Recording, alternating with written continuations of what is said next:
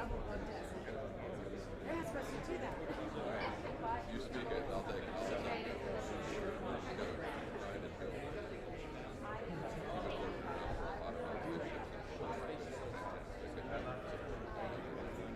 That's what it's all about.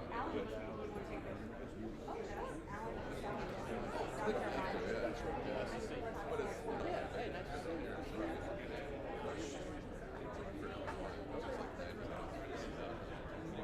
Right, folks, we are now opening the room to the public, so if you could please find your seats in the GFT section or reserve sections, that would be great. Thank you so much. sure.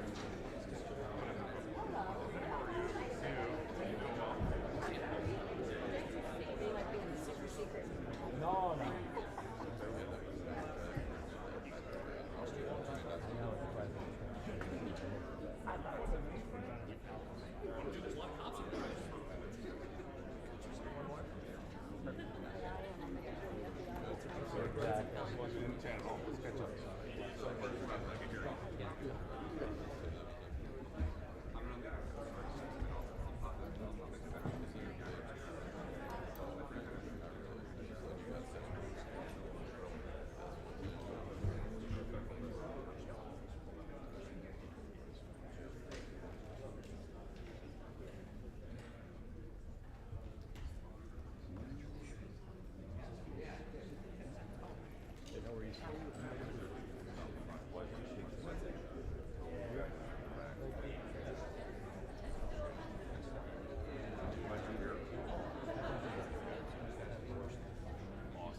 Oh, you're right. You're right. Oh, how are you? Staying there, what? Good. See you Good again, to brother. see you. Yeah. Well, hey. Hey, Marty. How are you? Good. Well, good.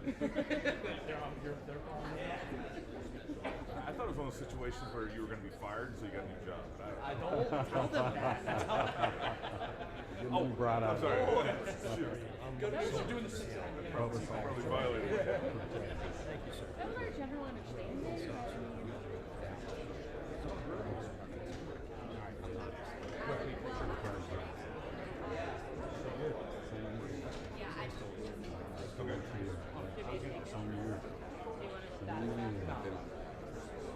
This is for So they know. all right. You guys do well. I believe that's why everybody brings a picture of things. I can take a picture and frame it well. Make sure everybody's hair looks nice. These are the rules.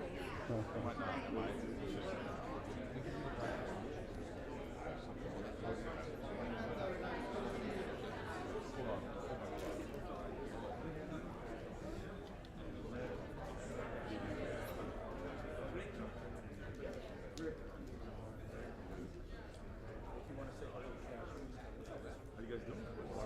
The whole crew. How are you, sir?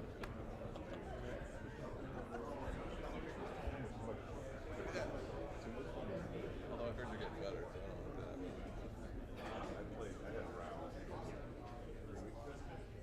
181 at Alexander Club.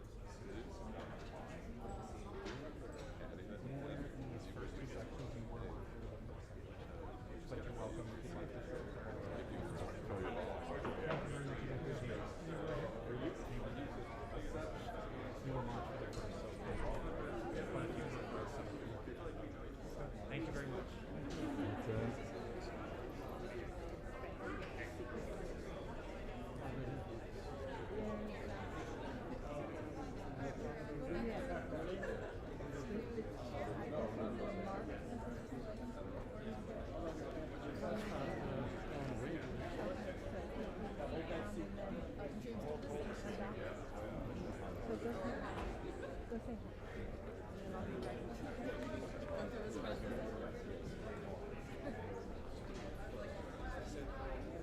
Just hold the seat. Done.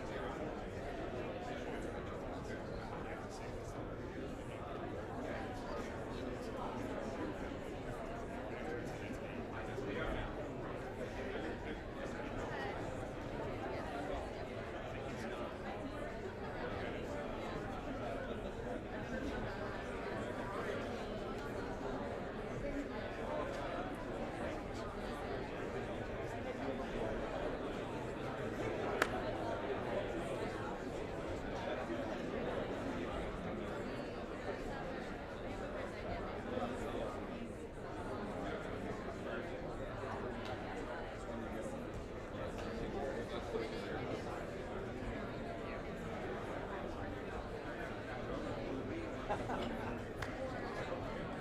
leave it up for too long.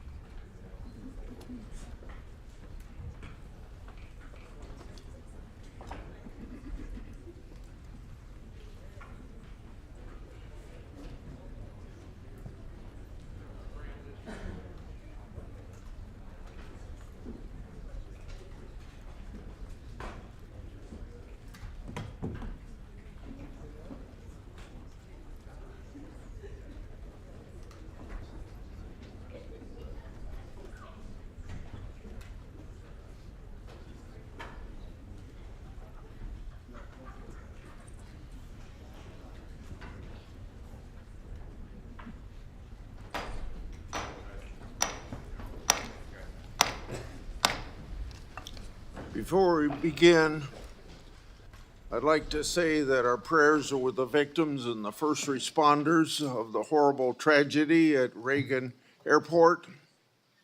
It's reported that more than 60 souls were on board the plane and that the helicopter that collided with the over the Potomac River. This is a horrible, hard to understand disaster that demands answers. As first responders continue their recovery effort and as investigators begin their work, Congress will work with the administration to get to the bottom of this and keep all those, and we should all keep the people impacted in our prayers. So maybe we should just, for a short period of time, think about this tragedy. Good morning.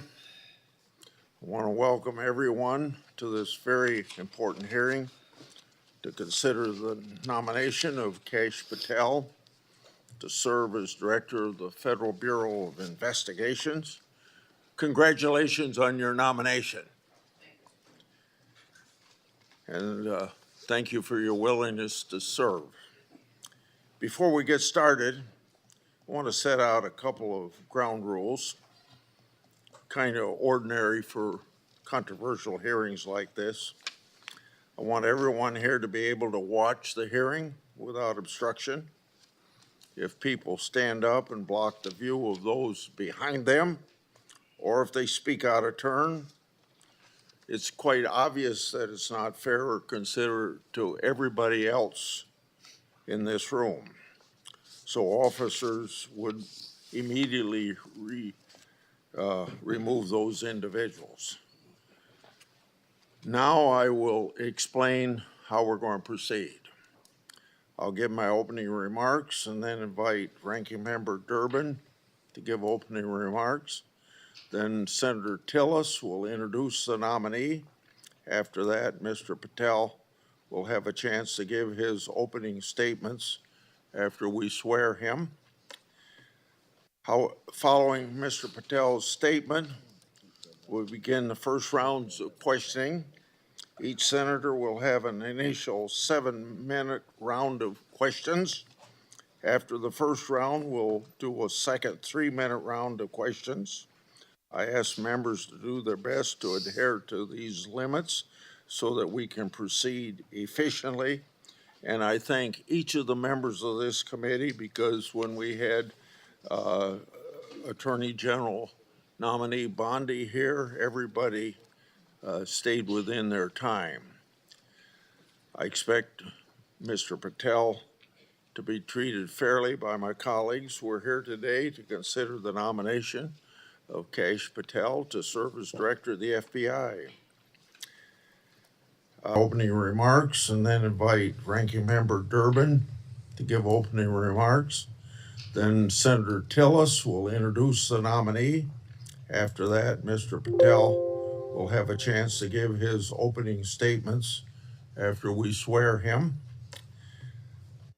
Following Mr. Patel's statement, we'll begin the first rounds of questioning. Each senator will have an initial 7-minute round of questions. After the first round, we'll do a second 3-minute round of questions. I ask members to do their best to adhere to these limits so that we can proceed efficiently. And I thank each of the members of this committee because when we had Attorney General nominee Bondi here, everybody stayed within their time. I expect Mr. Patel to be treated fairly by my colleagues. We're here today to consider the nomination of Kash Patel to serve as Director of the FBI. You're nominated, Mr. Patel, to one of the most important offices in our government. And to get here this far along in the process of your nomination, you gave us much information.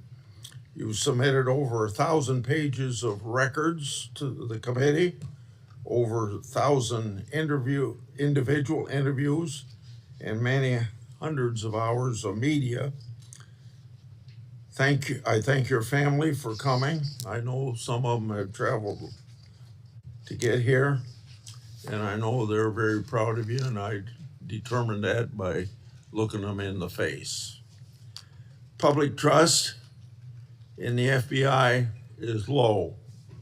Only 41% of the American people think the FBI is doing a good job. This is the lowest rating in a century. It's no surprise that public trust has declined in an institution that has been plagued by abuse, lack of transparency, and weaponization of law enforcement.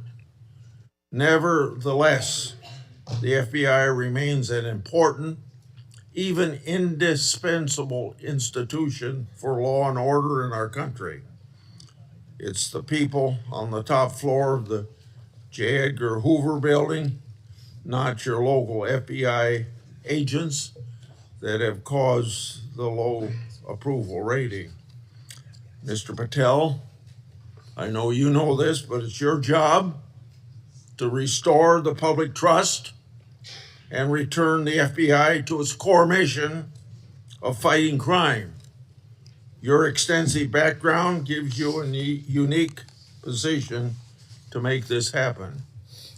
Mr. Patel's career has been a study in fighting unpopular but righteous causes, exposing corruption, and putting America first. For almost a decade, Mr. Patel served as a public defender, defending the constitutional rights of some of the least popular people in this country.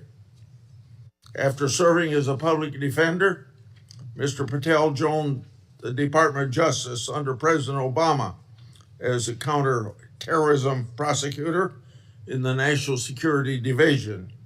In this role, he investigated and he prosecuted many important cases, including the World Cup bombing in Uganda in 2010, for which he received an award of excellence. In 2017, Representative Devin Nunes asked Mr. Patel to join the House Permanent Select Committee on Intelligence to uncover the truth about Russiagate. And Mr. Patel did uncover the truth. It was during this period of time that, if you remember, I first met you, Mr. Patel. Through tireless works, Mr. Patel showed that Crossfire Hurricane was based upon fraudulent, discredited information paid for by the Democratic National Committee and the Clinton campaign. As reward for his efforts to uncover the truth, mainstream media, can you believe this, personally attacked Mr. Patel, and the FBI secretly subpoenaed his records. Now, I know what that is because my staff received similar treating during my investigation. The attacks Mr. Patel faced during his work in the House of Representatives are similar to the ones that he faces today. I expect many of these underhanded attacks will be repeated today. Mr. Patel has been accused of having, quote unquote, an enemies list. This is not a fair characterization, as he stated, quote, there is no revenge list, end of quote. Mr. Patel has identified those he believes have put politics and personal ambition over service to the country. He's called out those who've used the institutions like the FBI to achieve their own personal gain. Mr. Patel has said he believes that people who do this should be named and that Americans deserve transparency so that they can make their own judgment as they did in this last election. Other attacks against Mr. Patel are similarly unfounded. To take just one example,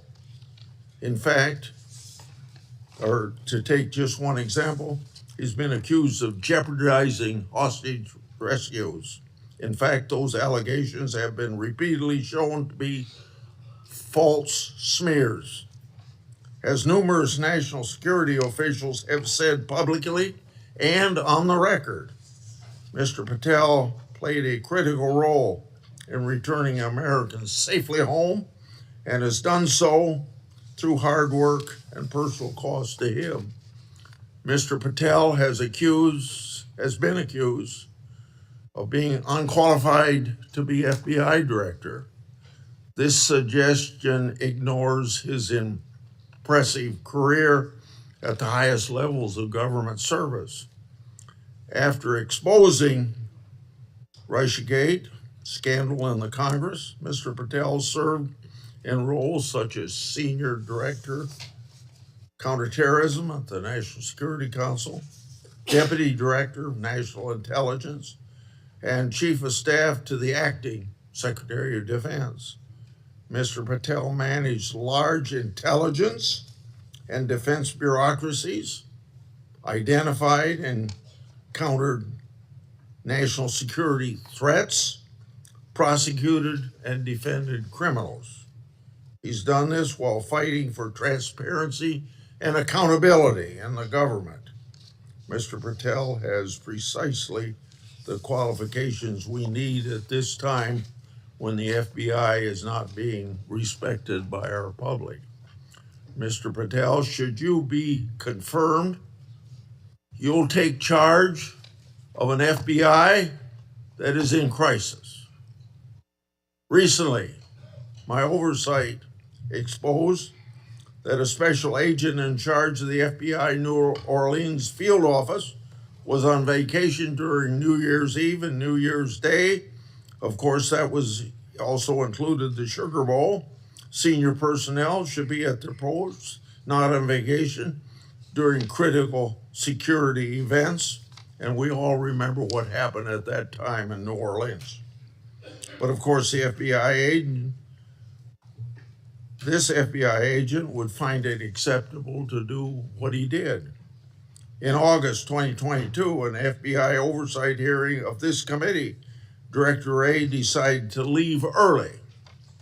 I asked him to stay just 1 hour and 20 minutes longer, but he already made up his mind that he was going to leave. Later, under questioning in November of that year by Senator Hawley, Director Wray admitted that he left this committee hearing early so that he could go on vacation. These two incidents, among others, are examples of the blatant disrespect that the FBI leadership has shown to this committee and indirectly to the American people. In November 22, I released internal FBI records that my office received pursuant to lawful whistleblower disclosures. Those records provided data about how hundreds of FBI employees who had retired or resigned to avoid discipline, many of those employees engaged in sexual misconduct in the workplace. Those records also showed lower level FBI employees were punished.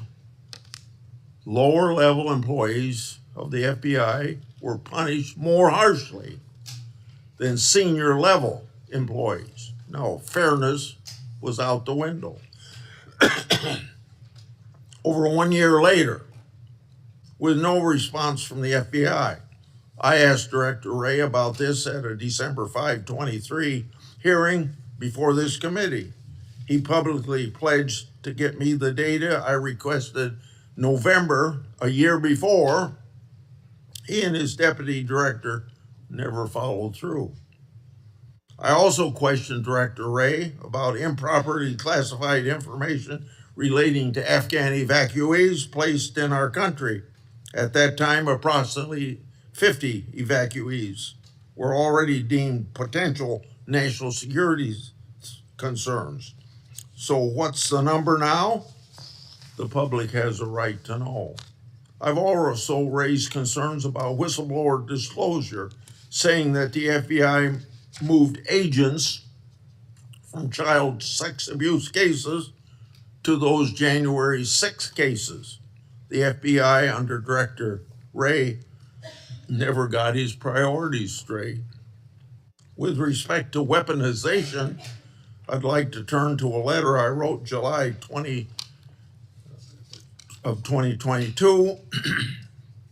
That letter noted that Assistant Special Agent in charge, Tebow, was a key official involved in opening the elector case that became the Jack Smith lawfare operation.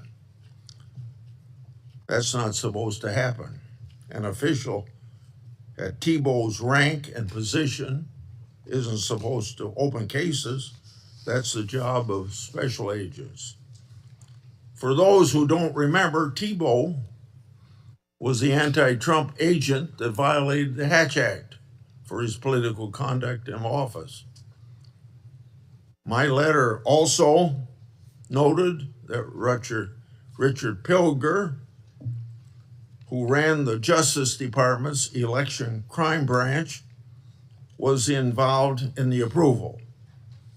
Now I'd like to call the committee's attention to something I'm going to share with you, information about the FBI's that's never been made public before. Do you have those? Oh, yeah, I'm sorry.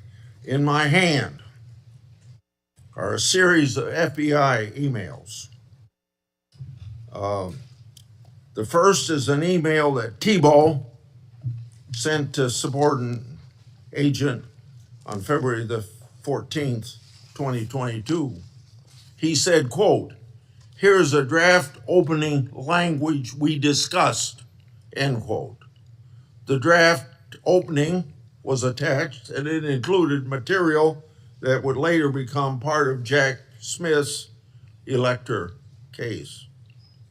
The second email, February 24th, 2022, email from Tebow to John Crabb, a prosecutor in the U.S. Attorney's Office for the District of Columbia, saying, quote, "I had a discussion with the case team and we believe there is predication to include former President of the United States, Donald J. Trump, as a predicated subject," end quote.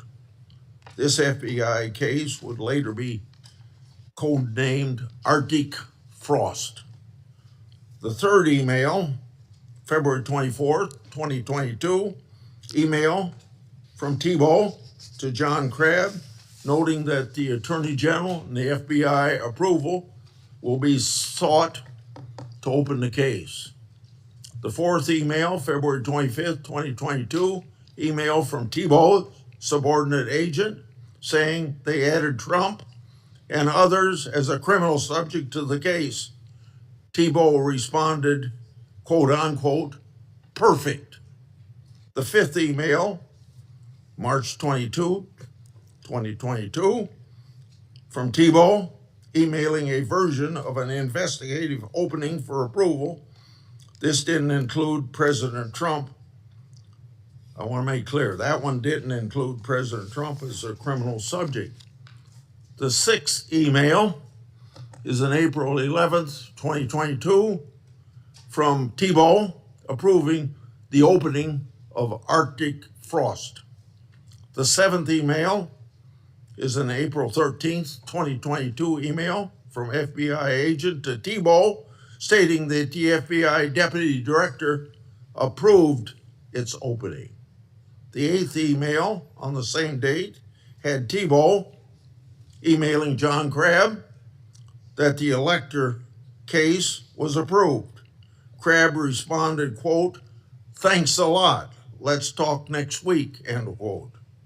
Between March 22nd and April 13th, other versions of the document opening the investigation existed because a ninth email shows that the FBI General Counsel Office made edits on March 25th.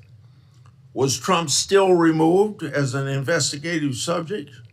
If so, which Justice Department FBI officials other than Jack Smith later added him for prosecution? I expect the production of all records on this matter to better understand the full fact pattern and whether other records exist.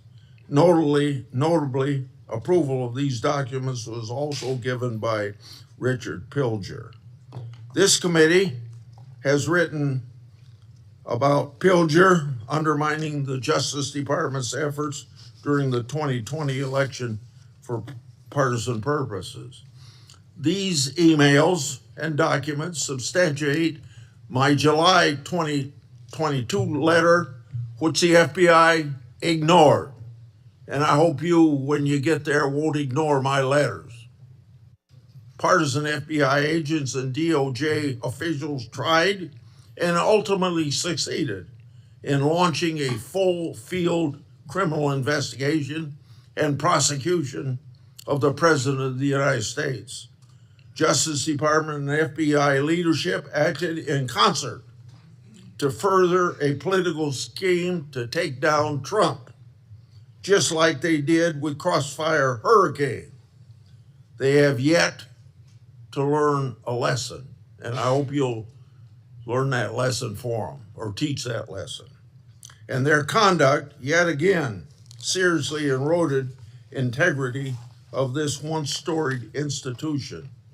As I've said before, if a politically charged investigation is to be open, it must be done the right way.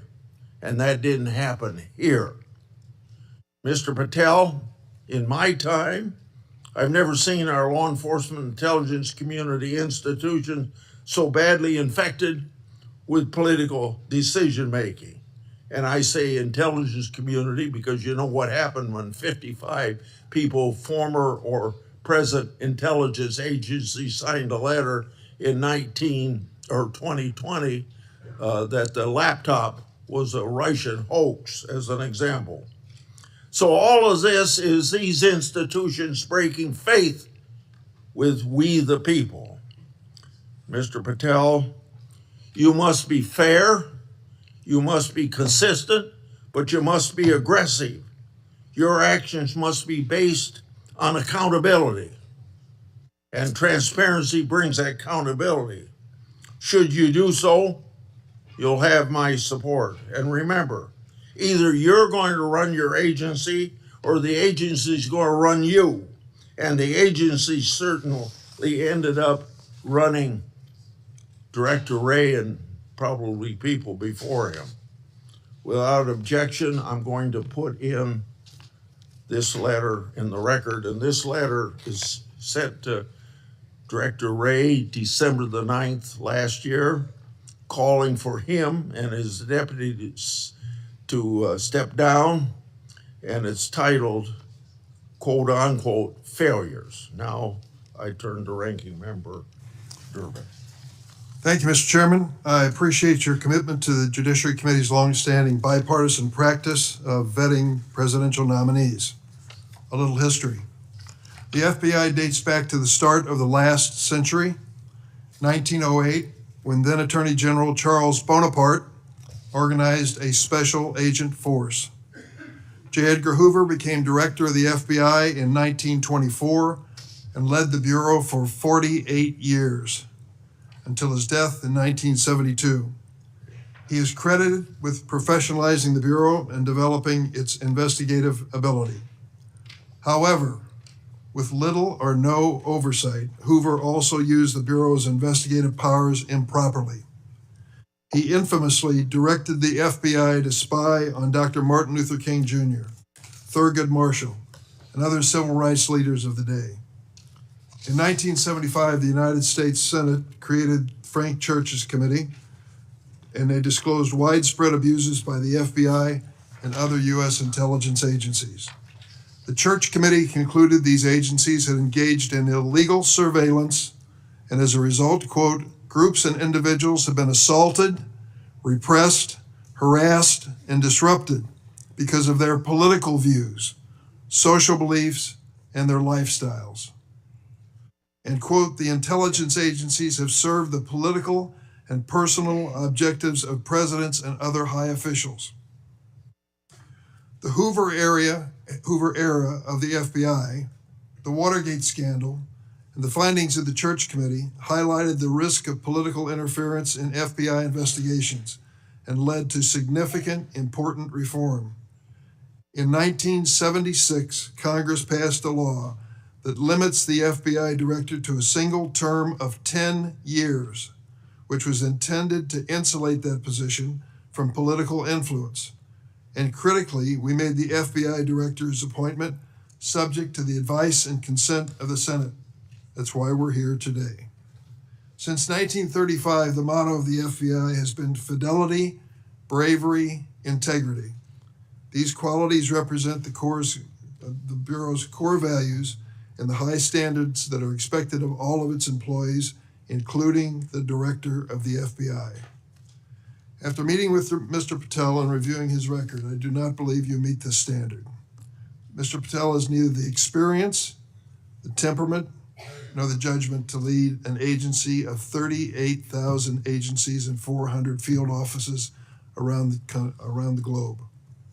During the time I've served on this committee, I've had the opportunity to consider 4 FBI director nominations. Each one was a Republican, and I voted for all of them. My concerns about the director of the FBI are not partisan. As much as Republicans claim that President Biden and former Attorney General Garland weaponized the FBI, let's look at the record. President Biden kept the FBI director, a lifelong Republican who had been appointed by President Trump. Contrast that with President Trump. Fired his first FBI director, James Comey, forced out his second FBI director, Chris Wray, for being insufficiently loyal. With Mr. Patel, however, obviously the president has found a loyalist. Mr. Patel's loyalty includes touting conspiracy theories that threatened efforts at President Trump's enemies.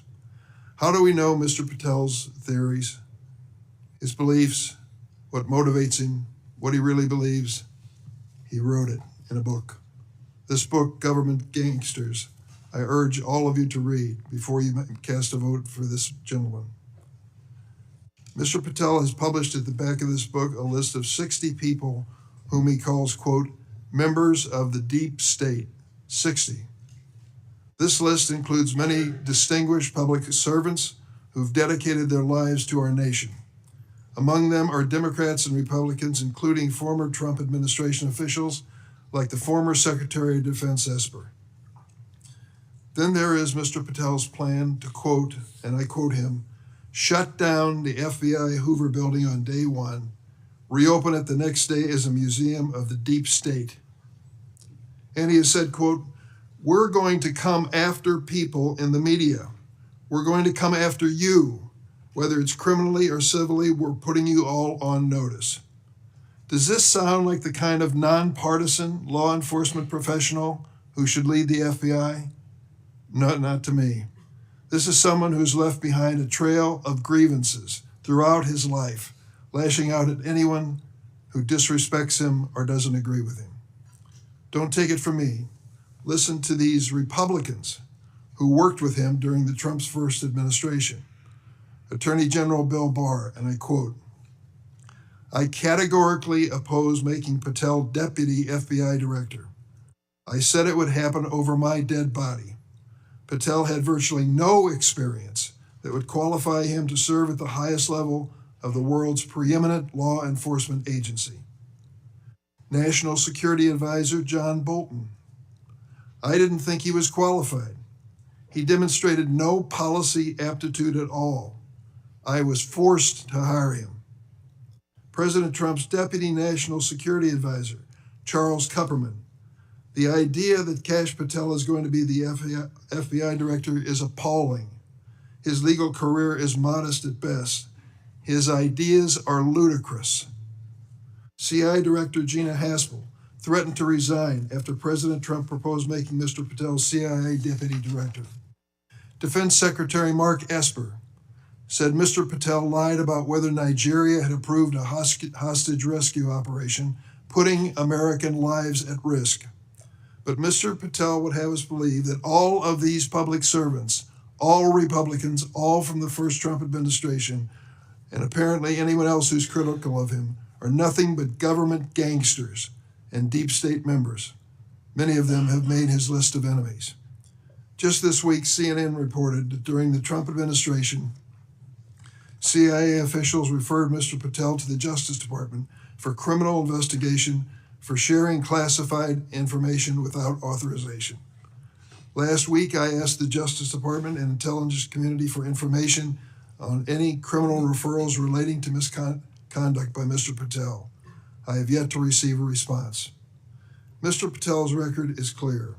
He traffics in debunked conspiracy theories that serve or benefit his political beliefs. Let's start with January 6th, and he dedicates a whole chapter in this book on January 6th. That's something that each and every one of us, as witnesses to January 6th, have our own view of. I'll be grateful always to the Capitol Hill police officers who risked their lives defending me, members of Congress, and visitors to the United States Capitol on that day. Mr. Patel posted on social media, quote, January 6th, never an insurrection. Cowards in uniform exposed. End of quote. Let me repeat that. Cowards in uniform exposed. Who was in the Capitol building on January 6th in a uniform? The Capitol Police were. Do you think they were cowards? Many of them risked their lives and some gave their lives in defense of this building. How about the DC police who were here as well? They were in uniform. Cowards, risking their lives as well. Some of them being battered and beaten by these mobsters that came into the Capitol. And Mr. Patel claims that the FBI agency aspires to lead, get this now, was planning January 6th for a year. He says the FBI was planning January 6th for a year. That's a quote. Mr. Patel has gone so far as to co-produce and sell musical recordings of a song performed by January 6 rioters in jail, rioters who violently assaulted police officers. He has described this January 6 choir as, quote, political prisoners. Political prisoners.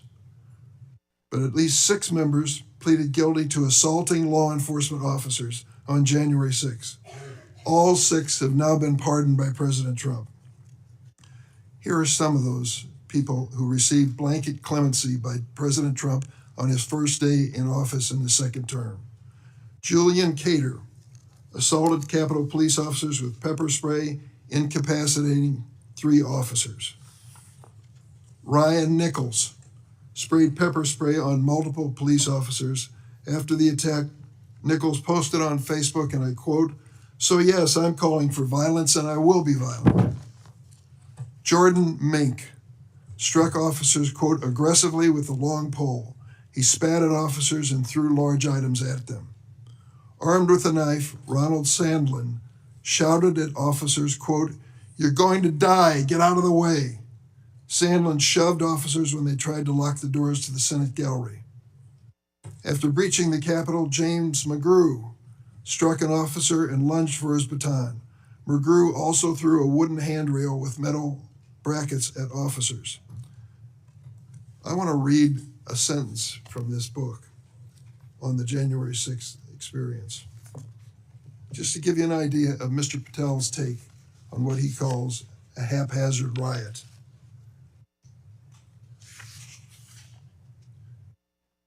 By everything we could see, the crowd at the Capitol was unarmed or armed only with non-lethal objects like bottles, flagpoles, or bike racks.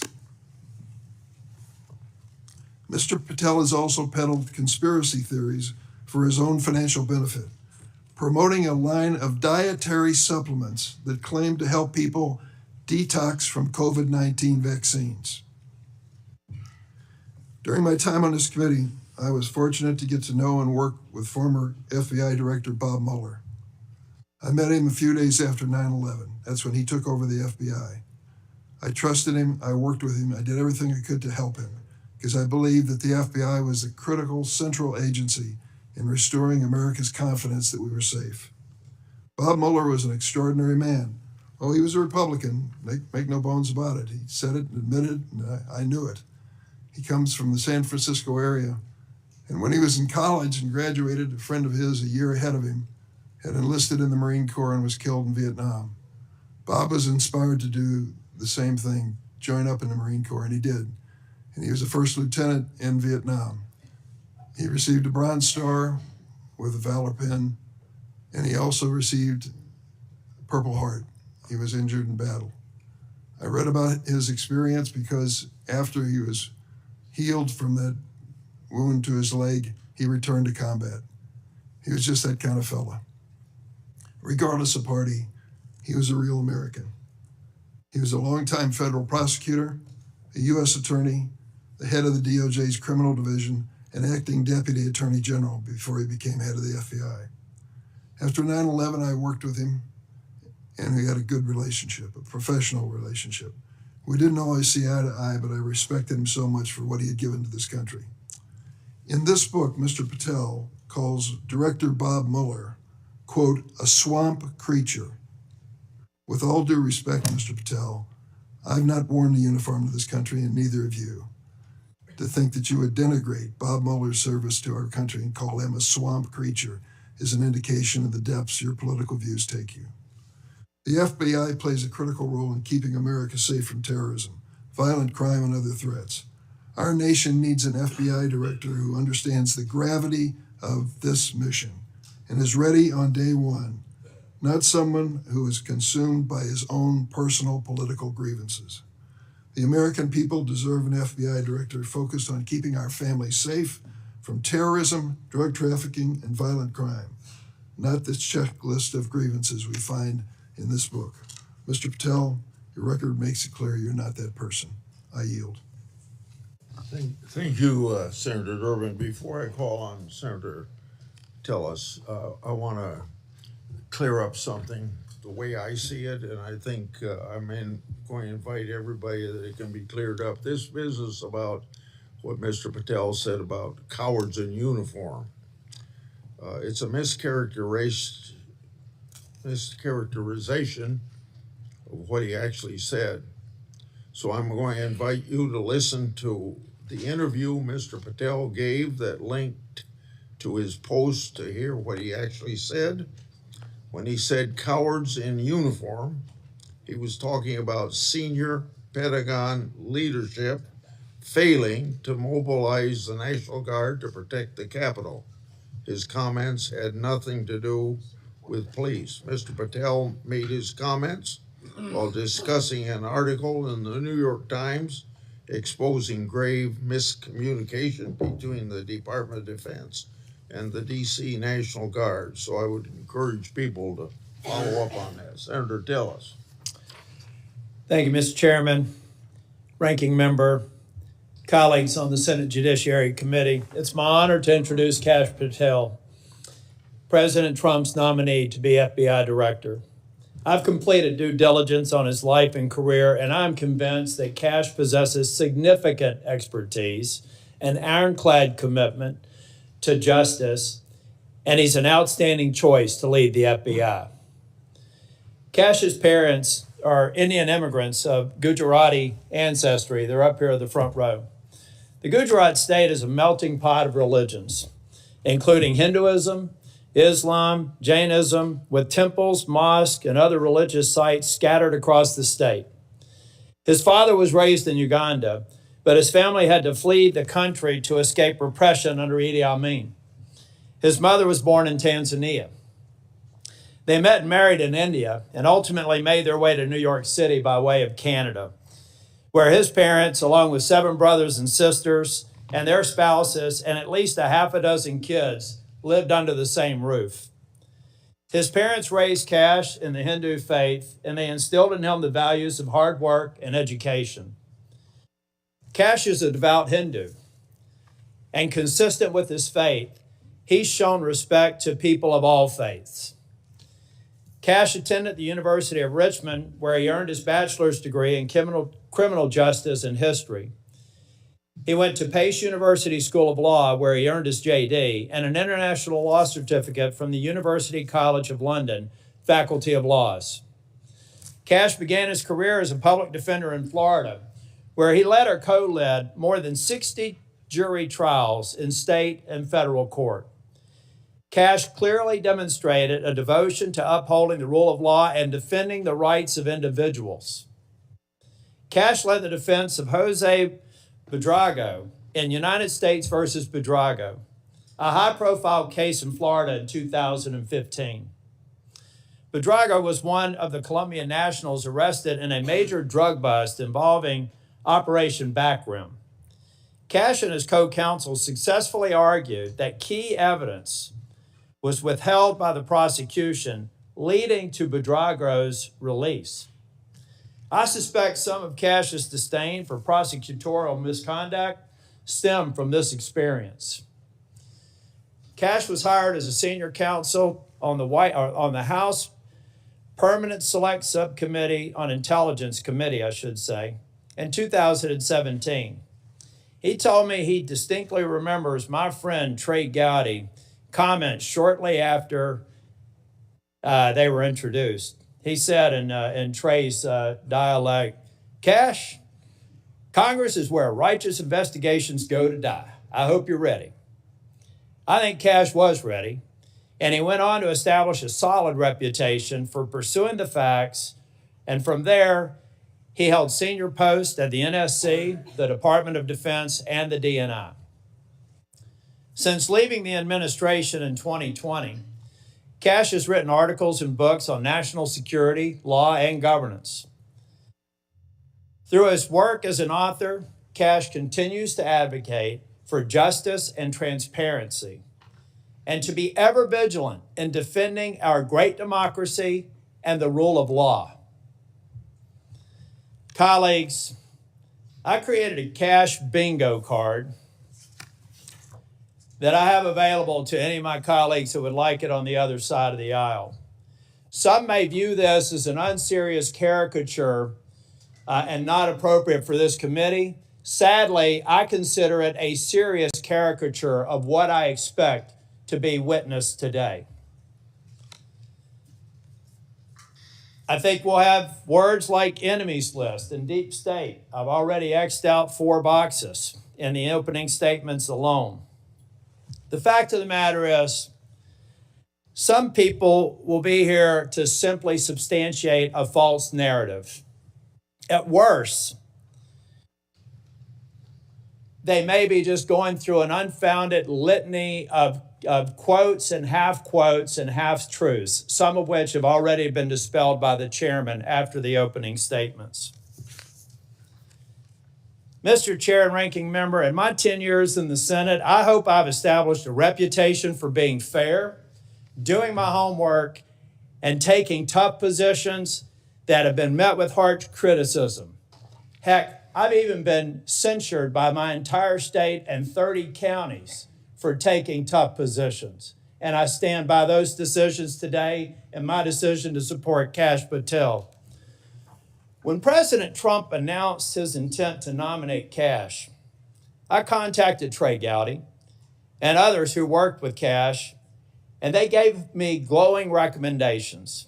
So I called Kash on December the 2nd, and I offered to help him with his nomination. Since then, we have spent hours together, in person and on the phone. I've asked him difficult questions, and I've urged him to reach out to members across the aisle. In fact, Kash Patel has met with 60 members of the U.S. Senate. Every member except the last 3 who were sworn in, and the majority of the members on the other side of the dais in this committee and members off the committee. Chair Grassley, Ranking Member Durbin, friends and colleagues on the committee, I've completed my due diligence of Kash Patel, and I am honored to provide my strongest recommendation for his confirmation. Thank you, Mr. Chair. Thank you for that introduction. Before I swear you, I want to make clear that before you give your statement, if you want to introduce family and friends in the audience, you're welcome to do that. Would you please stand? Raise your hand.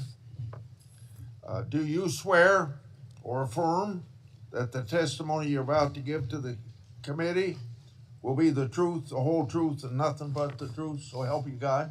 I do, Mr. Chair. Okay. You may proceed. Chairman Grassley, Ranking Member Durbin, and members of the Judiciary Committee, thank you for the opportunity to appear today. I must start with a word of prayer for the tragic accident that befell our nation last night, where we lost civilians and service members. I pray for their families. I pray for law enforcement and military personnel, and I pray for their souls, and hopefully God will find them peace in the near future.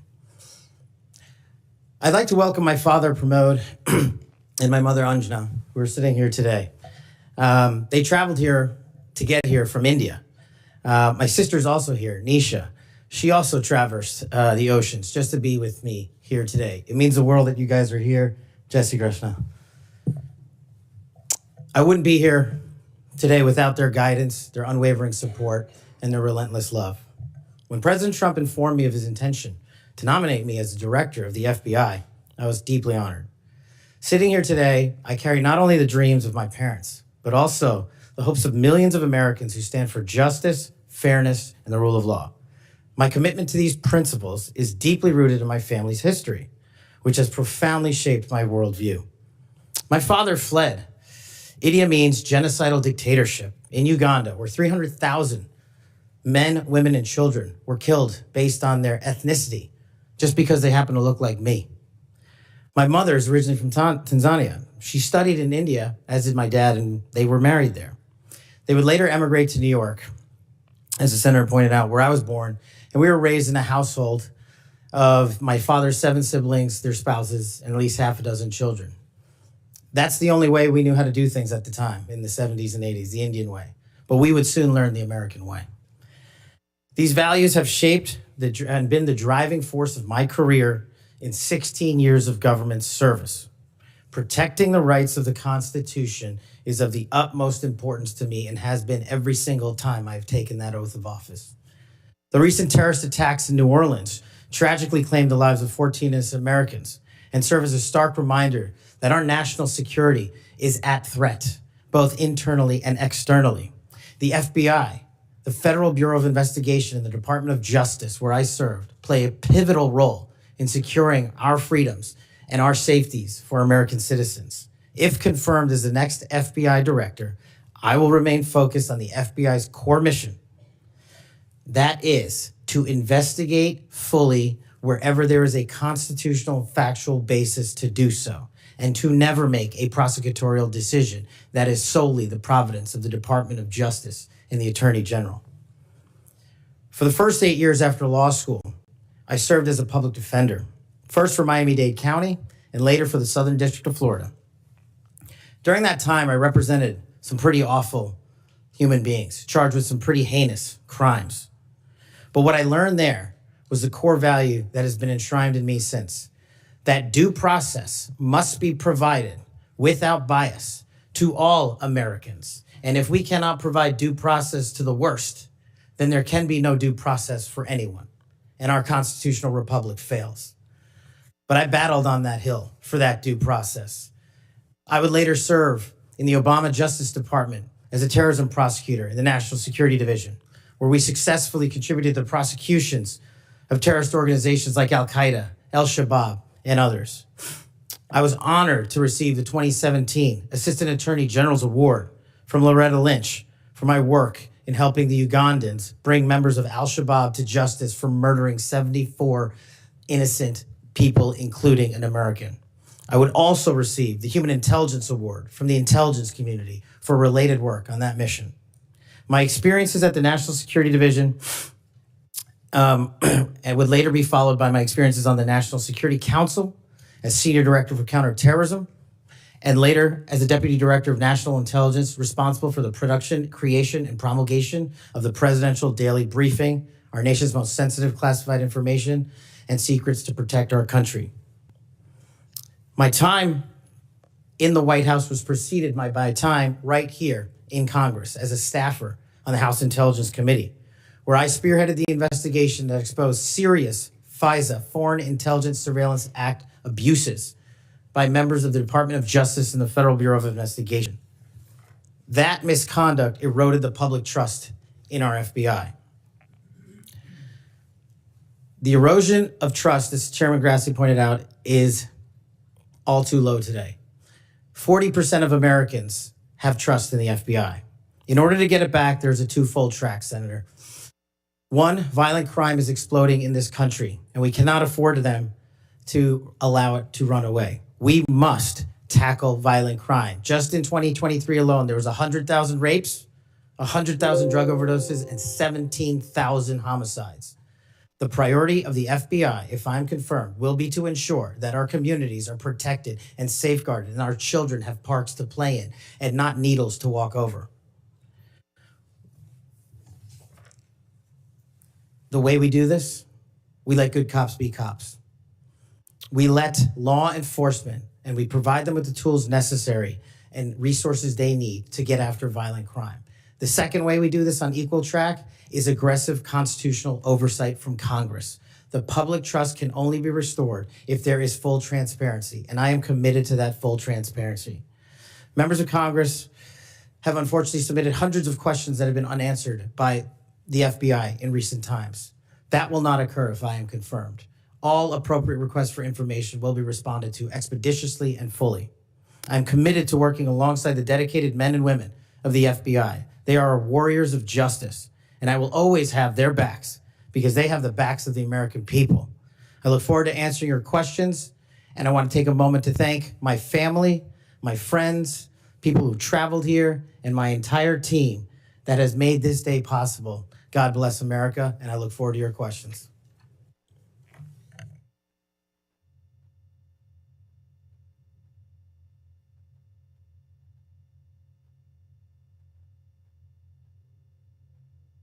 Seven minutes first round, is that right? 7 minutes for 3 minutes the second round. Mr. Patel, I'm not going to go through all the things that you've done through your career because I said those in my opening statements, but Democrats on the committee say you don't have experience. What are you most proud of from your career in public service? Mr. Chairman, I appreciate the question. It's really humbling to be afforded the opportunity to have served this country for 16 years.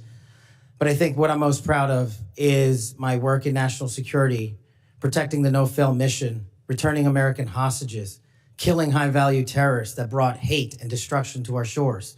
I've served that mission in Democratic and Republican administrations, and it is the one mission that we cannot fail, and it is the one mission where the FBI must play a critical role. Okay. As you well know, and you and I discussed this in my office, whistleblowers are critical to rooting out waste, fraud, and abuse. Their courage to come forward and make legally protected disclosures about government wrongdoing benefits the country. I think they're politically, they are good American citizens, just want the government to do what it's supposed to do. I think they're treated by bureaucracies, not just in the FBI, but throughout the bureaucracy like skunks at a picnic. Will you protect whistleblowers from retaliation, unlike former Director Wray, and promote a culture at the FBI that values whistleblowers' important contributions? Absolutely, Mr. Chairman. I share in your beliefs about the importance of whistleblowers. So we've spent a lot of taxpayers' money ruining whistleblowers. Will you commit to ensuring that no taxpayer money will be used to identify and retaliate against whistleblowers? Senator, if I'm confirmed, it will not. Okay. You and I have heard a lot of criticism about various statements about January 6th. You said, quote, those who broke actual laws should be prosecuted, end of quote. But you've also called out the partisan nature of prosecutions and compared how the Biden Justice Department treated January 6th defenders with how they ignored many other crimes. Those include crimes related to illegal immigration, as well as riots that took place around the country. So explain your position on January 6th to this committee, and how do you respond to critics who say that you're anti-law enforcement? Mr. Chairman, I greatly appreciate the question, the opportunity to discuss that.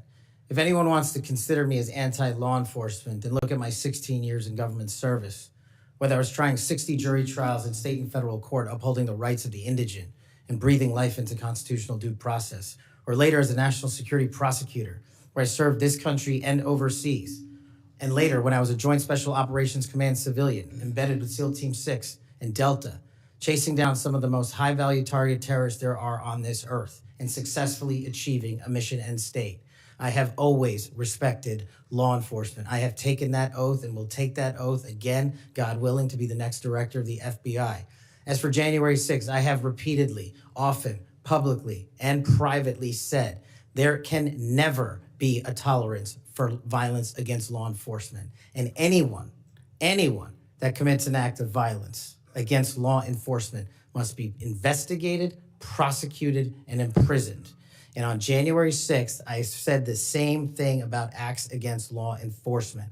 The Capitol Police, who I have served with, and when I was Chief of Staff at the Department of Defense, rushing to the aid of the members of this committee and your colleagues to provide the National Guard, was my top mission priority, not politics. And that is my love of this country to protect our laws and our way of life. And it was no different. If there's any ever corruption, I have been the first to call it out. And I will continue to call out corruption in government service because it is a privilege to serve this nation. Thank you, Mr. Chairman. Outside of this committee, and some people on this committee have accused you of promoting the QAnon movement. My colleagues have already asked your future boss, Mr. Bondi, many questions about this. I think it's easy to see these attacks for what they are, guilt by association. Are you a follower or promoter of QAnon? No, Senator. In fact, I have publicly, including in the interviews provided to this committee, rejected outright QAnon baseless conspiracy theories or any other baseless conspiracy theories. They must be addressed head on with the truth, and I will continue to do that. And I will always continue to support Americans who support law enforcement, our military, and want a secure border. Over the past 4 years, the FBI and Justice Department have weaponized law enforcement towards partisan ends. This has affected you personally. You, along with even members of my staff, were the victims of FBI overreach when they secretly subpoenaed your records during the investigation into Crossfire Hurricane. Inspector General Horowitz of Justice Department was right to say actions like this have a quote, unquote, chilling effect on whistleblowers. How do you intend to make sure that this kind of misconduct never happens again? Senator, this may be one of the scenarios that most uniquely qualifies me to take command at the FBI. Having been the victim of government overreach and a weaponized system of justice and law enforcement, I know what it feels like to have the full weight of the United States government barreling down on you. And as the Biden Inspector General determined those activities by the FBI and DOJ were wholly improper and not predicated upon law and facts, I will ensure, if confirmed, that no American is subjected to that kind of torment, to that kind of cost, financially and personally.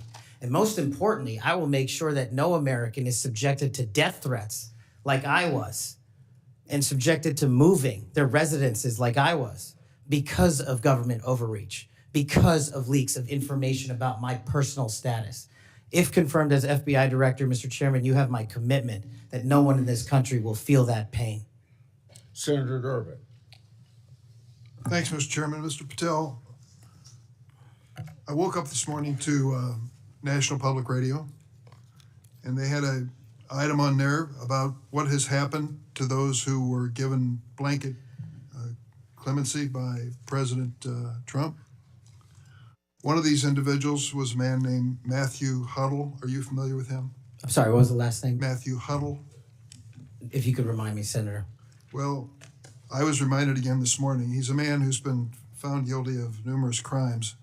The one described this morning was the outrageous situation where he beat his 3-year-old child to a point where the poor kid couldn't even sit down for a week. Mr. Huddle was one of the demonstrators who came to the Capitol on January 6th. He was incarcerated and charged with and pled guilty to crimes that he had committed, violence against police officers. After he was released by President Trump, he returned to his home state of Indiana. A few days later, he was stopped on the road, pulled a gun on a policeman. The policeman, sheriff's deputy, turned, shot, and killed him. This is not the only instance of a person who received President Trump's clemency committing another crime. Peter Schwartz was mentioned this morning on the radio. 38 criminal convictions, 38. He'd been sentenced to 14 years in prison. He was released because of the president's unconditional clemency, which was given to him as well. So I guess my question is this. Was President Donald Trump wrong to give blanket clemency to the January 6th defendants? Thank you, Ranking Member. A couple of things on that. One, the power of the presidential pardon is just that, the president. Well, I concede he has the authority. I'm asking, was he wrong to do it? And as we discussed in our private meeting, Senator, I have always rejected any violence against law enforcement, and I have, including in that group, is specifically addressed any violence against law enforcement on January 6th, and I do not agree with the commutation of any sentence of any individual who committed violence against law enforcement. So do you think that America is safer because these 1,600 people have been given an opportunity to come out of serving their sentences and live in our communities again? Senator, I have not looked at all 1,600 individual cases. I have always advocated for imprisoning those that cause harm to our law enforcement and civilian communities. I also believe America is not safer because President Biden's commutation of a man who murdered 2 FBI agents, Agent Kohler's and Williams' family, deserve better than to have the man that point blank range fired a shotgun into their heads and murdered them released from prison. So it goes both ways. Leonard Pelletier was in prison for 45 years. He's 80 years old, and he was sentenced to home confinement. So he's not free, as you might have just suggested. He killed 2 FBI agents. That's true, he did, and he went to prison for it and should have. My question to you, though, is do you think America is safer because President Trump issued these pardons to 1,600 of these criminal defendants, many of whom violently assaulted our police in the Capitol? Senator, America will be safe when we don't have 200,000 drug overdoses in 2 years. America will be safe when we don't have 50 homicides in a day. So you just won't answer the question. I am here. I don't think we're safer. Matthew Huddle was sent back to Indiana. I don't think we're safer with Peter Schwartz. I could go through a long list of individuals, some of who were wanted in states, members of this committee. Let me move to another topic if I can. Tell me about your J6 choir. What is that? Well, it's not my choir. It's simply a recording that was utilized to raise funds for families in need of nonviolent offenders. Who sings on this recording? I don't know, Senator. What did you have to do with it? Simply to raise funds to assist families of nonviolent offenders whose kids needed college education payments and whose rent needed being paid. My understanding is that the performers on this J6 choir were the rioters who are in prison. I'm not aware of that, sir. I didn't have anything to do with the recording. You weren't aware of who made the recording? No, Senator. That's interesting.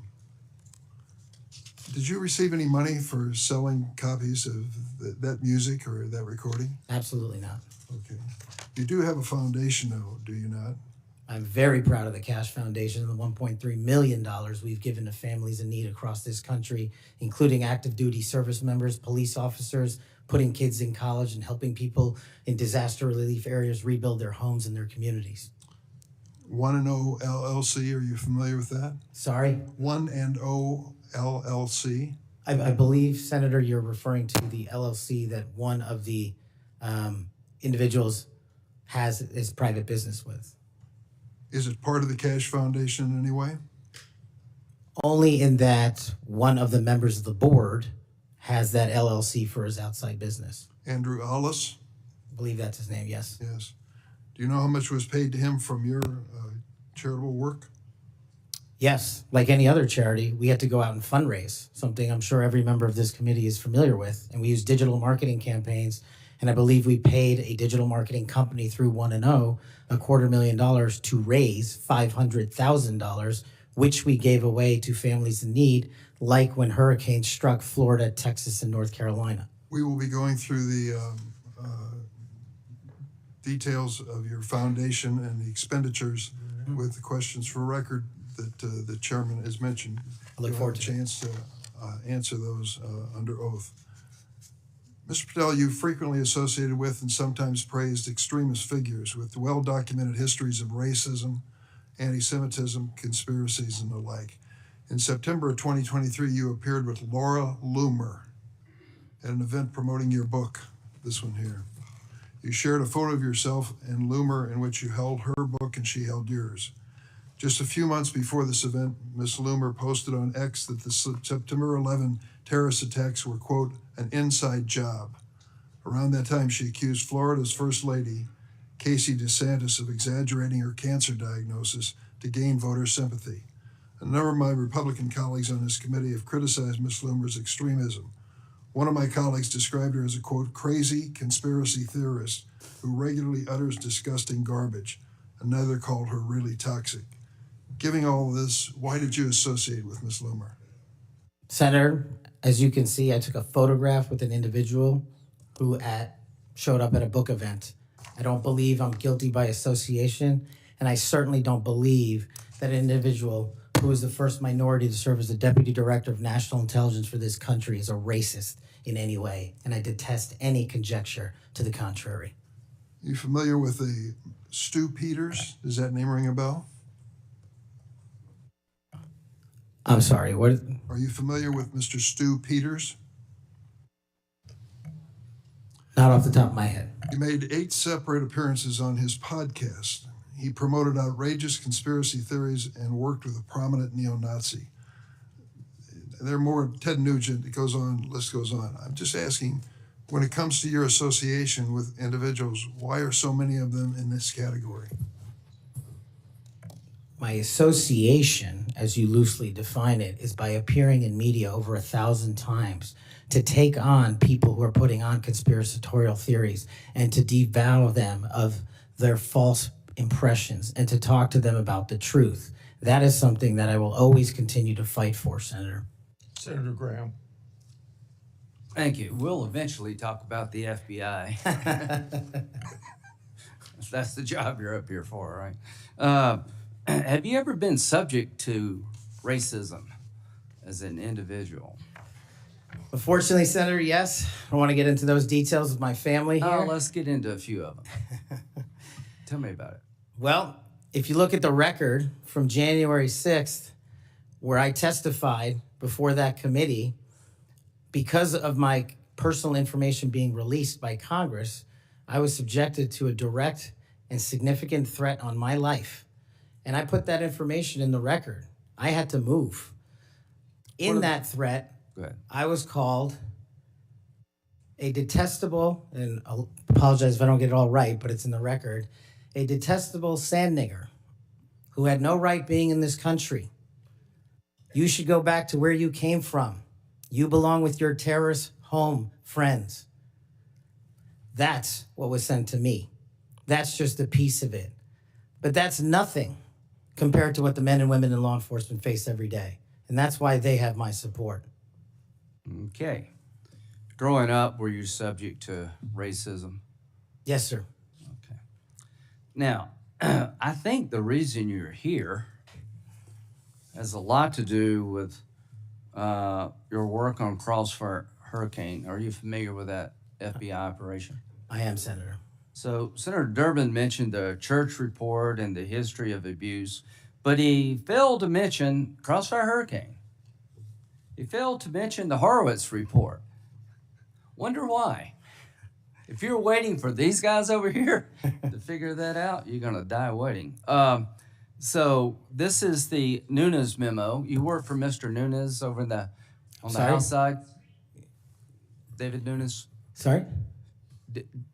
Are you familiar with this memo by the Foreign Intelligence Service Act abuses Yes. The Department of Justice. Absolutely. Did you help write this memo? I did as a staffer. Okay, I'm gonna put this in the record. Thank you. In this memo, you kind of dissected the abuses of Crossfire Hurricane, right? I did, Senator. And the Mueller investigation. So the Crossfire Hurricane investigators, two of them were Strzok and Page. Are you familiar with them? I am, Senator. Okay, it was opened up on July the 31st, 2016. And here's what Strzok said. And damn, this feels momentous because this matters. The other one did too, but that was to ensure we didn't F something up. This matters because this matters. So super glad to be on this voyage with you. That's to Page. And Page responds a couple of months later, he's not ever going to be President, right? Talking about Trump.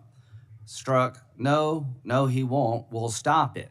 Is it fair to say that the people in charge of investigating Crossfire Hurricane hated Trump's guts?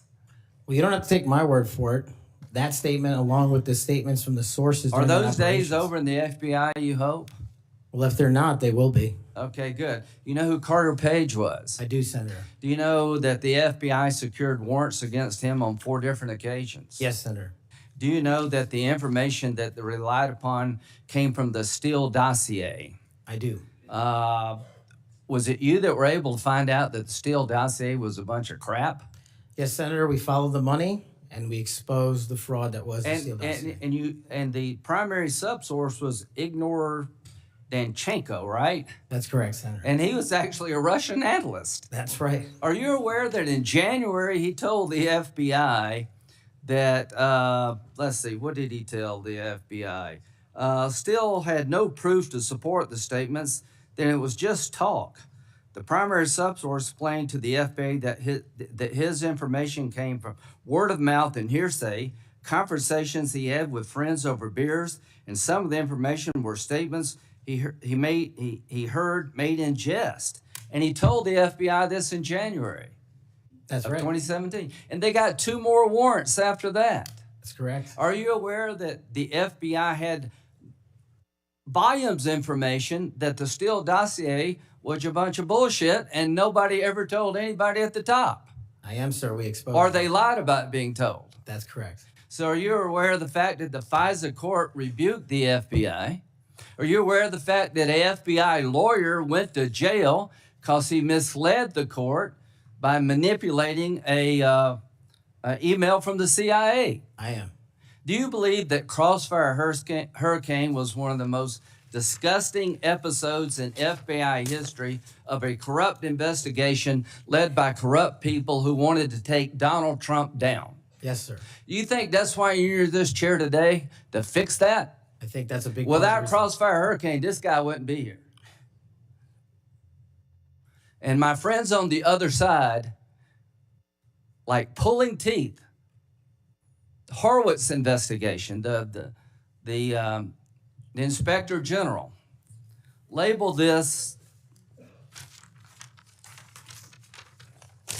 fraudulent at its core, mismanaged at its core, running stop signs. At every turn, they went forward when they should have stopped. The Durham report said it was obviously politically motivated. FBI agents were telling anybody and everybody that would listen, this is not reliable, this is not trustworthy, but they plowed on. And because of you and Trey Gowdy and others, we now know about this. Everybody who signed the warrant under questioning by me said if they knew then what they know now, they wouldn't have signed the warrant. Comey said that. Yates said that. Rosenstein said that. The reason you're here is because most of the public, almost every Republican believes that the FBI has been used continuously in a political fashion, ignoring evidence, making up evidence, lying to get Donald Trump. And when it came to the Hunter Biden laptop, they told every social media outlet in October 2020, oh, that's Russian disinformation. That was BS too. Right before the election, the FBI intervened, to shut reporting on the Hunter laptop down as being Russian misinformation, according to Zuckerberg. Do you promise all of us those days are over at the FBI? Yes, Senator, they are. Are you proud of what you did to find all that? Absolutely. Do you think that's why you're here today, is to make sure that never happens again? The American people deserve just that. Thank you. Senator Whitehouse. Thanks, Chairman. Welcome, Mr. Patel. I remember January 6th. Colleagues running through our halls to flee the mob, colleagues shouting that rioters should be shot, us returning to our constitutional business through hallways cleared for us by automatic weapons carrying SWAT teams. None of you, none of us, said those violent rioters should be pardoned. A Republican colleague said such pardons would be hard to believe, even absurd. Your former colleague, J.D. Vance, said the violent rioters should not be pardoned. Even Jim Jordan said pardons would, and I quote, focus on all the people who didn't commit any violence. Well, Trump pardoned all of them. And there's a lesson in that. Every time you think Trump would never go that far, rethink that. We all seem to agree that violence against police is unacceptable, yet more than 600 people who physically attacked Capitol Police officers were just put back on the street, part of a 1,500-person personal Trump army, now out there with people who have proven themselves willing to do violence on Trump's call. In only 10 days, some are already back committing crimes. We've also tried as a committee together to address the dangers of illicit drug sales over the internet, and I assume we're all against murder for hire. But Trump also just pardoned a dark web operator sentenced to life in prison for trafficking illegal drugs online and accused of soliciting murders for hire. Those pardons, as Mr. Patel has said, are a mistake, but they are also a signal that we are entering a strange and dangerous time. That is the context for today's hearing. Warnings that the FBI could become Trump's enforcer, use the powers of law enforcement to stifle speech and dissent, punish political rivals of either party, and hand out free passes, get out of jail free cards to violent supporters are warnings we should heed. Here are some warnings of this nominee's Trump administration colleagues. Former Attorney General Bill Barr said, this nominee has virtually no experience that would qualify him to serve at the highest level of the world's preeminent law enforcement agency, end quote, and we would never be able to command the respect necessary to run the day-to-day operations of the Bureau. That's for the deputy position. Former CIA Director Gina Haspel was reported threatening to resign rather than have this nominee serve under her. John Bolton, Trump's former national security advisor, said, I didn't think he was qualified. I was forced to hire him. Trump's deputy national security advisor, the nominee's former supervisor, said, his ideas are ludicrous. He's absolutely unqualified for this job. He's untrustworthy. And it's an absolute disgrace to even consider an individual of this nature. That's from Republican appointees who worked with him. And here's what this nominee himself has said about using his office to prosecute journalists. We will go out and find the conspirators, not just in government, but in the media. We're gonna come after you, whether it's criminally or civilly. Is that a correct quotation, Mr. Patel? Senator, that's a partial quotation. But it's correct. In part. Regarding his publication of his enemies list, Mr. Patel proclaimed, the manhunt starts tomorrow, and reposted a video depicting him taking a chainsaw to his political enemies. Is that you, Kash Patel, reposting that at the top of that page? Senator, I had nothing to do with the creation of that meme. Is that you reposting it, was my question. And that's me at the top. You said FBI agents were responsible for the violence on January 6th, and I quote you here, beyond a reasonable doubt.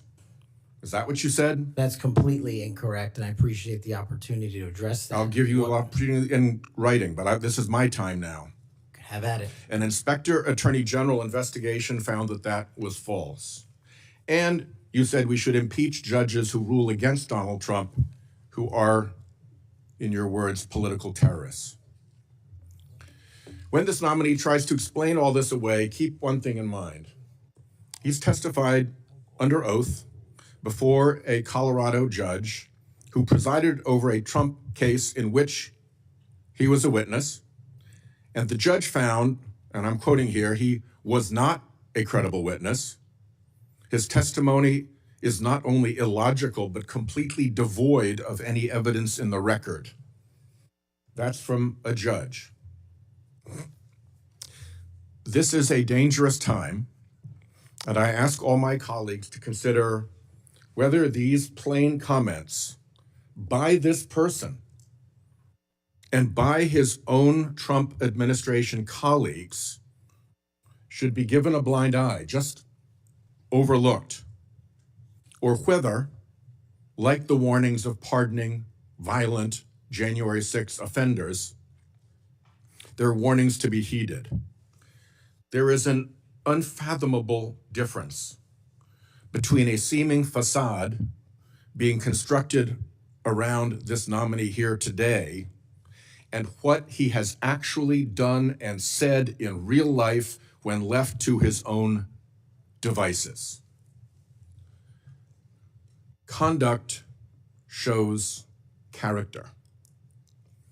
And if you look at history, you see the danger of security chiefs in authoritarian regimes becoming the tools of political power.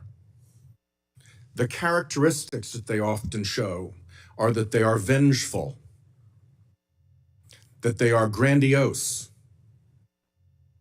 that they are intemperate, that they are partisan and blindly loyal, and that they are servile and won't say no. I'm afraid that the history of this nominee's conduct raises those warnings. And I yield my 1 second back. Before Senator Cornyn, you said you'd like to explain something. I forget the point he made. You can do that now if you want to. Simply this, Senator.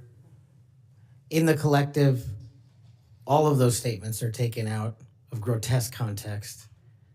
And anyone that thinks my 16 years of service isn't exemplary on how I would proceed if confirmed as FBI is intentionally putting false information into the public ether and creating more public discourse.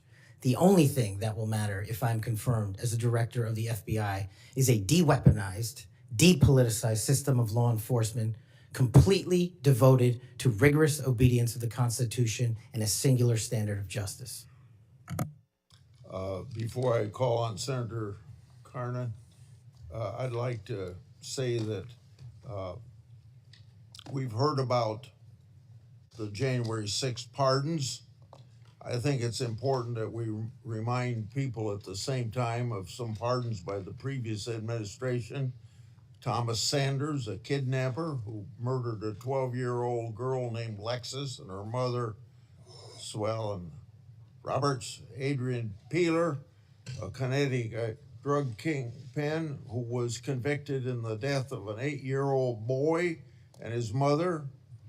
Leonard Peltier, that's already been referred to, that murdered 2 FBI agents. And even Director Wray, at that time former Director Wray, said that that shouldn't have happened, and Judge Michael Conahan, who took kickbacks for wrongly sending juveniles for profit detention centers, and Alex Saab, who laundered illicit proceeds for narcotics terrorist Nicolas Maduro, and was a key connection between Venezuela and Iran, and 5 family members of his own family. President Biden did that, Senator. Welcome, Mr. Patel. Do you believe America is an exceptional nation? It's the greatest nation. Your family went through a lot to get here, They sure did. and your life story is, I think, a great example of people pursuing the American dream. Do you believe a large part of what makes America an exceptional nation is the rule of law? It is one of the fundamental precepts that determines that. And why is that? Because without a singular application of a rule of law, we go back to the Uganda that my father fled in Idi Amin. I believe that the 2 most important institutions in America to preserve and protect and enforce the rule of law are the FBI and the Department of Justice. And the sort of politicalization that Senator Graham and others have already talked about during the Crossfire Hurricane investigation or project of James Comey at the FBI, and the abuse of intelligence tools like Title I of Section 702 are a betrayal of American values and adherence to the rule of law. And I think your biggest task is going to be, along with Pam Bondi at the Office of the Attorney General, is to restore the rule of law to the Department of Justice and the FBI. Are you willing to do that? Absolutely, Senator. Without regard to partisan affiliation or politics? Absolutely.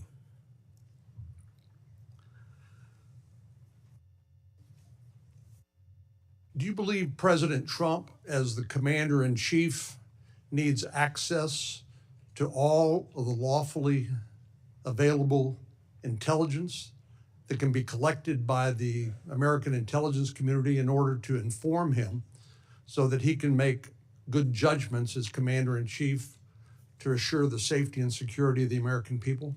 Having been responsible for the collection and predication and promulgation of that intelligence, I firmly believe he and every president must have it. And so you would not support any impractical or perhaps immaterial or unworkable ways to inhibit the flow of that information to President Trump? No, I would not. So let me just ask you, you and I have talked about this a number of times, and this has come up before in a number of different contexts. But as I've always said, I think Section 702 of the Foreign Intelligence Surveillance Act is the most important law that most Americans have never heard of. Yeah. But when I was questioning my fellow Texan, John Ratcliffe, who now has been confirmed as the director of the CIA, about this, we talked about some of the reforms that have been made to Section 702 over the years. This has been an ongoing conversation here in Congress. People like my colleague here, Senator Lee, and others have proposed reforms, which I think have gone a long way to help protect the privacy rights of American citizens. But let me just point out some of the improvements that have been made over the years. This is not the same 702 that was in effect during President Trump's first terms. These are a number of things that we did together on a bipartisan basis to make sure that the balance between the national security interests of the American people and the privacy and constitutional rights of American citizens were protected. Do you agree with that? Yes, Senator, I do. And I think Senator Tillis, with his typical outstanding graphics, has a wonderful handout which lays all of that out. But one of the things that's come up, and we've discussed this, is the idea that in order to query lawfully collected intelligence under Section 702, that somehow if a U.S. person's name is involved, that a warrant would be required. Now, you're a lawyer who's represented defendants in, as a public defender. You understand that what probable cause is required, what sort of evidence is required to be produced to a judge in order to get a warrant. Do you believe a warrant requirement is a practical and workable or even a necessary element of 702? If I may just give some context on that, Senator. Having a background not only utilizing FISA and 702 as a national security prosecutor, but as a civilian at JSOC and later as an intelligence official and the Deputy Director of National Intelligence, 702 collection formulates over 45% of the presidential daily briefing that you referred to earlier. I actually have heard it's as high as 60%, it's a lot. It's a lot. And the issue for me is not with FISA and 702. The issue has been those that have been in government service and abused it in the past. And so we must work with Congress to provide the protections necessary for American citizens. Dealing with these matters, including hostage rescue operations in real time, which we use FISA collection to find and save American hostages, having a warrant requirement to go through that information in real time is just not comportive with the requirement to protect American citizenry. I'm all open to working with Congress on finding a better way forward, but right now, these improvements that you've made go a long way. Well, and Director Ratcliffe said that he did not believe that, given the context of 702 collection, whether a foreign target communicates with a U.S. person, that there'd be sufficient evidence to go to the Foreign Intelligence Surveillance Court or any other court to demonstrate probable cause. Do you agree with that? Yeah, just in real time, Senator, excuse me, it's almost impossible to make that function and serve the national no-fail mission. I think you hit the nail on the head when you point out the lack of trust. Any of these tools can be abused by people who are willing to break the law or abuse these tools or violate the public trust. Director Ratcliffe again used, I thought, a helpful analogy. I'll see if you agree with it. He said the knives in your kitchen have a very useful and beneficial purpose, but they too can be misused. Do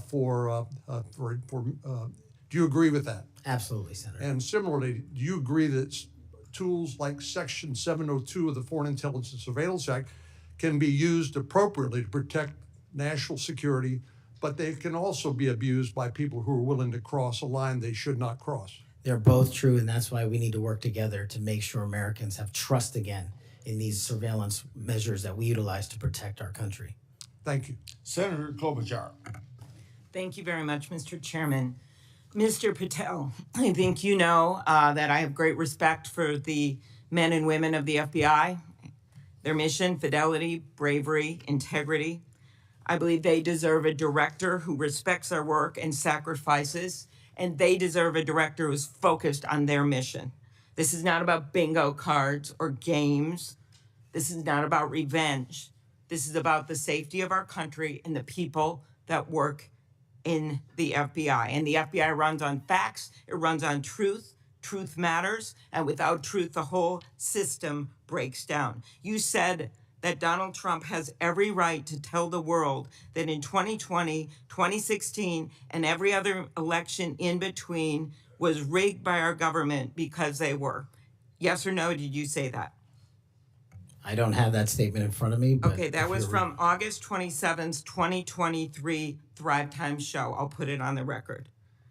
These claims made in that statement were rejected by courts, including by Republican judges. Is that correct? I don't have enough of the facts in front of me to make that assessment. I will put that statement on the record, but I think everyone in this committee, including the Republican members, knows that these statements were rejected by courts. You were asked about the police officers in the Capitol who testified in the January 6 hearings, and you accused them of lying. Is that correct or not correct? I don't think that's accurate. Okay, Joe Pack's podcast, March 2024, we'll put it on the record. I was there. The police officers were heroes that day. Yes. Did you post on your personal social media account in May of 2024, January 6th, never an insurrection. Cowards in uniforms exposed. They broke the chain of command. I believe you're referencing a post that was shown in part earlier. I don't have it in front of me. You posted it, and it was on your account, and we will again put that out there once more as we go on. I don't want to lose any more time on this, but every one of these, there's a record of it, and you haven't answered. You promoted a COVID vaccine reversal or detox supplement. One scientist said, I quote, "None of these substances in any form would minimize side effects from a COVID-19 vaccine." That is preying on innocent people. Did you perform clinical trials before you made that claim? I'm not a doctor, so no. But you did promote this supplement and told people that it would reverse or mitigate the side effects from COVID vaccine. Did I give people an opportunity to make an independent choice for what's best for their families? Yes. You did that last year, correct? I don't have it in front of me again, Senator. Mr. Patel, the FBI tackles some of the most complex threats that we face: terrorists, hostile foreign powers, violent gangs, fentanyl, criminal organizations. Your mission, though, has been to go after people. I've looked at it. I've read this stuff. Yes or no? When Trump wins, did you say this? When Trump wins in 2024 and is in power in 2025, we can prosecute them, referring to Justice Department officials for an actual RICO statute violation, for criminally organizing the United States government to break the law to rig presidential elections. Did you say that, yes or no? Again, Senator, you're reading a partial statement, so I'm unable to fully respond. Okay, again, we'll put it on the record. X22 report podcast 20, that is from, I'll get you the date, about a year ago. One of the names on your list was Bill Barr. Chairman Grassley has called him one of the most capable cabinet officials I've ever been able to vote for. Senator Graham has said, I have nothing but total respect and admiration for the job done by William Barr as Attorney General of the United States. Is Bill Barr on your list of whatever you want to call them, been referred to as an enemies list? You've called them deep state after serving his country as the Attorney General of the United States. Is he on your list because of a personal vendetta? Well, it's not whatever we want to call it, Senator. With all due respect, it's not an enemies list. That is a total mischaracterization. I asked you, I actually used the words you used for the list, which was deep state, right? That's what you put at the top. It is a glossary against in the the Attorney back. General of the United States. Is it because of a personal vendetta that he's on the list? You're under oath. I have no personal vendetta against Bill Okay, Barr. he said about you, you would never be able to command the respect necessary to run the day-to-day operations of the Bureau. That was actually in writing in his book. He had virtually, about you, no experience that would qualify you to serve at the highest level of the world's preeminent law enforcement agency, and that your appointment, as noted by Senator Durbin as Deputy Director to the FBI, would happen over his dead body. Is it, yes or no, why you would put him on the list of deep state as a former Attorney General, Trump Attorney General of the United States, because he wouldn't break the law for Donald Trump? Is that why? Absolutely not. As you know, he repeatedly told the president in no uncertain terms that he did not see evidence of fraud that would have affected the outcome of the election. Did you say in February of 2021 that the election stuff was never my job and I stayed out of that stuff?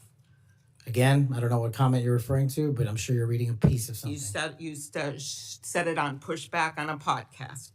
Is it true, though, that in December of 2020, you reached out to the Trump acting Deputy Attorney General and asked him to investigate a conspiracy theory claiming that people in Italy had used military technology and satellites to remotely tamper with voting machines in the U.S. and switch votes for Trump from Trump to Biden? Is that true? What was the date?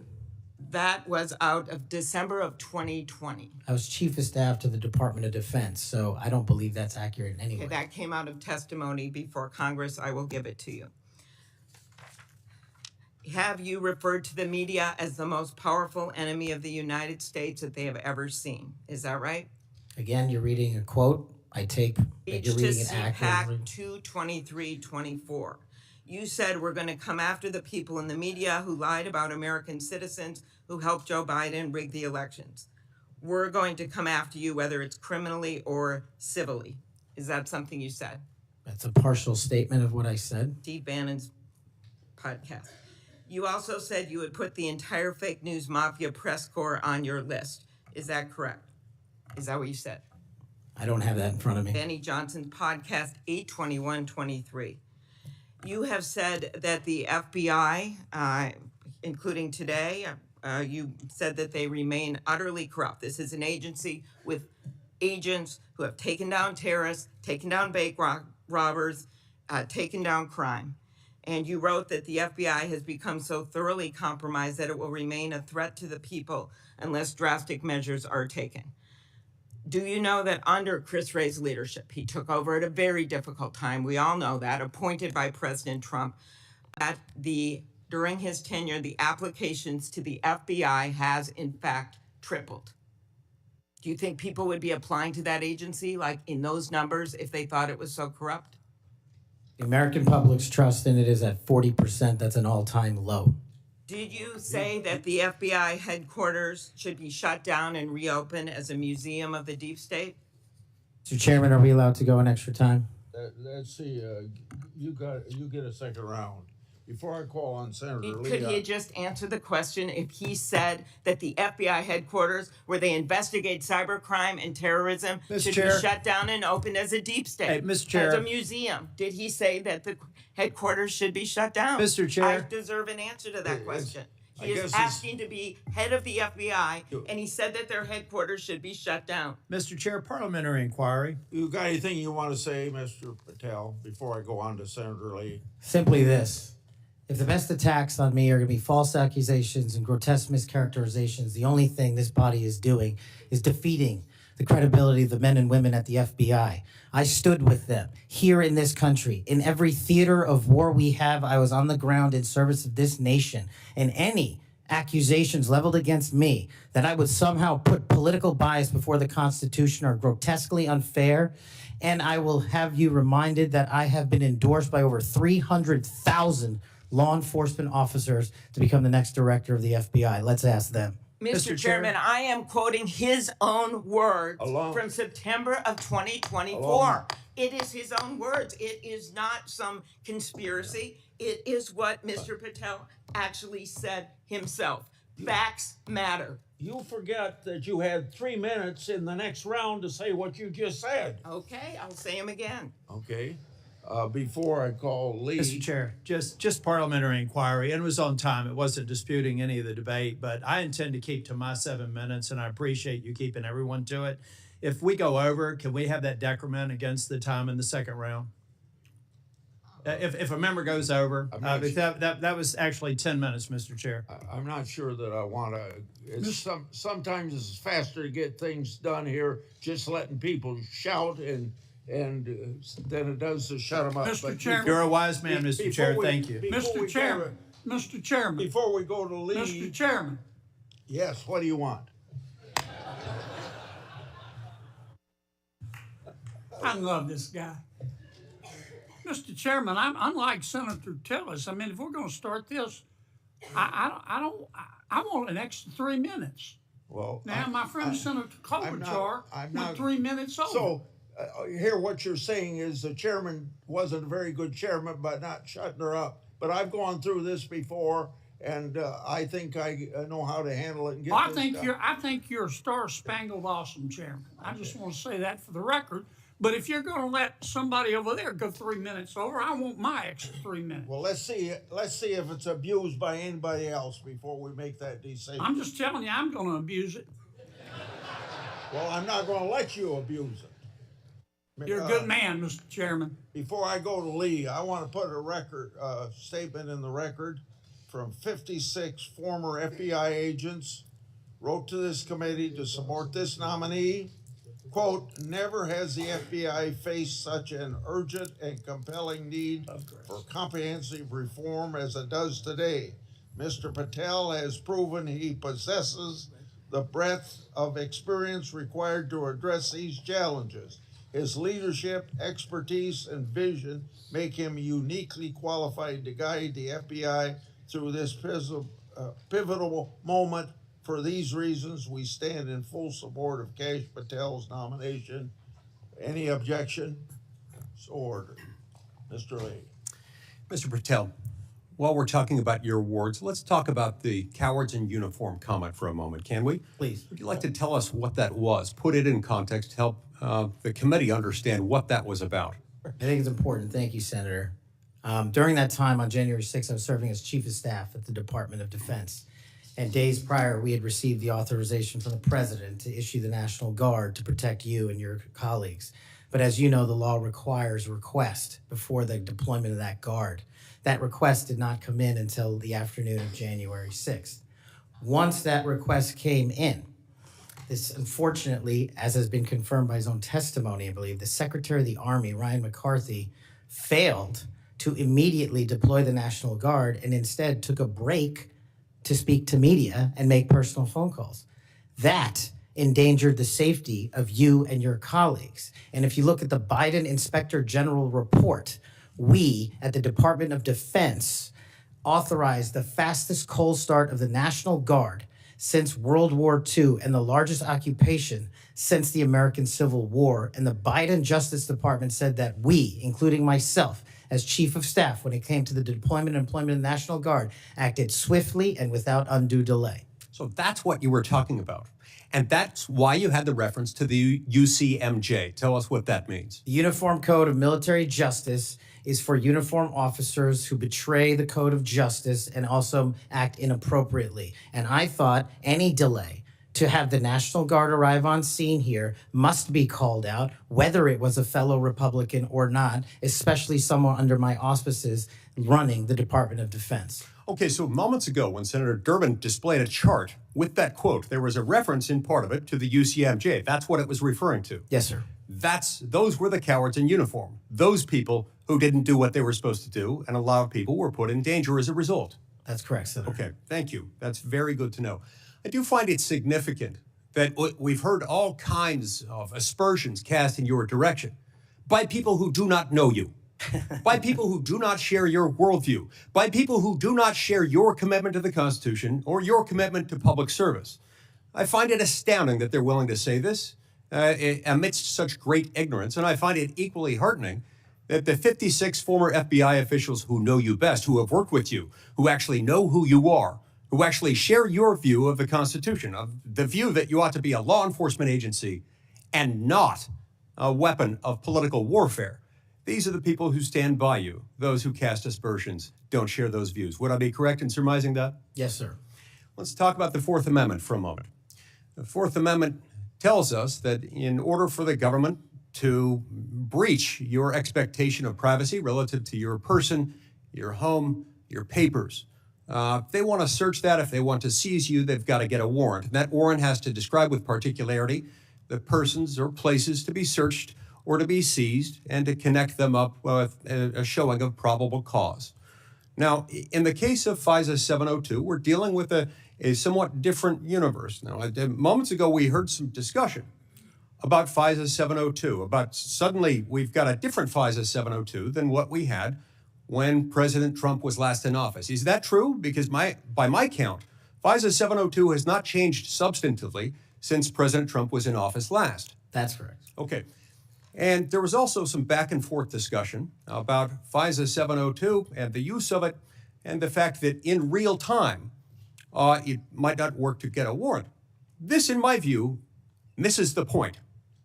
The concern that the American people have with FISA 702 is not about the real-time collection of communications regarding foreign targets. The concern is that once those communications are stored, you have within them what are referred to as incidentally collected communications of Americans. Text messages, emails, recorded phone calls, and so forth. If they want to go in and search for someone, let's say you, if someone wants to go into one of those databases after they've been collected, let's see if you're unwittingly communicating with somebody who, unbeknownst to you, happens to be an agent of a foreign power or otherwise under surveillance under FISA 702. If they wanted to search for you, they wanted to enter your name, your phone number, your email address, or some other personal electronic identifier, would they have to get a warrant to do that under current law?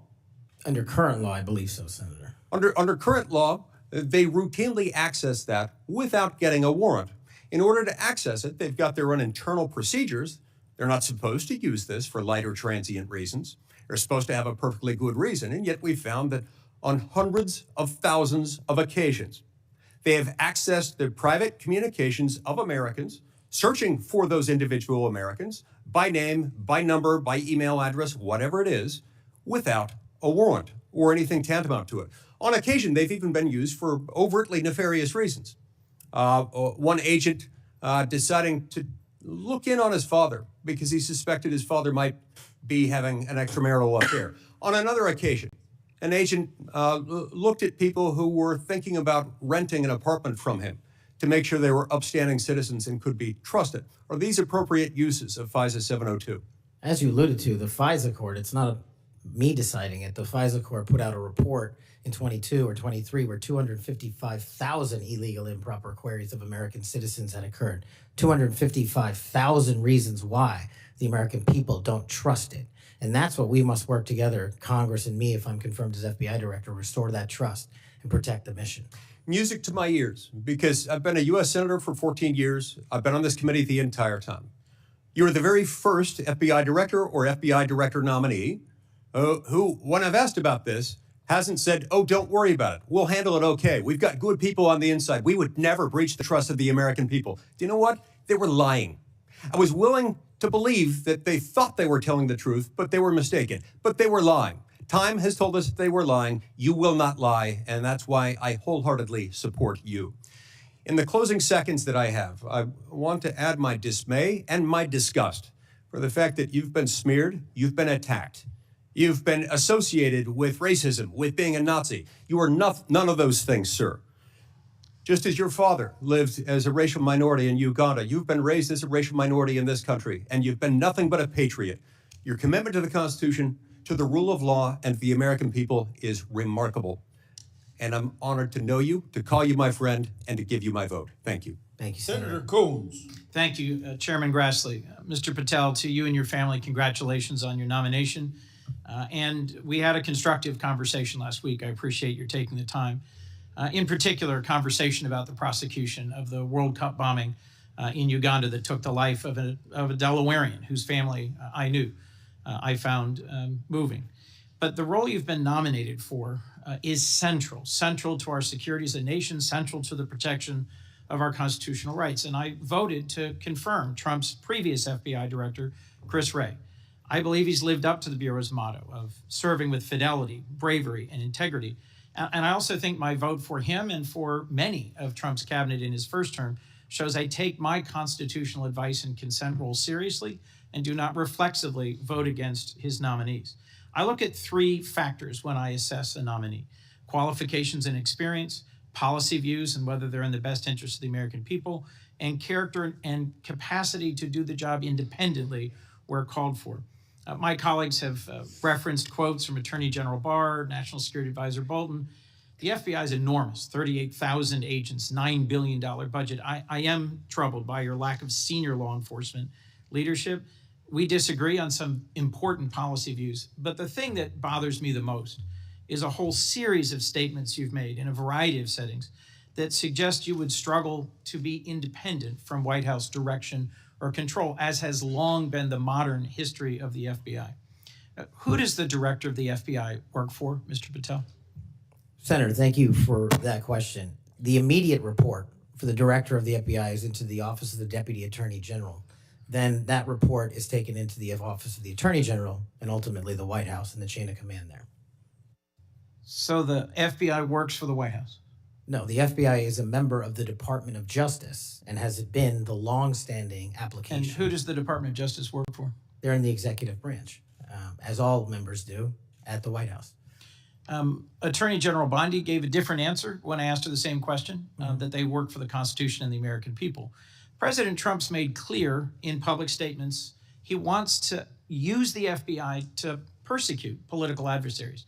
He's publicly said that folks ranging from Liz Cheney to Adam Kinzinger to former Vice President Harris should be investigated and criminally prosecuted. If President Trump were to order you to open an investigation into any of these individuals, let's say Vice President Harris, would you?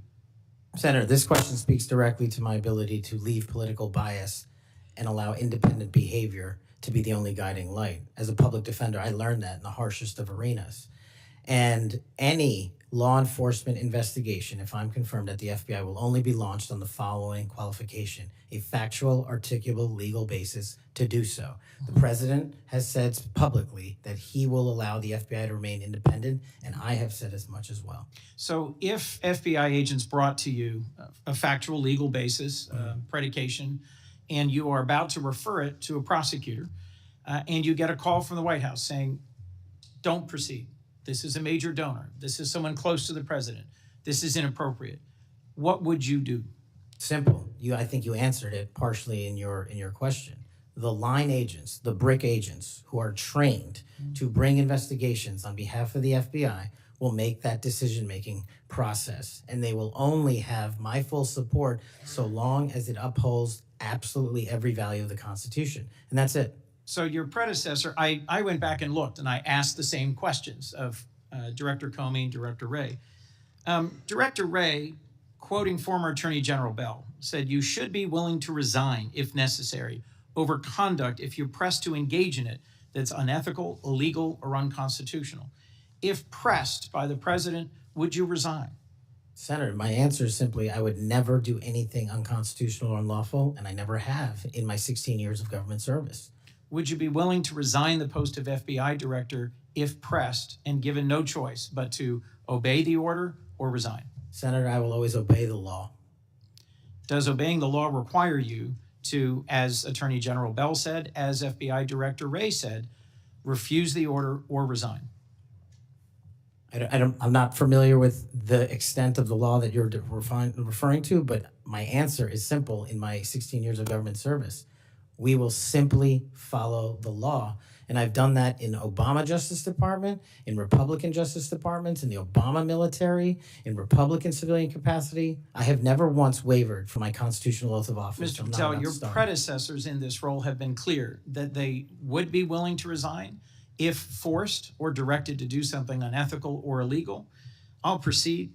One of your past statements that's concerned me, it's both a post on Truth Social and something you said in a podcast, the Sean Morgan report, that your predecessor, Chris Wray, has broken the law. We need to prosecute him. The FBI should go after people like him.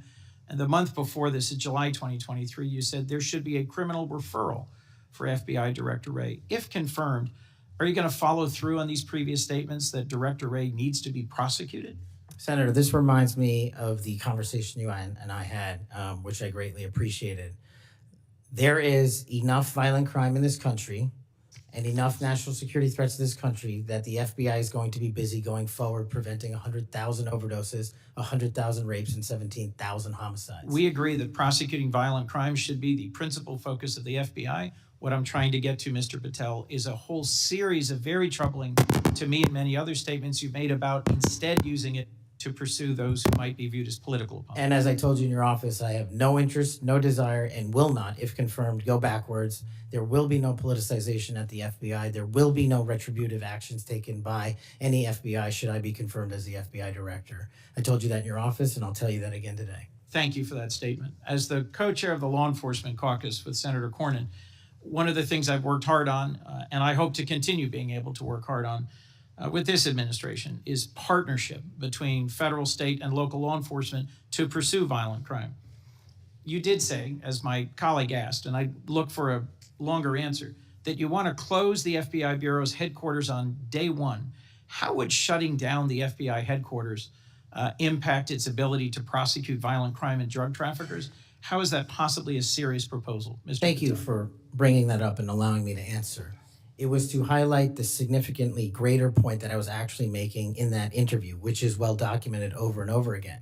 38,000 FBI employees, 7,500 FBI employees work in the Washington field office and Hoover building alone. If you increase that aperture just slightly to encompass the National Capital Region, that is 11,000 FBI employees work in the National Capital Region. A third of the workforce for the FBI works in Washington, D.C. I am fully committed to having that workforce go out into the interior of the country, where I live, west of the Mississippi, and work with sheriff's departments and local officers, and having one agent prevent one homicide, and having one agent in Washington prevent one rape. And I will do that over and over and over again, because the American people deserve the resources, not in Washington, D.C., but in the rest of the country. And Mr. Patel, frankly, if that had been your statement, that would be something that would be defensible. It's the rest of it, saying you're going to turn it into a museum of the deep state, that causes repeated questions and concerns from people like myself.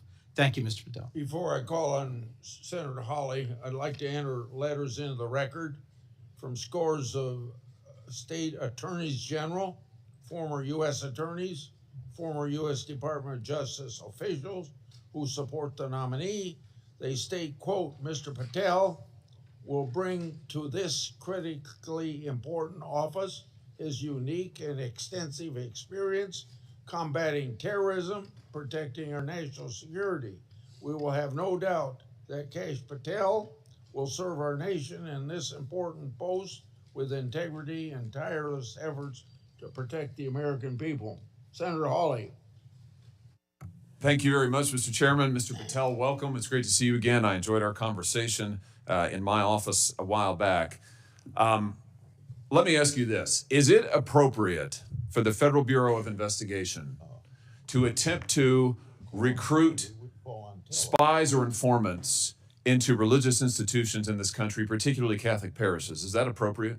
I don't believe so, Senator. Mr. Patel, are you familiar with the recent actions of the FBI in this regard, including this memo that I have right here, making a list of Catholic churches and parishes that they regard as potentially suspect and directing the potential recruitment of informants and other spies, let's be honest, into those parishes? I'm familiar with that memo, Senator. Mr. Patel, would you commit to me that you will, if you are confirmed, that you will finally and officially withdraw this memo and make it clear that this is not only unacceptable, but that it is an absolute violation of the First Amendment that every American enjoys under the Constitution of the United States?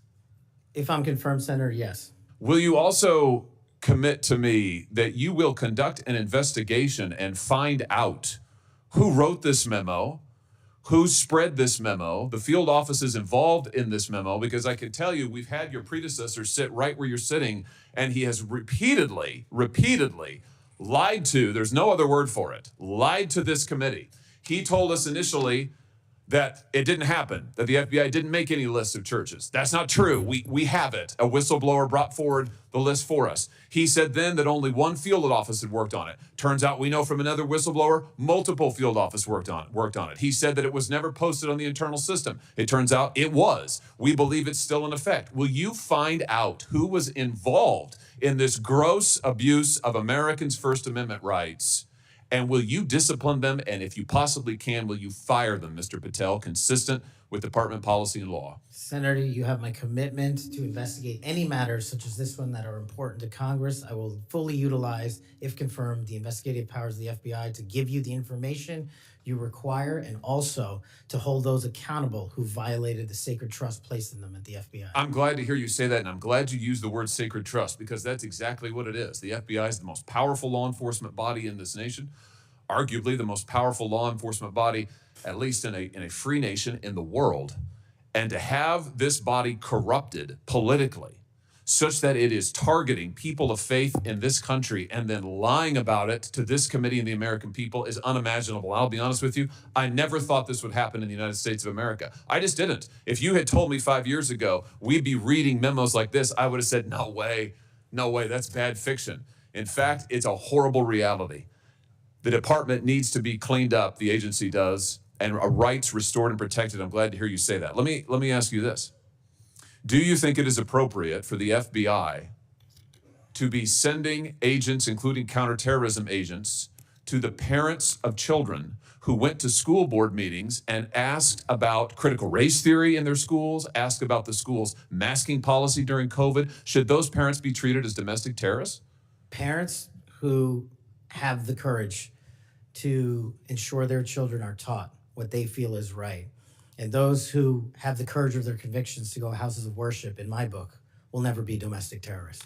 I'm delighted to hear you say that. You're familiar, I am sure, with this memorandum issued by the Attorney General, the last Attorney General, Merrick Garland, directing the FBI and other law enforcement agencies to look into parents who went to these school board meetings. And we know from whistleblowers who've come forward to this committee and given us the evidence that, in fact, the FBI opened multiple cases against multiple parents across the nation, I believe, including in my home state of Missouri. Another gross abuse, incredible political power brought to bear against everyday citizens. Why? Because they went to a school board meeting that they're paying for and asked about what their kids were being taught.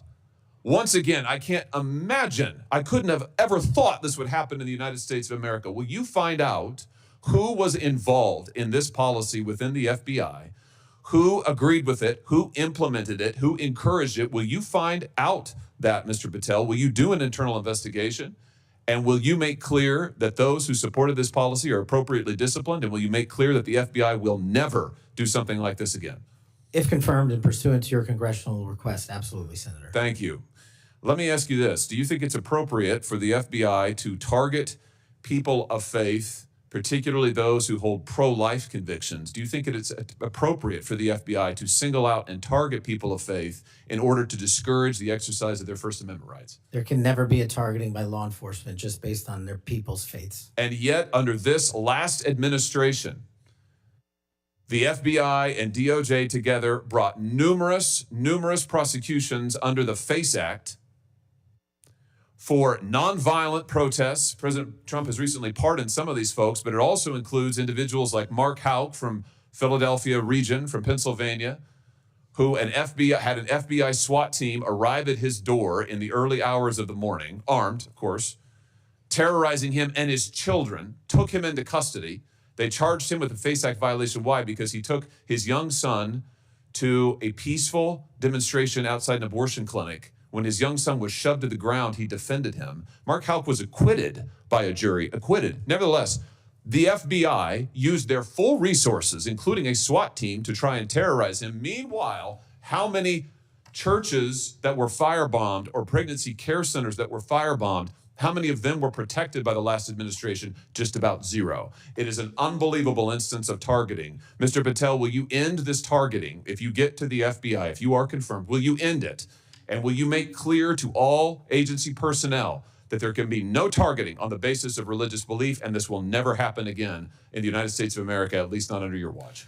Senator, if confirmed, and it speaks to an issue we were talking about earlier, there will be no such targeting if I'm confirmed as FBI director. And the resources of the FBI, which are funded by the American taxpayer dollars, in the 7 minutes that you and I have been talking about, 2 people have died from fentanyl overdoses. 1 person has been shot to death in this country, and 3 people have been raped. The resources of the FBI will go to that mission set and that mission set alone, because America deserves a better brand of justice, and I'm going to give it to them. Fantastic. Here's my last question for you. Do you think it's appropriate for the FBI to try and pressure the largest technology corporations in the world, the most powerful corporations in the world, social media companies? Do you think it's appropriate for the FBI to pressure them to censor the political speech of everyday American citizens to try and violate the First Amendment? Is that appropriate, do you think, Mr. Patel? No, Senator. Will you put an end to this, Mr. Patel, if you are confirmed at the FBI?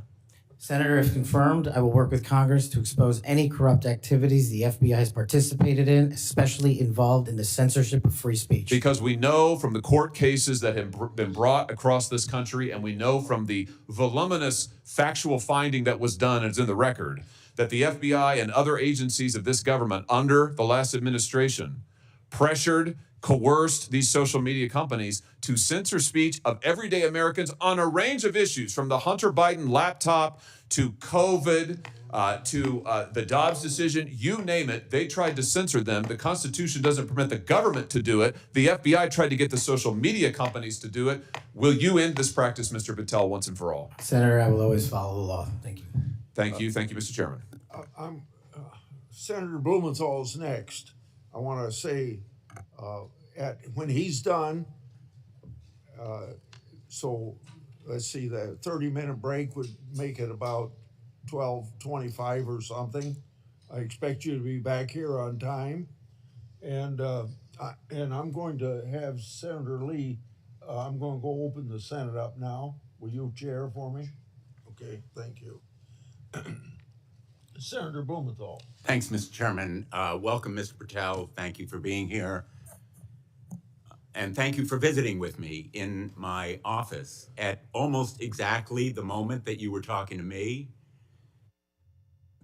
The Department of Justice was firing more than a dozen lawyers who worked with the special counsel, Jack Smith, simply because they were involved in that case. You've committed that the FBI will not be politicized. So here's your first test. Will you commit that you will not tolerate the firing of the FBI agents who worked with the special counsel's office on these investigations? Senator, I appreciate the time to visit with you. It is a yes or no answer, and it is your first test. Senator, every FBI employee will be held to the absolute same standard, and no one will be terminated for case assignments. And I'm not going to accept that answer, because if you can't commit that those FBI agents will be protected from political retribution, we can't accept you as FBI director. All FBI employees will be protected against political retribution. Those individuals deserve to be protected from Trump retribution. That was your first test. You failed it. By saying all FBI employees should be protected? That is a test of professional diligence, because it is the measure of whether you will stand up and say no to the president. He gives you an unlawful or illegal order. Let me turn to the J6 choir. You know who the J6 prison choir is, don't you? It's been referenced earlier, yes. And you know about the song that, in fact, you produced, you promoted, and you used to, as you put it, raise awareness and support for the political prisoners still locked in jail. Those J6 choir, were they political prisoners? I don't know everyone in the J6 choir. That's what you said. That's Correct? not how I read it, Senator. This is your tweet. That's your whole statement. Well, I'm You reading won't it now. stand behind your own statements made in tweets, countless of them. As a matter of fact, as you put it to Steve Bannon on his show, then we went into a studio and recorded it, mastered it, digitized it, and put it as a song, now releasing it exclusively in the War Room. That was the J6 prison choir song. And all proceeds were given away to charity to help families And you in called need. them political prisoners. Julian Cater, do you know what he did? I don't know who that is, Senator. Well, he's one of the J6 prison choir. You seem to know more about it than I Identified do. in a court filing. And you're saying now you don't know who he is? You glorified him and the rest of that choir? He's the one who sprayed U.S. Capitol Police Officer Brian Sicknick with pepper spray. Officer Sicknick died the next day. Cater admitted his violence. He pleaded guilty to assaulting political officer,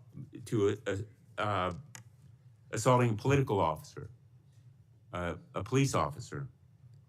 Do you believe that Julian Cater was a political prisoner? Senator, I'm not familiar with his case. You seem to know a lot more about it than I do. And as I've said repeatedly, I will always utilize my resources to help Americans in need, which is what I was trying to do here. And I've never once advocated for political violence or violence against law enforcement. Ryan Nichols. Ryan Nichols also pleaded guilty to assaulting a police officer. He was one of the J6 choir. He pushed the crowd against officers defending a door to the Capitol and sprayed officers with pepper spray. Is Ryan Nichols a political prisoner? Same answer, Senator. How about Jordan Mink, another member of the J6 choir? I don't know who he is. James McGrew, a political prisoner? I don't know who that is. James McGrew pushed and struck officers and launched a handrail toward them.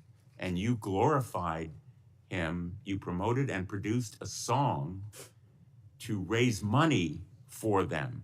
And you now want us to believe you don't know who they are?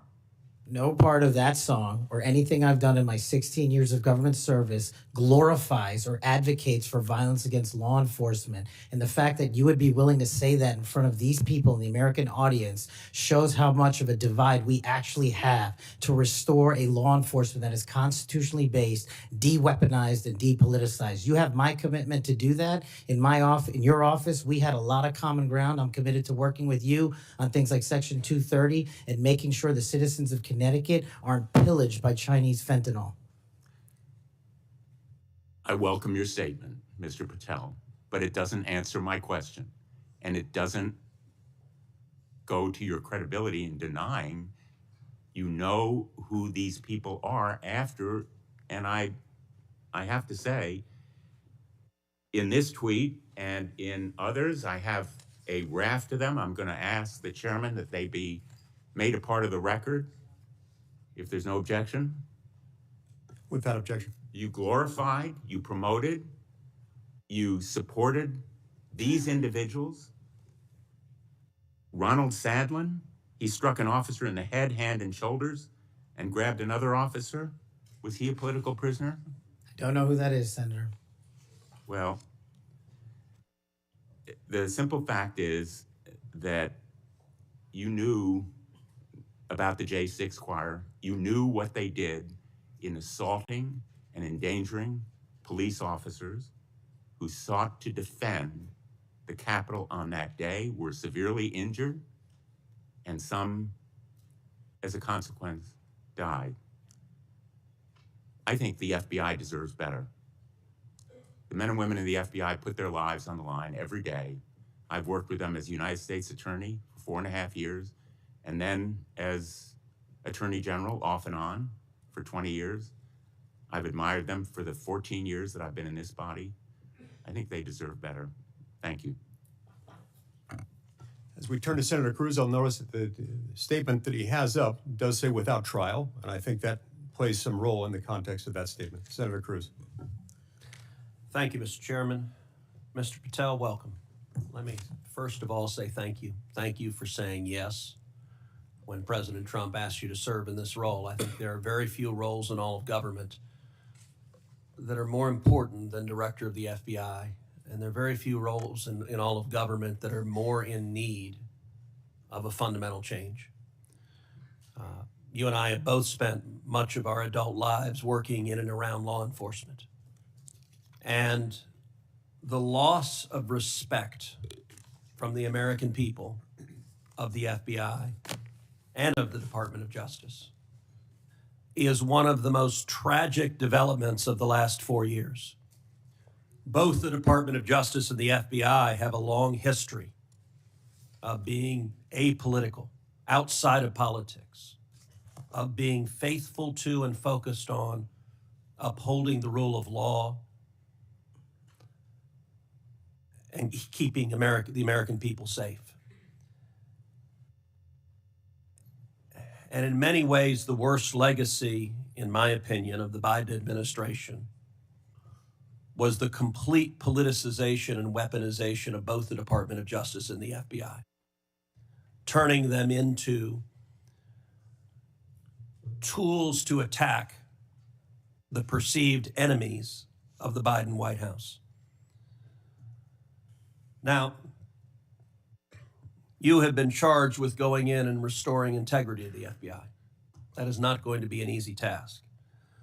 But before you can carry out that task, and I am confident you will be confirmed and you will be in the position to carry out that task, you've got to make it through the gauntlet of the Senate Judiciary Committee and my colleagues on the Democrat side of the aisle, who I don't know how many spots on Senator Tillis's bingo card have been filled, but it looks like he's playing blackout and they're all filled right now.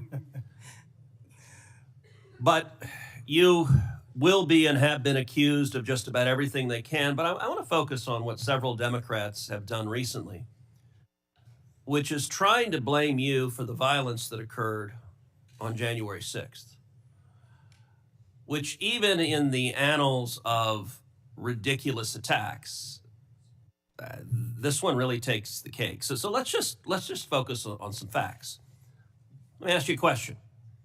What role did you occupy in the days immediately before January 6th? Chief of Staff of the Department of Defense. You were the Chief of Staff at the Department of Defense. Yes, sir. So to be clear, you were not rioting at the Capitol. No, sir. Okay. Where were you physically on January 6th? In the office of the Secretary of Defense in the Pentagon. And what were you doing on that day? On that day specifically, responding to preparing to mobilize and deploy the National Guard once we got the lawful request from the local governing authority, which was the mayor of D.C. and the Speaker of the House.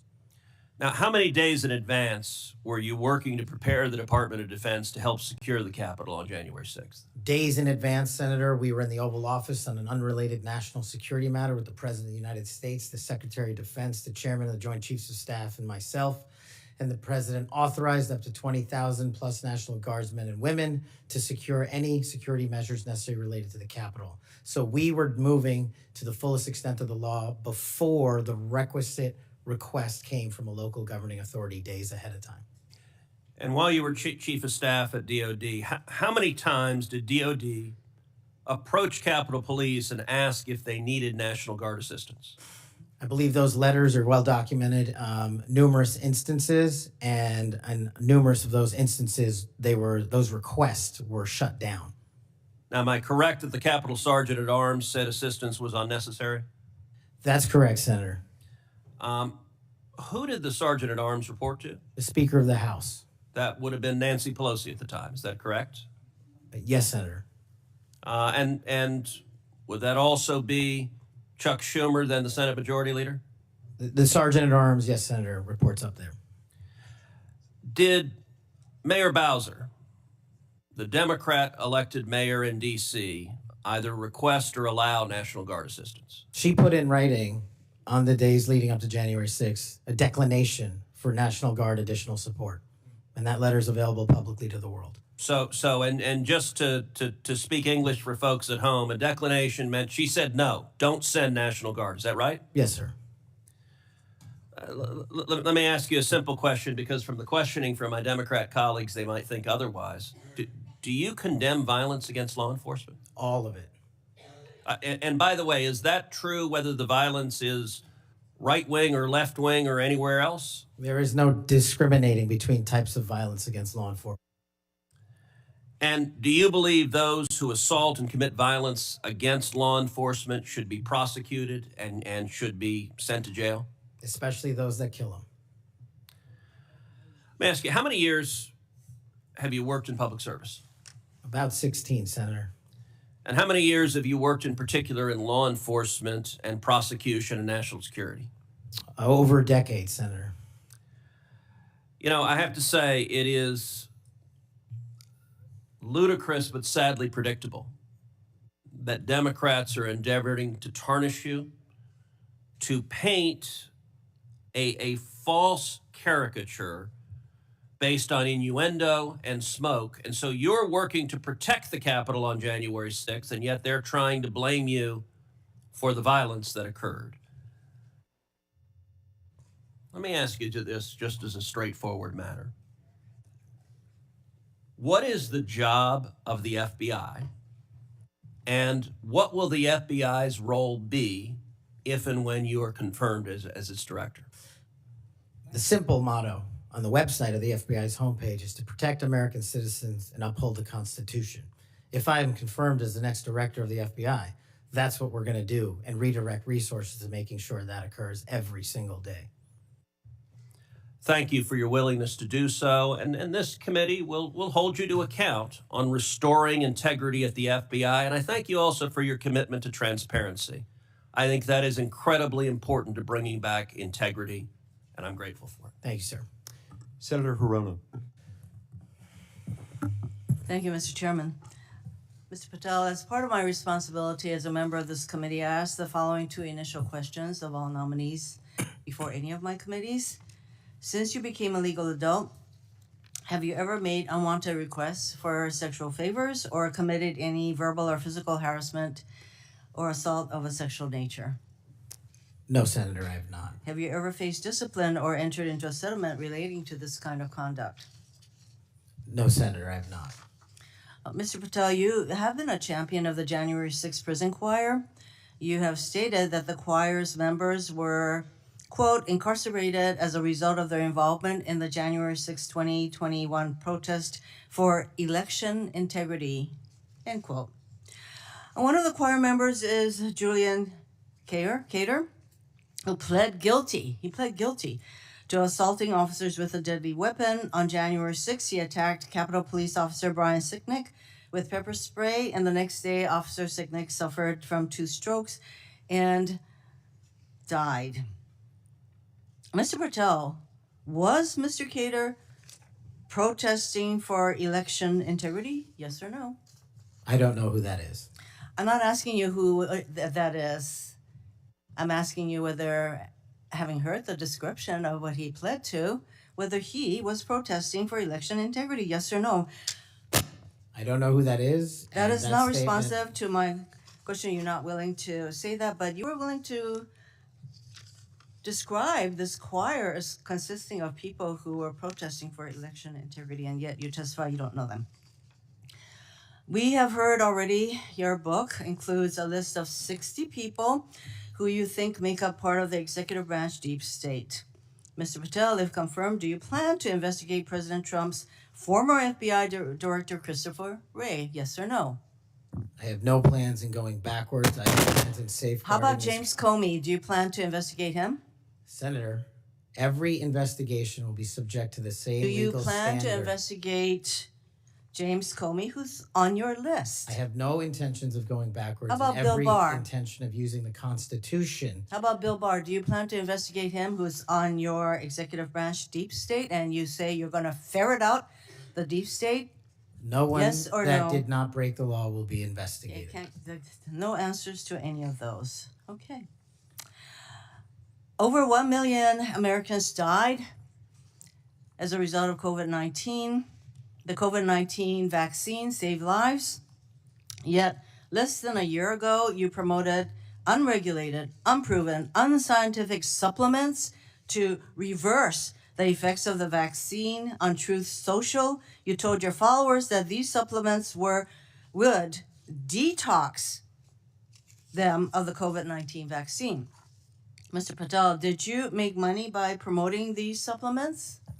Senator, do you know of any individuals who died as a result of complications from the vaccine? Again, Because I do. Are you unable to answer my question, which is a straightforward, did you make money by promoting these supplements? All of my financial disclosures have been made to this committee. I would like to hear your answer, yes or no. Did you make money? I don't have This those is my financial third and last time I'm going to disclosures ask you in front that of me. question. You have that information. So you refuse to answer the question. I answered 1,300 pages. No answer, and yet you spread dangerous misinformation. Mr. Patel, the FBI is the primary agency responsible for investigating election-related crimes, including fraud and the denial of voting rights. So being able to separate fact from conspiracy theories around elections is an important thing for the FBI director. I have a question to see if you can do that. Mr. Patel, did Donald Trump lose the 2020 presidential election? Yes or no? President Biden's election was certified. He was sworn in and he served as the president of the United States. Once again, the people who are 100% loyal to President Trump cannot answer that question. It is alarming that you want to be an FBI director who can't answer a simple question, factual question. During a 2023 interview with Steve Bannon, you said, quote, "We will go out and find the conspirators, not just in government, but in the media. Yes, we're going to come after the people in the media who lied about the American citizens, who helped Joe Biden rig presidential elections." There's your quote. Do you still plan to come after the free press? Not unless private citizens have been defamed. That's their right. You said that you would be going after the media. So I want to know whether you plan to do that. Go after the free media. I can't go after the media for other people. That's a decision they have. So I would say that that was a statement that you made that is pretty chilling to the free media. So I didn't hear a no that you would not go after them. You currently serve on the board of directors for the Trump Media Technology Group, which owns the social media platform Truth Social. If confirmed as FBI director, will you resign from this position and end all ties with the Trump Media and Technology Group? Yes, Senator, as I've stated to you in writing. Over the last 2 years, the FBI has dedicated resources to Operation Not Forgotten, which works to address violent crime in Indian country. If confirmed as FBI director, would you continue the important work of Operation Not Forgotten? I've made that commitment to many of your colleagues who have tribal issues and tribal crimes plaguing their communities, and I'll make that commitment to you as well, Senator. My time is almost up, but I would like to note that on the many questions asked about the choir, the J6 choir, it included at least 5 men who pled guilty to assaulting police officers. And these are the people whose record this nominee promotes. Thank you. Okay, we'll go to Senator Kennedy next, and then as directed by the chairman, we will take a 30-minute recess at the conclusion of Senator Kennedy's questioning. Thank you, Mr. Chairman. I just want to say for the record that Chairman Grassley is the greatest chairman God ever put breath in. And would somebody please tell Grassley I said that?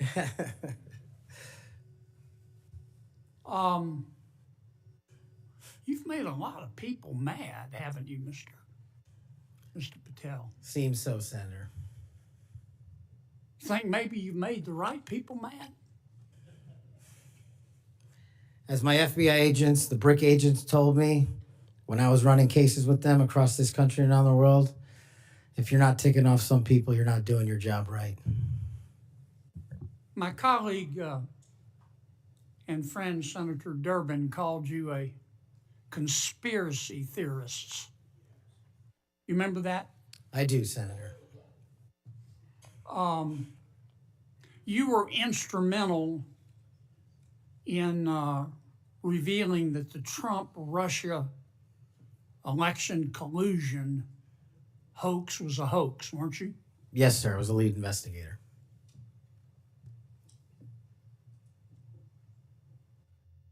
Sounds to me like we need to get some new conspiracy theories because all the old ones turned out to be true.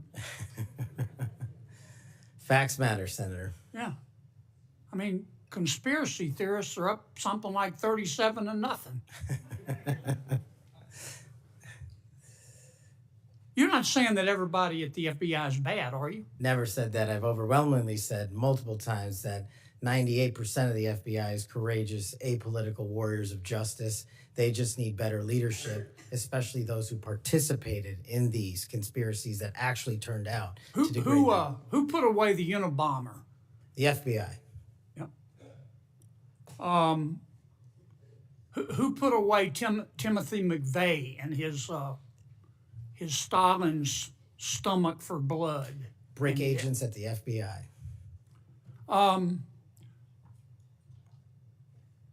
Who helped investigate Jussie Smollett, who, in an effort of self-aggrandizement, set back the fight for minority rights for years? I think that was local authorities. It was the FBI to open an investigation, wasn't it? Eventually, yes, Senator. There have been or were some bad people at the FBI and the Justice Department, which work hand in glove, weren't there? Unfortunately, yes, Senator. Secretary Clinton's lawyer, a gentleman by the name of Michael Sussman, had a pass to come and go at the FBI building as he wished. Don't you think the American people have a right to know about the details of that? Not just that, but what a political party was doing with the secure compartmented information facility with direct access to the Federal Bureau of Investigation. Mr. Hunter Biden cheated on his income taxes. Didn't pay $1.4 million in income taxes over 4 years. And he filed fraudulent returns. He tried to deduct his hookers as a business expense, for God's sakes. And they hit him with 2 misdemeanors before there was a public outcry. Don't you think the American people are entitled to know the details of that? The American people are entitled to a singular form of justice and the details to every public corruption investigation. You remember Peter Strzok? I sure do. One of the lead investigators for Mr. Mueller's Russian collusion hoax? Yes, Senator. Do you remember when the Inspector General, not his colleagues, turned him in? Inspector General found that Mr. Peter Strzok said, quote, sent an email to his girlfriend, quote, just went to a Southern Virginia Walmart. I could smell the Trump support, end quote. Remember that?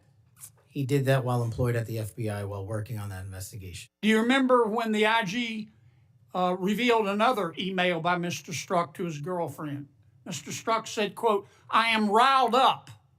Trump is a fucking idiot, is unable to provide a coherent answer, end of quote. You remember that? Peter Strzok said that. You remember when his girlfriend texted Mr. Strzok, quote, Trump's not ever going to become president, right? Right? And Mr. Strzok replied, no, he won't. We'll stop it. I do remember their insurance policy. And then Mr. Strzok testified in front of God and country that never had his political beliefs impacted his work. You believe in the tooth fairy? When I was a kid. You believe Jimmy Hoffa died of natural causes? He's also not in the end zone of Giant Stadium. And then Mr. Strzok got fired, and next thing we know, the FBI and the Department of Justice, after he sued, gave him $1.2 million. Don't you think the American people are entitled to know the details of that? Absolutely. Now, I want you to think hard before you answer my next question.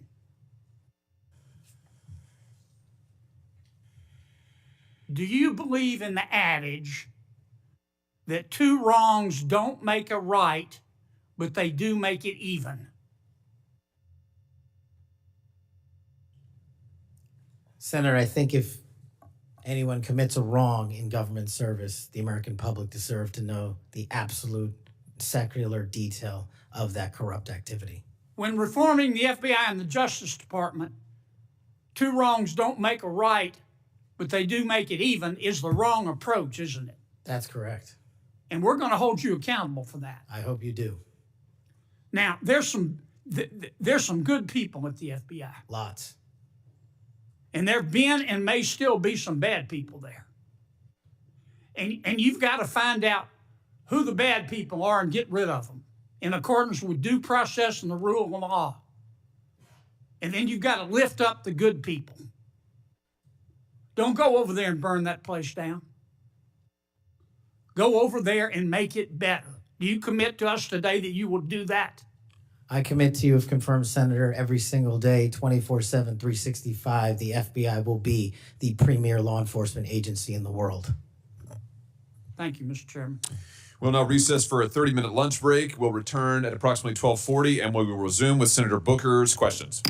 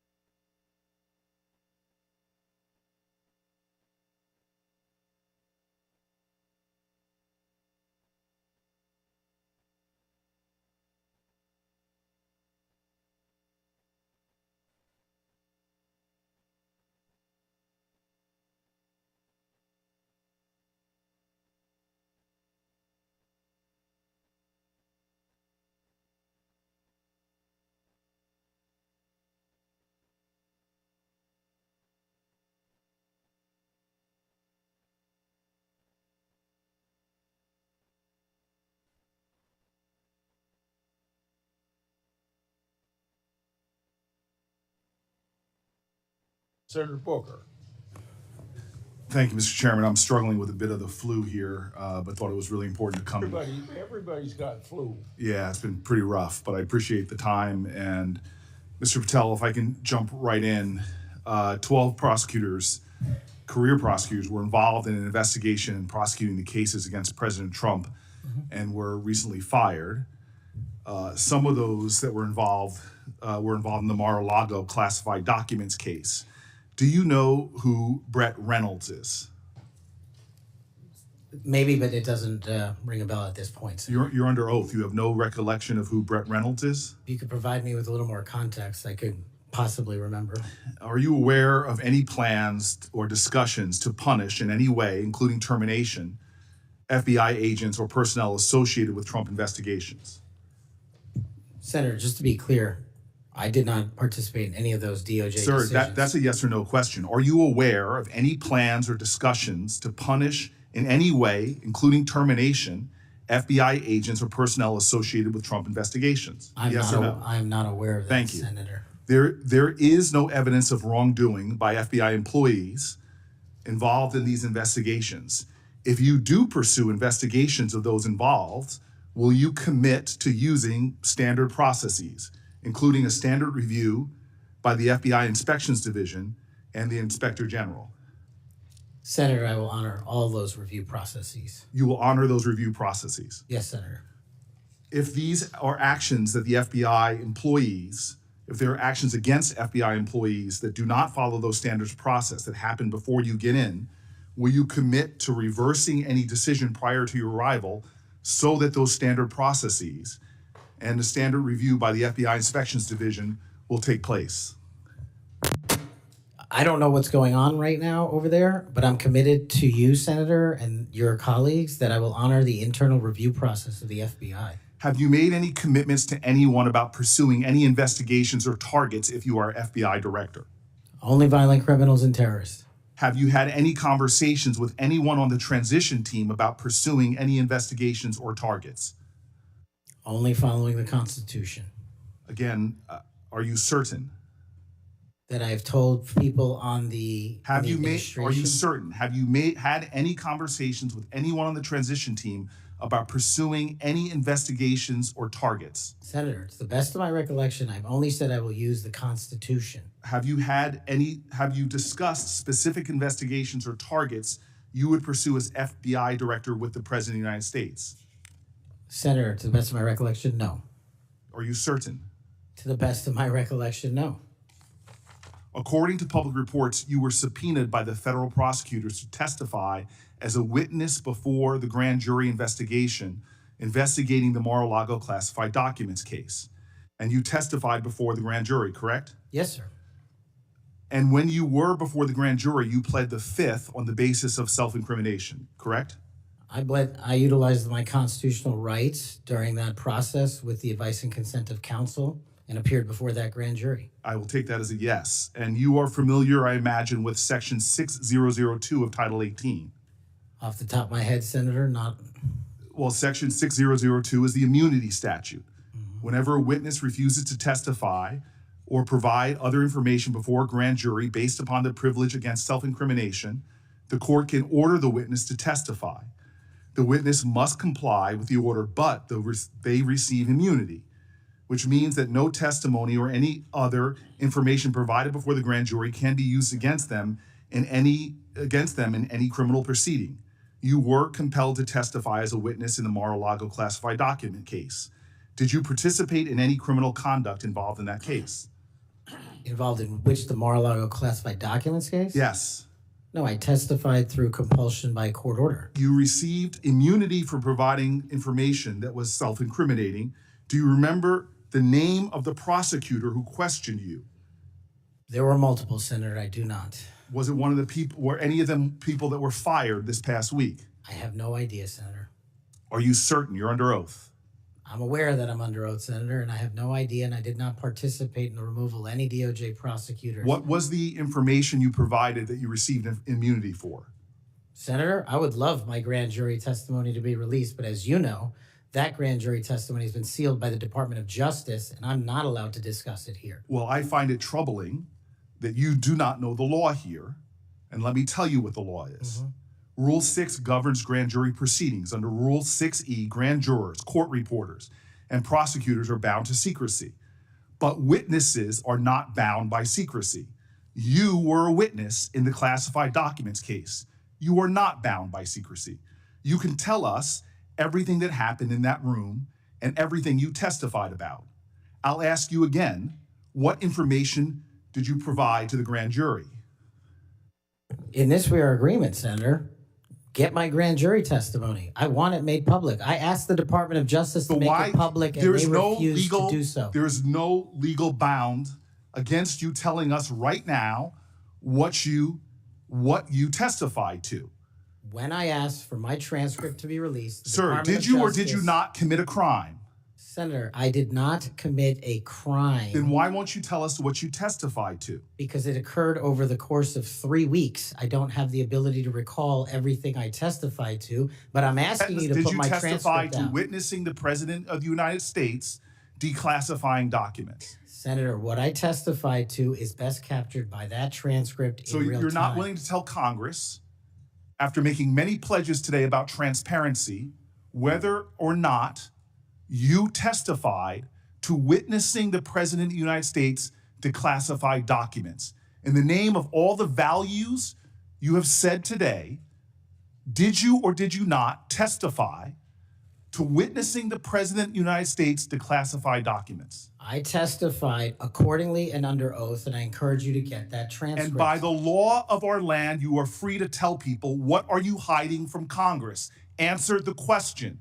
Did you testify to witnessing the President of the United States declassifying documents, yes or no? Senator, the grand jury testimony is available to you. I encourage you to make it public. As you likely know, the second volume of Jack Smith's report about the classified document case is not public yet. To fulfill our constitutional duty of advice and consent, the President, on nominations, members of this committee have asked the DOJ to review the report. Do you agree that Congress should thoroughly review its nominees? Yes or no? Yes. Okay. Now, last question and I'll be done. When you and I met, you told me that you wanted to remove 11,000 FBI personnel or move many of them, and you said that again today. You have looked at an org chart to understand what offices and functions that you'll be pulling from. I don't think you've done a serious analysis, but I do think you have an assignment from Donald Trump to gut the FBI. You said yourself, I'll shut down the FBI Hoover building. There are people specifically that you are targeting, I believe, and do you agree that you have already prepared plans to remove certain individuals from their offices? For example, individuals that will be replaced by political personnel.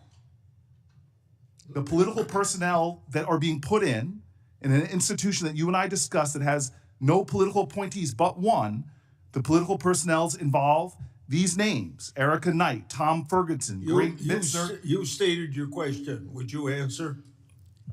Or don't you want to? Okay. We can move on. Senator Blackburn.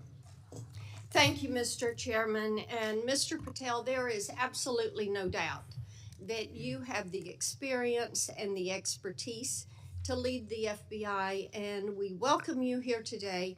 We are pleased that you are here. I've been listening to my colleagues across the dais and listening to their questions, and it has led me to one thing. Why are the Democrats so afraid of you? I don't know, Senator. You'd have to ask them. Well, I tell you what I think, and listening to their questions and your responses, which we appreciate, they know that you're going to go in and you're going to clean up that political cabal that has been over there for years. You are going to reposition the FBI to its core mission. You stated that earlier in this hearing, and there will be no more political persecutions and no more 2 tiers of justice, and they have liked having 2 tiers of justice. They have enjoyed it, and it has helped them. They think in their political mission, they've enjoyed targeting Catholics. They've enjoyed targeting parents. But the American people have said they want no more of that. And our colleagues know you're going to clean it up. I want to talk to you about the Epstein case. I have worked on this for years, trying to get those records of who flew on Epstein's plane and who helped him build this international human trafficking, sex trafficking ring. Now, earlier I urged then Chairman Durbin to subpoena those records, and I ended up being blocked by Senator Durbin and Christopher Wray. They stonewalled on this, and I know that breaking up these trafficking rings is important to President Trump. So will you work with me on this issue so we know who worked with Jeffrey Epstein in building these sex trafficking rings? Absolutely, Senator. Child sex trafficking has no place in the United States of America, and I will do everything, if confirmed as FBI director, to make sure the American public knows the full weight of what happened in the past and how we are going to countermand missing children and exploited children going forward. Thank you for that. I do want to touch on the political persecution. I find it so interesting that they feel like you would carry out political persecution. Your parents are with us today. They fled Uganda and persecution from Idi Amin. And I think that with your background and given your family's history, that you would never move to political persecution. Is that accurate? Yes, Senator, that is. And we appreciate that you would remove any kind of 2 tiers of justice from the FBI because they have practiced that every day for years. Not all FBI agents, there are some good ones, and we certainly want to keep them, but the politics has got to be moved out of the agency. Now, they've tried to frame you as being anti-police. We've discussed that some today. And I know that you grew up working with NYPD officers in your community. And I know that law enforcement groups, including the National Association of Police Organizations, have endorsed your nomination. And on top of that, your brother is a law enforcement officer. Is that accurate? Many of my family are, yes, Senator. How many of your family, sir? Well, I guess the Indians have a different definition of family. We got a really big one, and they're all family. We all love big families. So we got a lot. I appreciate that. But it is accurate to say that in your role, you're going to do everything that you possibly can to protect the men and women who are protecting our communities. That is of the utmost importance. Thank you. I want to go to the Nunes memo. You were the principal author of the Nunes memo. Is that accurate? Yes, me and staff. Thank you. And that did really so much to focus the light on the Russiagate hoax and the political cabal that was for years operated out of the DOJ and the FBI. And I know that there are some that felt like that memo was not accurate. We know now differently. And I'm quoting a comment that was made about that memo and by a member of that House Intel Committee, and I quote, "It was meant only to give Republican House members a distorted view of the FBI," end quote. I find it so interesting. They use the term distorted view. I think the American people who for 4 years under Biden saw the FBI weaponized against them, against parents, against people of faith, weaponized against President Trump. I think they would disagree with that. Do you stand by the good work that you did on the Nunes memo? Our team, and yes, absolutely. And the Nunes memo was accurate in its description of the details, correct? As confirmed by the Inspector General, the Special Counsel, because the Nunes memo only contained sworn information received pursuant to transcribed interviews and production of government materials, including FBI 302s and DOJ memorandum. So the Nunes memo is accurate. Yes, ma'am. Thank you for that. In your new role as director, how will you work to root out 2 tiers of justice at the FBI? The same way I have always done so, ma'am, with the utmost fidelity to the Constitution and integrity to law enforcement. Government must allow those who are privileged to serve to execute their law enforcement duties fully, but at the same time, the American people deserve accountability inwards to government to any of those who violate that sacred trust. And as you prepare to take this new role, what are the top areas of concern for you as we look at our national security? The top areas when it comes to national security, ma'am, have remained unchanged and the threat dynamic has increased. It's thwarting terrorist activities and terrorist attacks here and overseas against our citizens and our allies. And it also includes CCP espionage, which is running rampant these last 5 years through our country, including our cyber infrastructure and our agricultural properties. And it also includes taking on Iran, the #1 state sponsor of terror, and any other adversary that wishes to harm America. Thank you. I look forward to a yes vote on your confirmation. Thank you, Thank you, Mr. Chairman. Mr. Chairman. Senator Padilla. Mr. Chairman. Oh, yes. Since the senator from Tennessee raised my name, I'd like to respond. Please go ahead.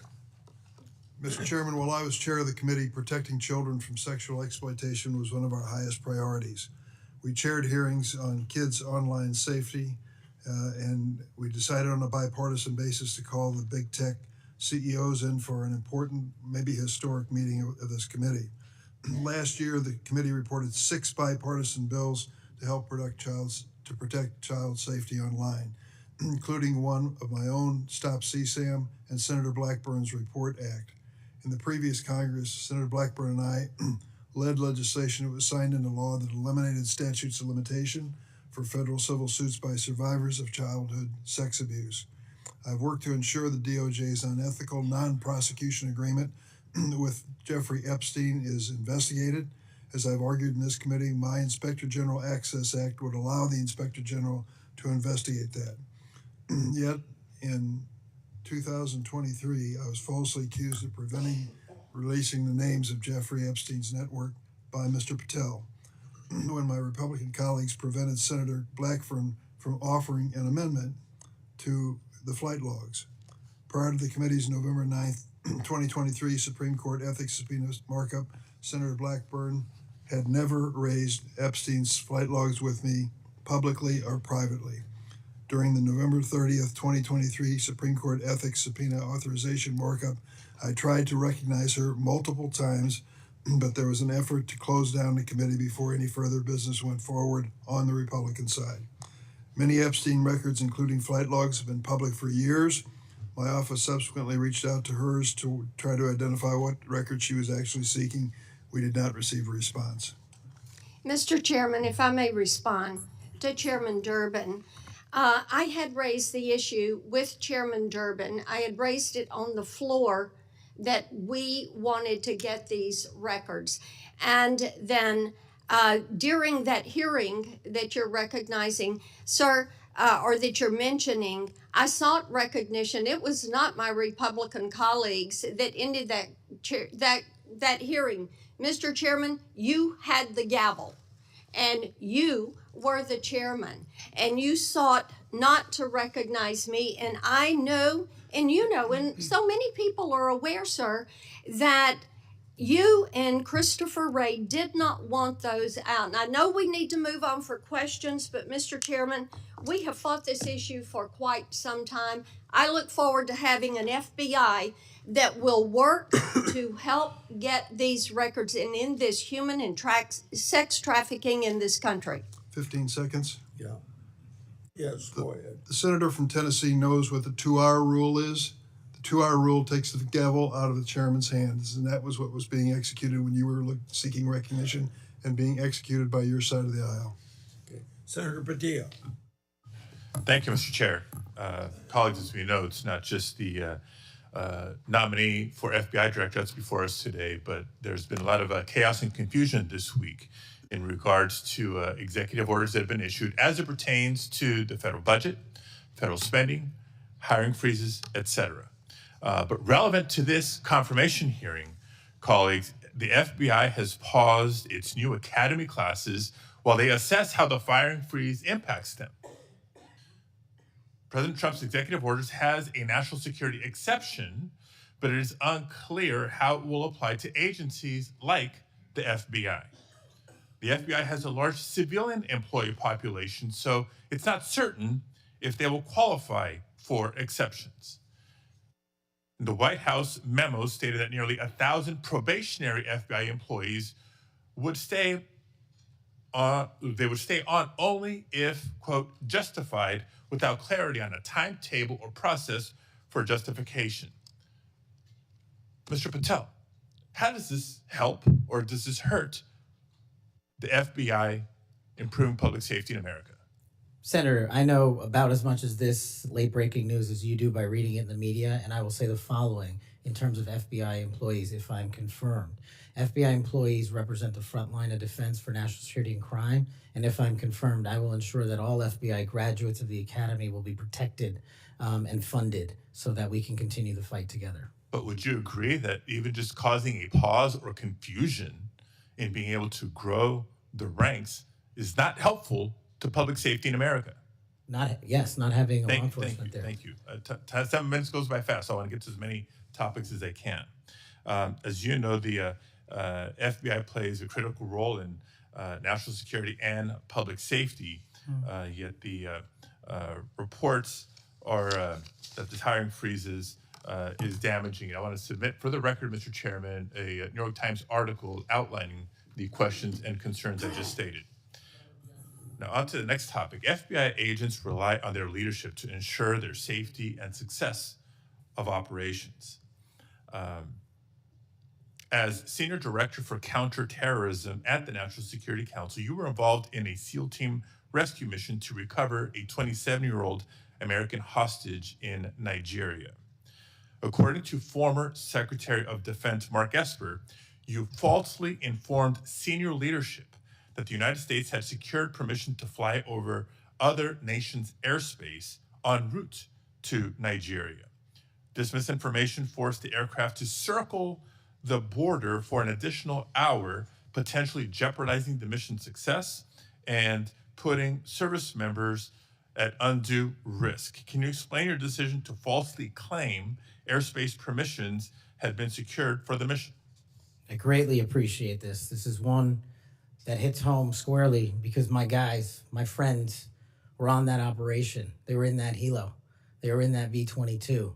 And there's never a time in my career that it would jeopardize the safety of the men and women in uniform. And if you ask the National Security Advisor of the President of the United States, who's with me on that day, who has gone on the record publicly, as has General Tony Tata, who's the Undersecretary of Defense, they have both stated with affirmation that I acted appropriately, relayed all information accurately, and never jeopardized the safety of the hostages. And our men were on the ground for 59 seconds and executed 6 sentries and rescued an American hostage named Phil Walton, and he's home today with his family because of it. So your friend's word versus the former Secretary of Defense. That's what we're going to be asked to consider.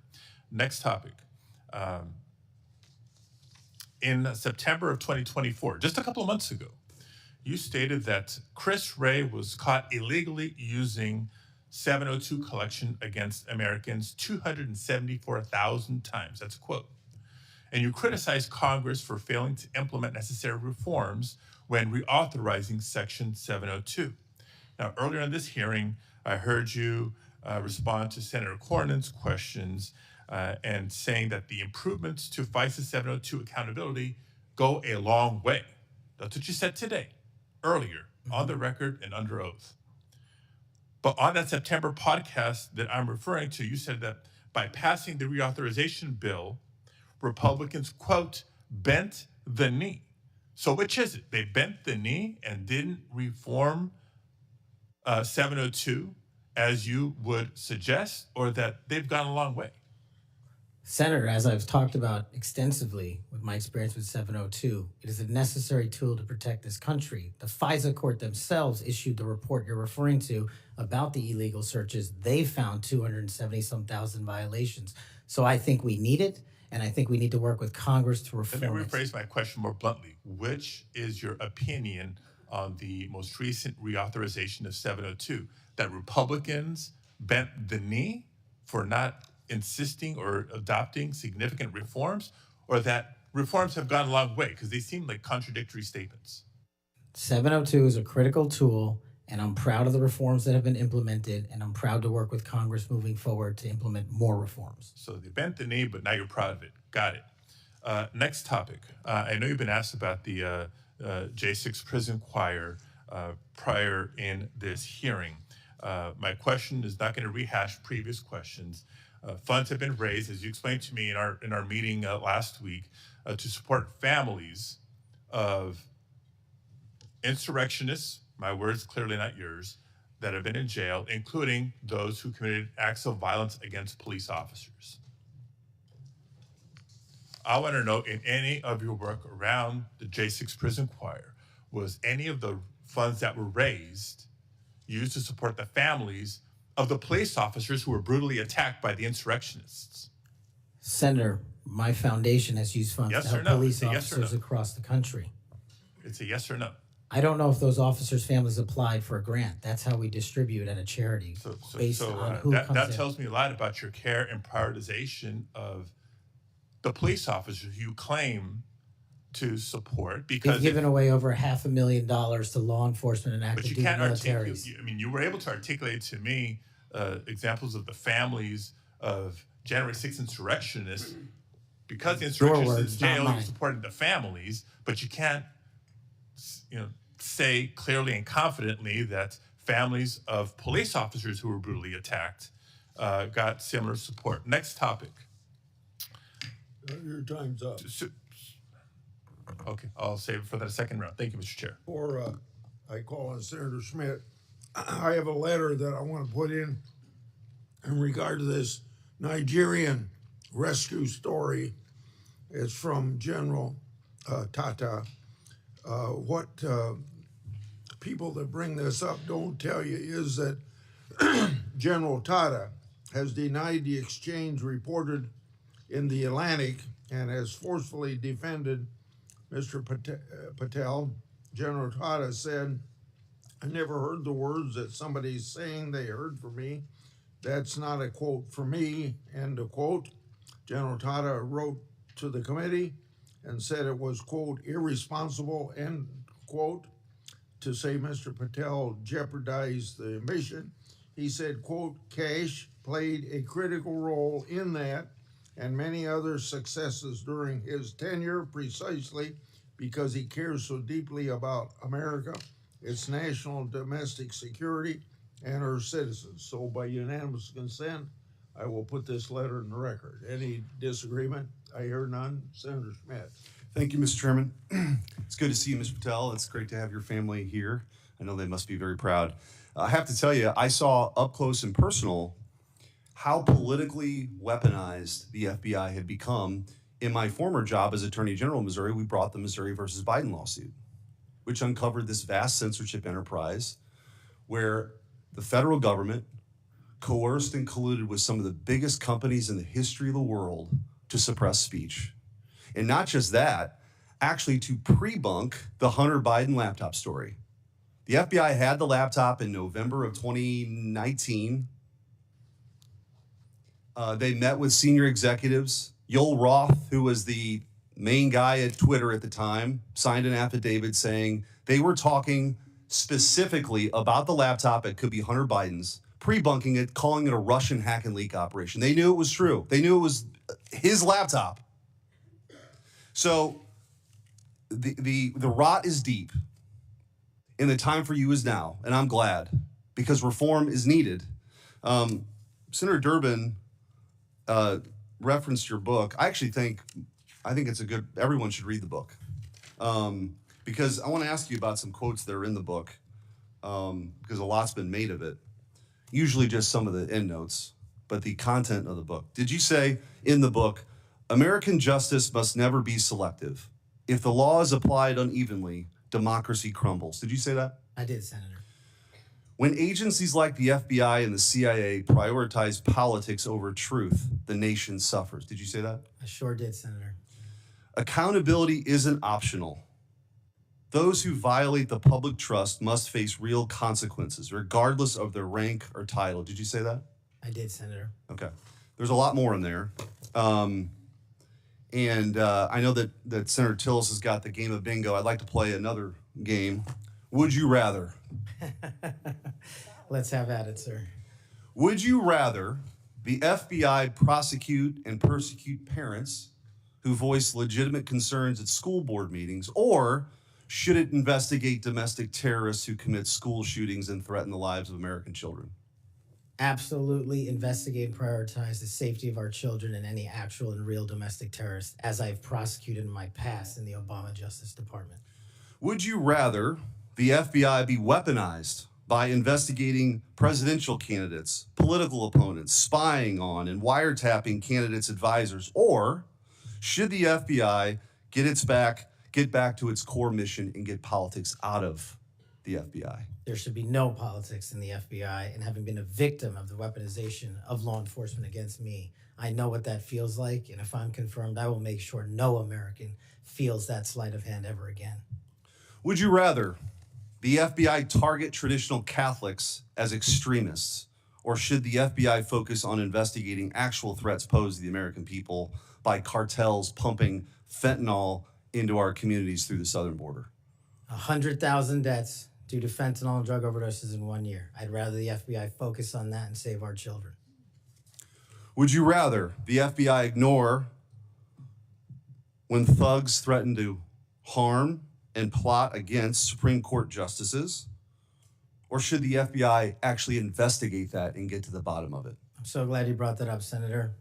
This body passed a law to protect our justices of the peace, including the Supreme Court, and every single justice of the peace deserves that enforcement of that law so they can do their duty. Would you rather the FBI pressure social media companies into censoring conservative viewpoints, or should it focus on what the FBI should get back to, which is investigating interstate crimes that threaten the well-being of Americans? No censorship. Let's focus on investigating interstate crimes.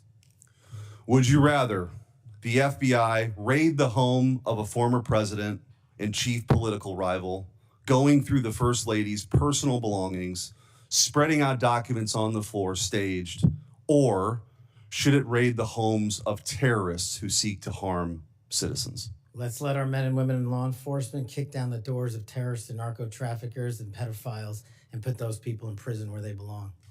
So, I mean, I could go on and on. But let me tell you what I think's really going on here. What I think's going on here is that the folks on the other side can't actually believe and can't come to grips that they're in this position right now. That they're in the minority and that President Trump is back in office. Because what they did was, after he was out of office, they tried to destroy him. They tried to financially ruin him and his family. They tried to intimidate him. They tried to throw him in jail for the rest of his life. They tried to demonize half the country. Their opening and closing argument for the last 4 years has been that President Trump and Republicans are a threat to democracy. But the American people sat in a jury box and they watched. And they weighed the evidence and they heard all the facts and they rendered their own verdict. And their verdict was for reform. They don't believe that the people who've been doing this in these positions have done a particularly good job before.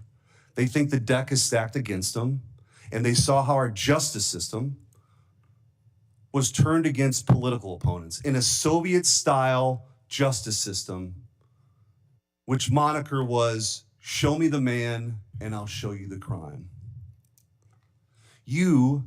And by the way, I don't think they can believe you're sitting where you're sitting at right now. But guess what? You are. And you're going to get confirmed, and you're going to lead this agency back to what it always should have been, which is to protect the American people, to fight crime, to put the bad guys in jail, not to execute a political agenda like some banana republic form of justice, where you point to the person on the other side that you want taken out and you go do that person's bidding.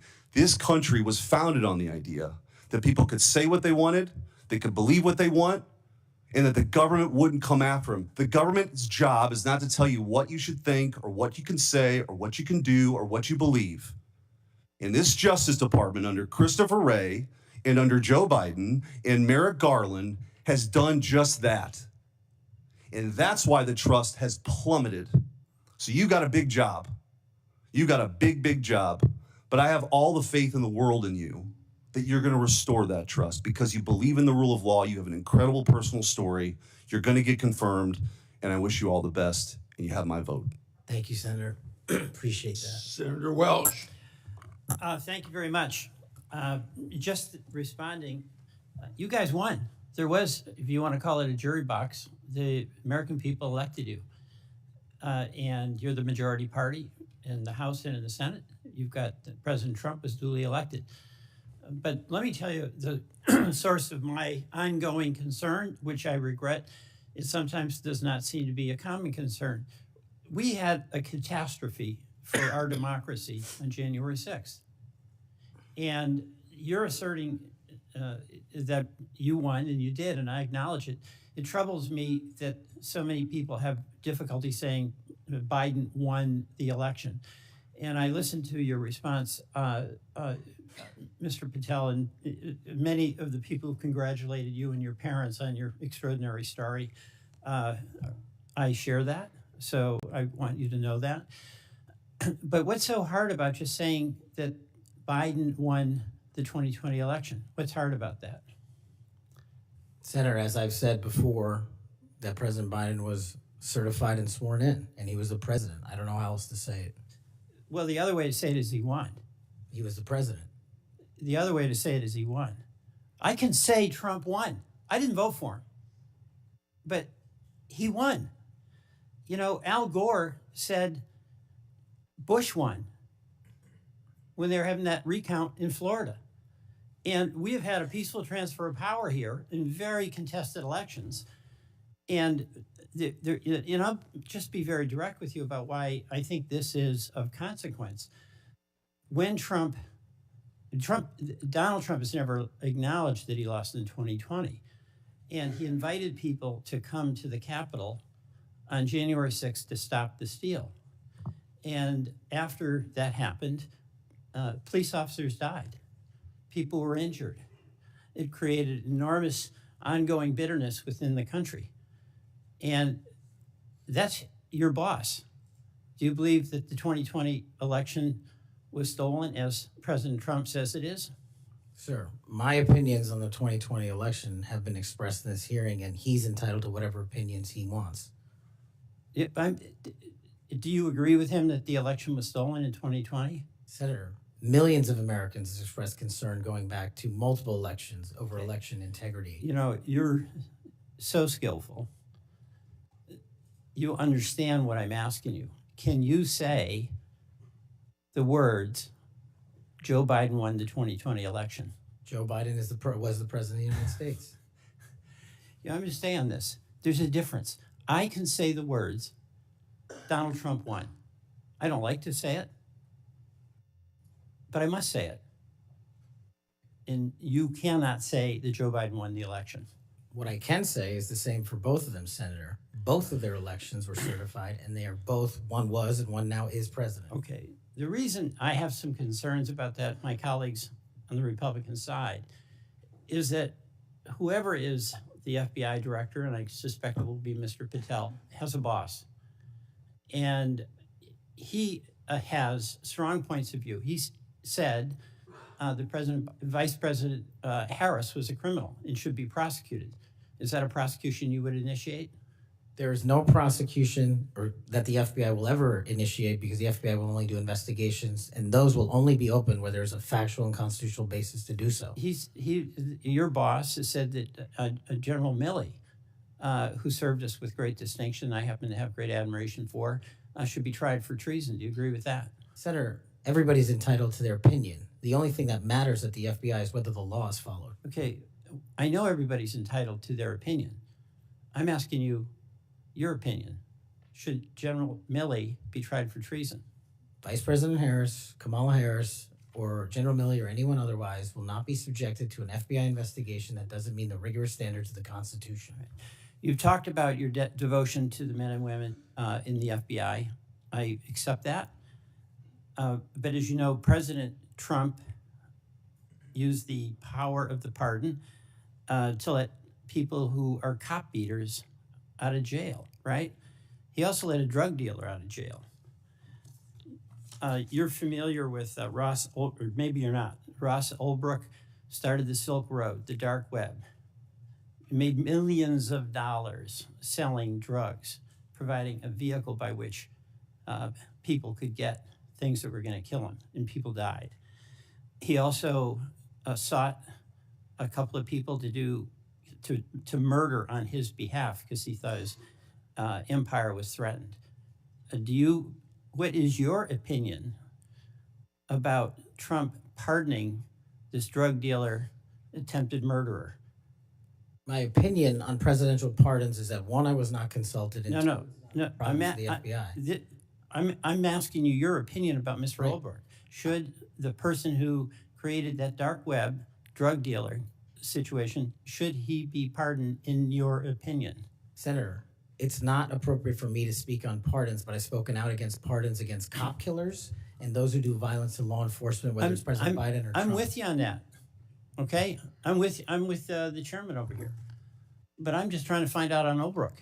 You're gonna, again, bottom line here, you're gonna have a tough job, and you're gonna have a tough boss, because he gets it in his mind he wants to do something, nothing gets in the way, and there's gonna become a time when an FBI director or an attorney general has to make a decision about the Constitution and what's being requested, and can that person at that time, when the important values of the Constitution are at stake, say no to a person who is insisting you take an action? And Senator, that's why I think it's time, for the first time in this country's history, that a public defender be the next director of the FBI, because no one knows more about constitutional due process than PDs. Well, you're appealing to mutual pride here with the public defender, but you know what? I still understand you didn't answer the question. That's the public defender in me, okay? Look, and I say this to my colleagues, we cannot have a weaponized Justice Department or FBI. And what's weaponized is in the eye of the beholder, like the prosecutions of President Trump, and I get that. We cannot have it. But what I think we all have to acknowledge when we've got a president who's basically saying a political enemy, whether it's Harris, whether it's Liz Cheney, whether it's Adam Schiff, should be prosecuted, that's doing damage to the mutual goal we have of not weaponizing a department. I yield back.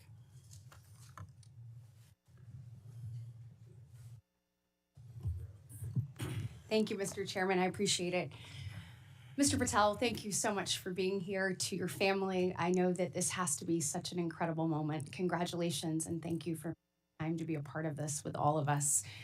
Look, I have been diligently listening over the last few hours, and what I have heard you say is this, that your duty is to protect American citizens, that you will work to uphold the Constitution.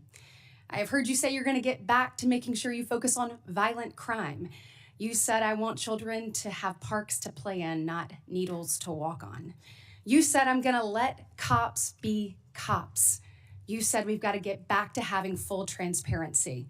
You said all requests will be responded to, and on all members of the Judiciary Committee, for that we say thank you. You said you were going to have the backs, as you always have, of law enforcement. You reminded us about being embedded in SEAL Team 6. You said our law enforcement officers deserve the very best. You said you know and you will not allow there to be victims of government overreach because it has happened to you.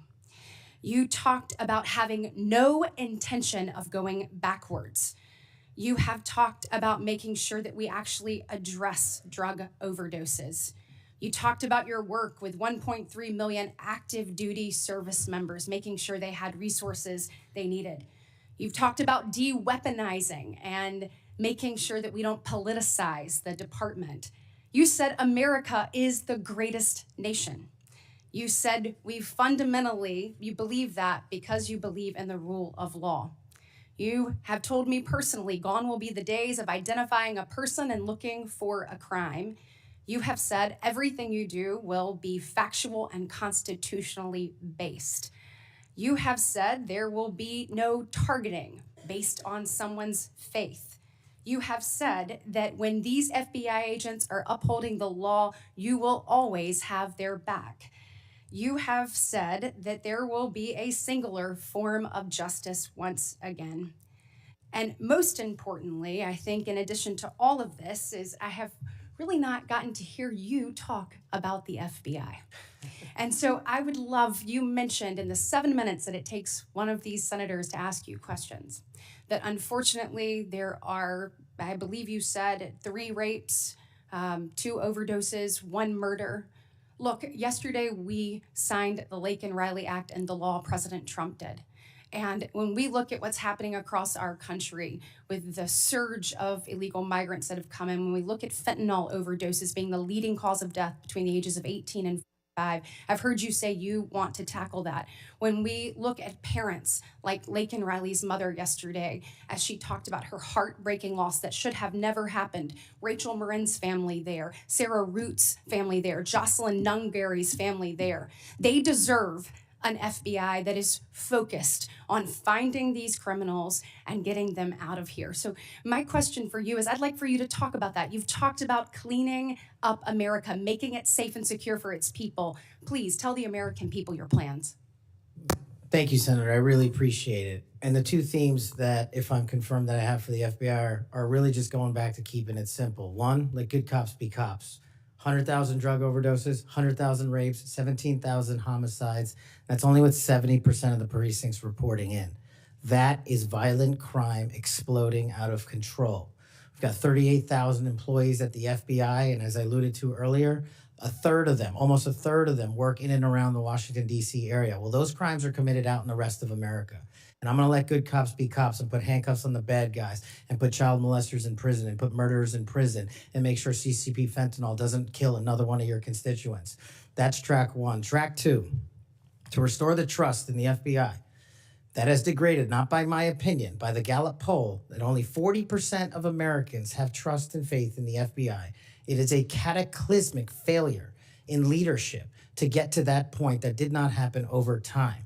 And so what the FBI must do while tackling violent crime and protecting Americans' national security and our sovereignty is work with Congress, Republicans and Democrats, to expose any government corruption, provide government accountability through transparency, and get you all the documents that you are the custodians of. The FBI reports to Congress. If I am confirmed as FBI director, I will report to Congress. And I will just save you with this one caveat here about my personal experiences with the FBI. The men and women of the FBI do the most courageous work on God's green earth. I was fortunate enough to utilize FISA 702 national security measures to prevent a shopping mall from blowing up in Houston and the state capitol from being attacked in California. Courageous men and women do that work every day, and these are cases you never hear about. Instead, the only things you hear about are the baseless conspiracy theories and attacks levied at me. Well, here's something for America. You can say whatever you want about me. If I'm confirmed, bring it on. But you will not denigrate the men and women of the FBI that saved this country. Amen. Thank you, thank you, thank you. And speaking of, I want to talk to you a little bit about how you're going to make sure that those men and women have the opportunity to get out and about throughout the country. And so when we look at that, obviously Huntsville, Alabama, to me is a Redstone. That's exactly right. Redstone Arsenal is a beacon of what we should look at, putting our men and women out amongst the very people that they serve. And so in my next few minutes, I certainly want to talk to you about that. I'll save it for the next 3. But just finishing up on what's happening at our border. We saw under this previous administration that there were about, I think, 1.7 million special interest aliens that came across our border. I think the House Judiciary Committee put it out. That's obviously from the 26 countries that DHS determines have the greatest threat here in our homeland.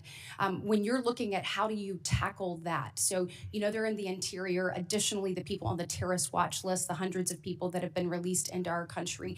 How do you man your men and women to go and find those individuals and make sure that our country is safe?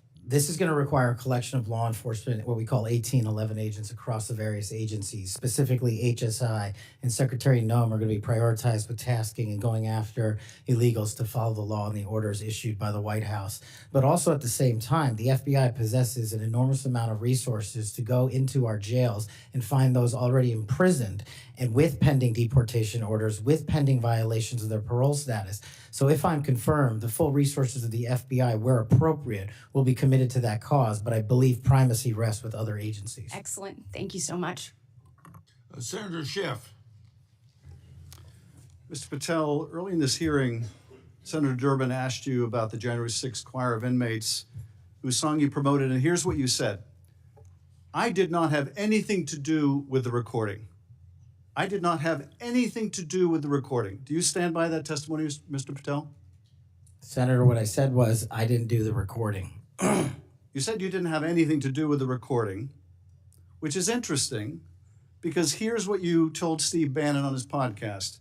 So what we thought would be cool is if we captured that audio and then, of course, had the greatest president, President Donald J. Trump, recite the Pledge of Allegiance. Then we went to a studio and recorded it, mastered it, digitized it, and put it out as a song now releasing exclusively on the War Room. We. If you had nothing to do with it, Mr. Patel, why did you tell Steve Bannon and all his listeners that you did? That's why it says we, as you highlighted. Yeah, and you're part of the we, right? When you say we, that includes you, doesn't it, Mr. Patel? Not in every instance. Well, that's new. So when you said we, you didn't really mean you. Is that your testimony? Not unless you have a new definition for the word we. Oh, okay. I always thought we included the person who pronounced the word, but maybe not. Well, you also said this, Mr. Patel. We were able to capture the recording thanks to their courageous singing, and we were able to take it to a studio. So let me ask you, Mr. Patel, after saying we took it to a studio, did you take it to a studio? Me personally, no. After you said that we digitized and recorded it and all that, did you take it to a studio and digitize and record it? Me personally, no. Okay, so you were lying to Steve Bannon and his audience. Is that what you're saying? No, I was using the proverbial we appropriately, as you've identified. The royal we. Oh, I see. And so you certainly promoted the hell out of it, though, didn't you? I don't know what that means, but I promoted the heck out of raising money for families in need. With promotions on social media and saying you were going to get this to #1 on the billboards, right, Mr. Patel? I think it did. Yes, it did. Yes, it did. Isn't that great? People who violently attack police have a #1 song thanks to you, Mr. Patel. That's something to be really proud of. Now, you've claimed, Mr. Patel, you didn't know about any of these people in the choir. Is that right? I did not know about the violent offenders, and I did not participate in any of the violence in and around January 6th. Tell me, Mr. Patel, what due diligence did you do to find out who was in the choir before you promoted their beautiful music? These people who assaulted law enforcement. What due diligence did you do? Senator, I didn't record it myself. So you did no due diligence before you promoted this song by these violent felons. Is that what you're telling us? Senator, I did not record that myself. So you're being considered for director of the FBI. And here you did no diligence to find out whether people you were associating with now the President of the United States in song were convicted of attacking police officers. Is that who we want running the FBI? I want you to turn around. There are Capitol Police officers behind you. They're guarding us. Take a look at them right now. Turn around. I'm looking at you. You're talking to me. No, look at them. I want you to look at them if you can, if you have the courage to look them in the eye, Mr. Patel, and tell them you're proud of what you did. Tell them you're proud that you raised money off of people that assaulted their colleagues, that pepper sprayed them, that beat them with poles. Tell them you're proud of what you did, Mr. Patel. They're right there. They're guarding you today. Tell them how proud you are. That's an abject lie, and you know it. I've never, ever accepted violence against law enforcement. I've worked with these men and women, as you know, my entire life. In song, and I did not make a single dime out of it. In song. Well, let me. How about you ask them if I have their backs, and let's see about that answer. Let me ask you this, Mr. Patel. Let me ask you this. If an FBI director promoted a song of people who sprayed pepper spray in the face of an FBI agent, would you say they were fit to be director? Mr. Schiff? Yes or no? Would they be fit to be director? I am fit to be the director of the FBI. If you were the FBI director and you promoted a song with someone who beat an FBI agent with a pole, would you say you were fit to be FBI director? Mr. Schiff, I am fit to be FBI director based on my 16 years in government service. And yet you did all these things, Mr. Patel. You can say, oh, I support law enforcement, I decry violence against law enforcement. You can say all that. It's what you did, Mr. Patel, that matters. It's what you did that matters. Well, let me ask you about something else that you did, Mr. Patel. Did you claim that Donald Trump declassified all the documents at Mar-a-Lago? Did you claim that? In what proceeding? To the public, ever. Did you tell anyone that Donald Trump declassified all the documents at Mar-a-Lago? From publicly available information, President Trump issued a declassification order on a variety of materials. No, I'm just asking you, did you tell the public, did you tell anyone, did you make the claim that Donald Trump had declassified those hundreds of classified documents that were at Mar-a-Lago? Did you make that claim From publicly? my best of my recollection, I said President Trump issued a declassification order to a large number of documents. Yeah, and were you present when he declassified all the Mar-a-Lago documents? Senator, I'm not saying he declassified all the Mar-a-Lago documents. I said President Trump declassified a large number of documents, and I would hope this committee and the rest of Congress would want to get those documents to the American people. Mr. Patel, before a president or anyone declassified documents, wouldn't you want to know whether making the public would cause sources to be killed? Wouldn't you want to know that before you just declare they're all declassified? Wouldn't that be the responsible thing for a president to do?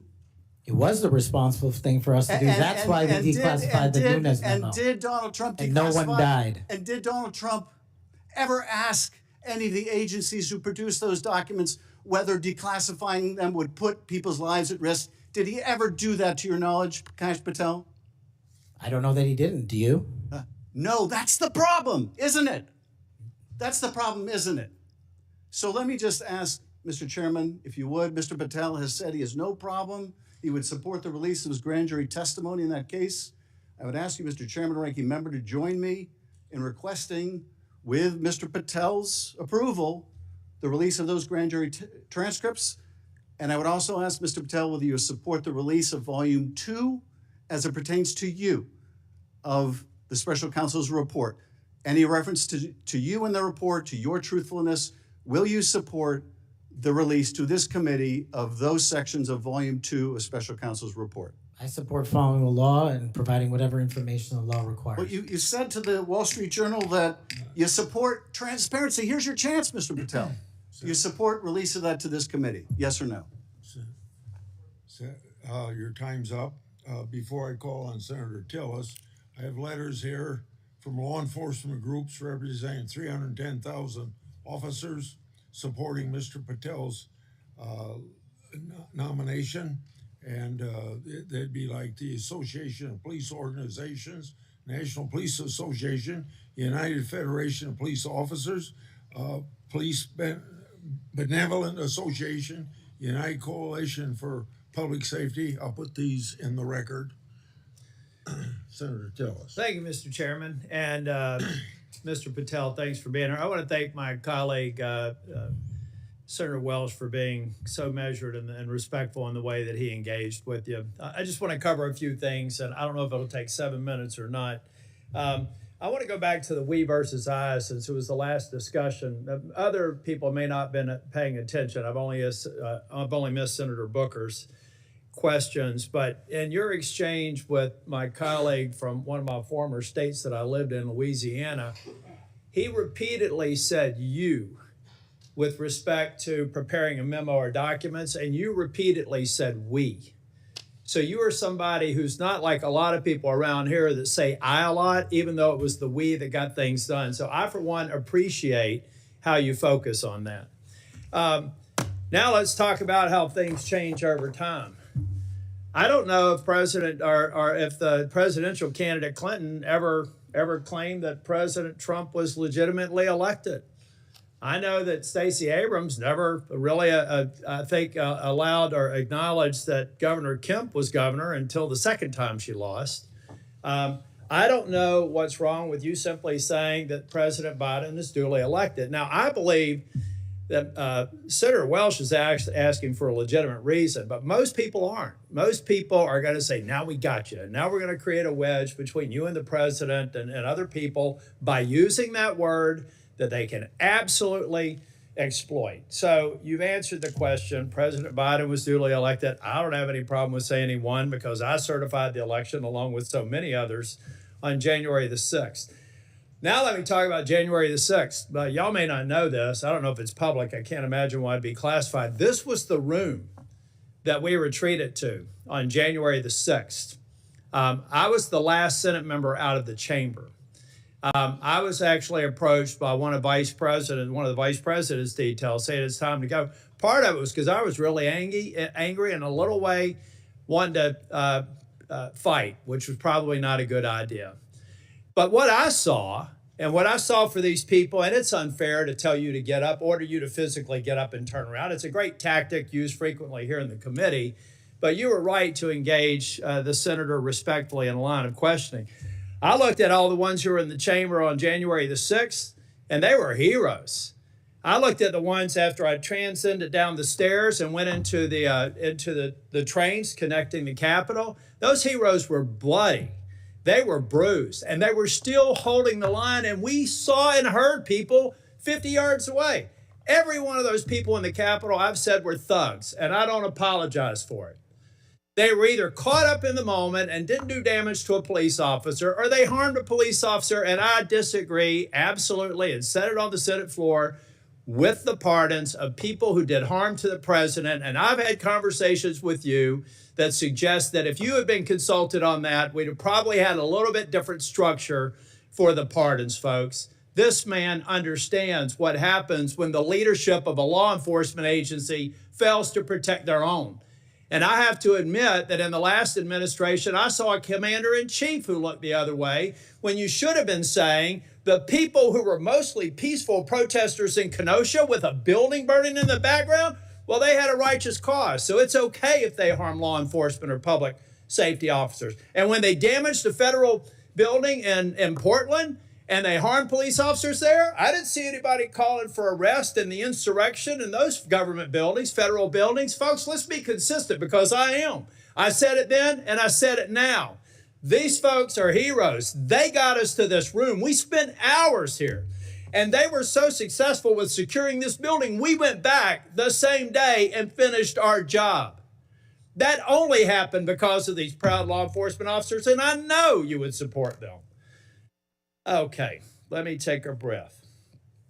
You answered the question on Section 702, but I have to refer to my friend Alex Padilla. We co-chair the Mental Health Caucus together. I love working with him. One of the problems around here with people who pretend like they're bipartisan, but they never do it when it's hard, is that they also make it more difficult for other people. When Section 702 was reauthorized in April of 2024, we had 4 or 5 of our members agree to walk the plank to make sure that and I didn't, by the way, because I wanted the reforms done. But I have to say, I'm glad that they did. Because I just had a colleague say they were guilty of bending a knee. What they were guilty of is protecting this nation. Now, were they happy that the reforms weren't done? No. I've heard John Cornyn say things. Mike Lee's got a lot of, Senator Cornyn. They've got a lot of great ideas and we should reform it. But that's what's wrong with this place, folks. We just had somebody here try and do an offhanded hit on people that on a bipartisan basis reauthorize something that's critically important for keeping this nation safe. So I guess the inference is next time, don't do that. Be partisan. Go dark. Endanger the U.S. So come on, guys, let's be real here. If anything, I hope I've been consistent on. Let's just be balanced. You know, really, we've had colleagues on the other side of the aisle called President Trump an illegitimate president. Now, we have the witness has acknowledged that President Biden's election was certified. If you want to use a specific word, what are we in high school? I mean, come on. So I do have to tell you, though, Cash, I've hit bingo a couple of times. And I have a feeling by the time we get to the third round, we will again. Hope you put a lot of money on it, Senator. You know what? You know what I put a lot of, I won't call it money, but capital on? It's the due diligence I've done on you and the extraordinary job you're doing in this committee. One of the reasons you're seeing frustration among people asking you questions is you're composed, you're respectful, you reached out to every one of them and asked to meet with them. They've thanked you for doing that. I suspect that those conversations went a lot better than the TV personalities that we've seen today. So I've got 50 minutes. You want to wrap up on, and I'm going to come back for the second round. You want to wrap up on, let me just ask you this question. I went to the floor yesterday to make it very clear. I've been thanking these Capitol Police officers, and I told them I actually thought that the pardons of people who did harm to police officers sucked. And I told them that at every one of these security entrances when I come in, and I stand by it, and I respectfully disagree with the president or whoever likely gave him advice, because the president has to rely on best advice for some of these executive orders. But I make no apology for saying that the men and women on Capitol Hill that got us safely to this building are heroes. The people who harmed them are thugs, but they're out now. So here's their opportunity, Mr. Patel. You find the people that you were convicted of harming, call them, write them a letter, apologize to them. And if you don't, and you come to Capitol Hill, I will track you down and I will burden you until you do. Now I've run out of time. I'll be back for a second round. Thank you, Senator. Senator Moody. Well, thank you, Chairman. I appreciate that. And thank you for being here. I know this has been a long day. I am the junior most senator, so you know I go last. But ever since I got here, and it's been a whole week, I get told two things when I rush up to my fellow senators. Number one, are you Senator Britt? And number two, you know the Senate is a body that is deliberative and calm. And I'm anything but. So I don't know how the next couple years is going to look, but I hope that they'll bear with me. Serving as the AG over the last 4 years, I've seen a lot of things out of these agencies that I never thought we'd see in the United States of America. I know my fellow attorneys general around the nation would agree with me. In fact, some of them are here today to support you. I'd love to introduce them if they'll stand up. The Attorney General from South Carolina, the former Utah Attorney General, Sean Reyes. I'm sorry, Alan Wilson, I didn't say your name, South Carolina AG. And Louisiana AG, Liz Merrill. They joined me. Thank you for being here. They joined me in signing on to a letter supporting your nomination. And we did that while I was still the Attorney General over a week ago. They came here today to support you. And Mr. Chairman, I know that you've been referencing a lot of letters that you've been entered into evidence. I'd like this to be entered into the record. Sorry, I'm talking like a trial lawyer. With consent, please, sir.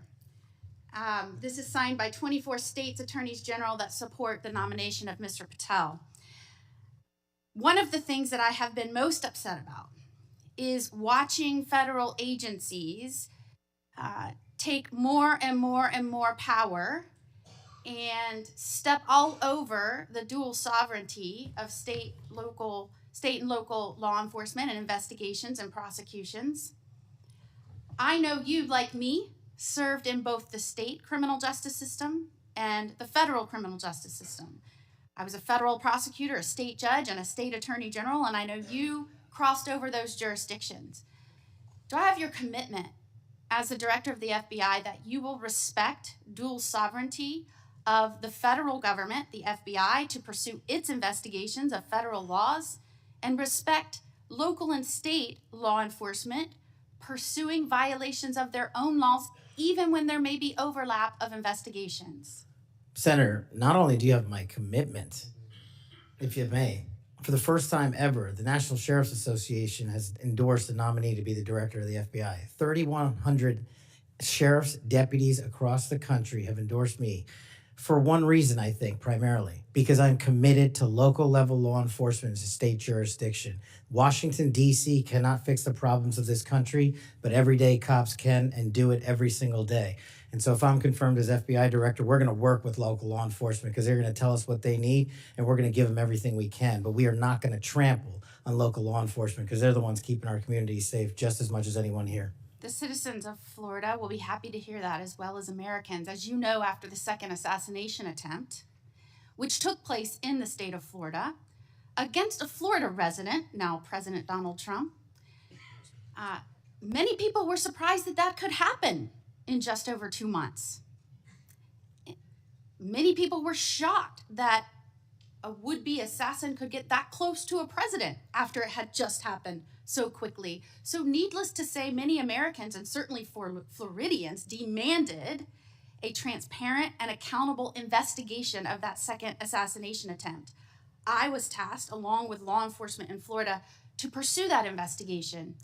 And every step of the way, federal law enforcement, the FBI specifically, and the attorneys, federal attorneys, frustrated our efforts, told us we couldn't go on the crime scene, they wouldn't share evidence, they suggested that we would be violating the law if we pursued our own investigation, even in the face of us telling them and informing them that a 6-year-old girl almost died as a result of state and local law enforcement having to shut down the roads to pursue that would-be assassin, and I'm not going to use his name.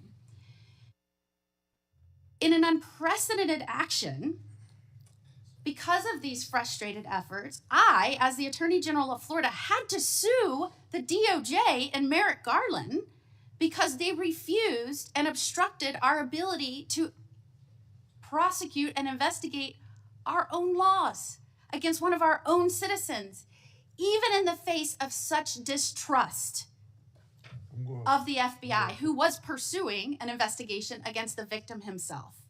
So at a time when you have data that shows that Americans' trust in the FBI is at its lowest point in history, when the FBI is not trusted by local and state law enforcement, can you think of a better time for the FBI to say, yes, Florida, investigators, come in, let's work this together, not to the detriment of the investigation, but in a collaborative effort? Can you think of a better time to have done that rather than hide beside some law that they said prevented us from moving forward with our own investigation? Senator, off the top of my head, I can't, but let me just say this. Law enforcement is not supposed to be territorial. Law enforcement is not supposed to be a turf battle. Law enforcement is best done in this country when it is complementary, and it should have been done in that instance.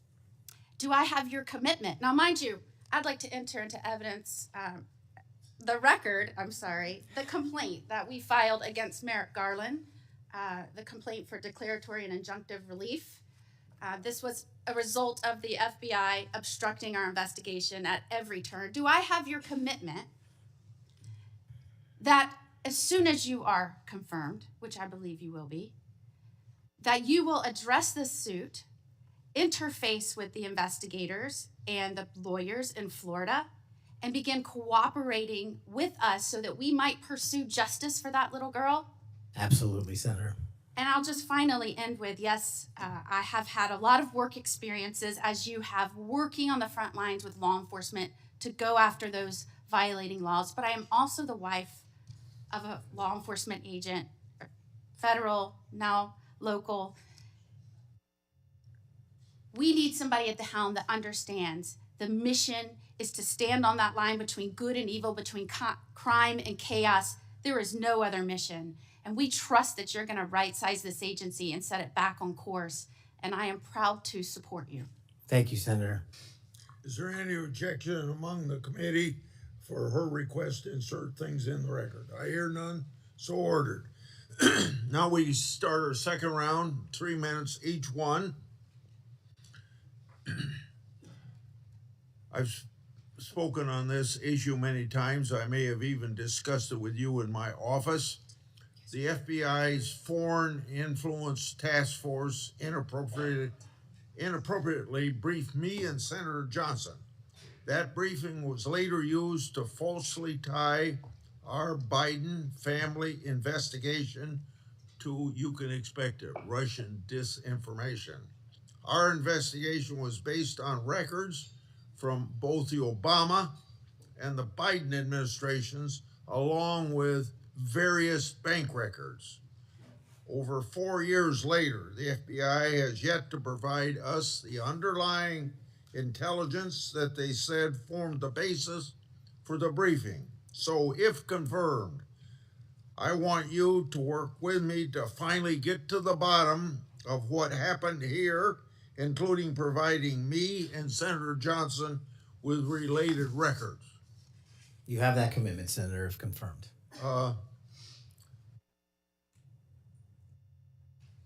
Defund the police movement and other anti-law enforcement rhetoric has reduced morale among law enforcement, and maybe some of that's carried over to the FBI. I don't know. But what will you do at the FBI to help improve morale and increase retention of the brave men and women serving at the FBI or in law enforcement generally?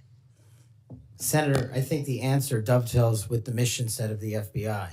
In order to increase recruitment, in order to maintain the force capacity at the Federal Bureau of Investigation, we need to incentivize police officers and good cops to be cops, to let them get out there and do the mission that they signed up to do, which is protect our community against gang violence, against rapists, against thugs, against murderers, and against terrorists. And I will prioritize, if confirmed, every resource that we have to make sure the 1811s in the field and the FBI staff are dedicated to that mission set alone. And if we achieve that with the work of congressional transparency, then I believe the retention rates and the enrollment rates at the FBI will skyrocket.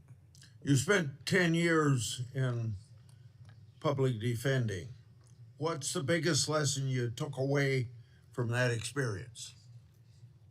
The awesome powers of the United States government when bearing down against an individual charged with some very serious crimes, some heinous crimes. And the biggest lesson is twofold. One, that the defense has a right, every defendant has a right to constitutional due process, and not a piece of it, but all of it, 100% every single day. And on the other side, there needs to be a measured action that follows constitutional due process and doesn't violate the civil liberties of those that we are seeking to hold against violations of law. And that balance is one of the most important lessons I learned as both a public defender and a national security prosecutor at the Department of Justice.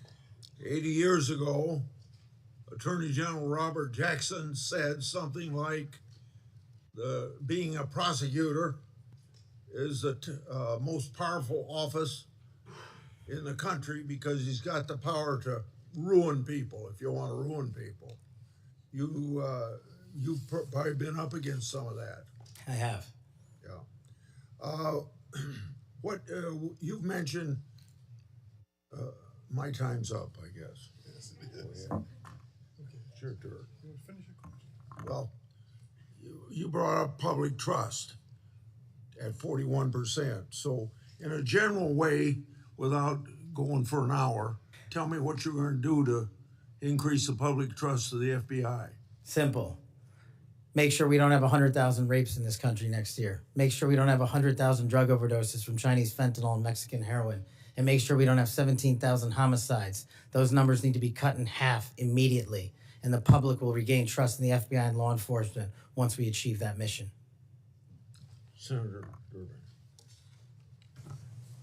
Mr. Patel, I have 3 or 4 things, and I'll try to get through them quickly. First is this.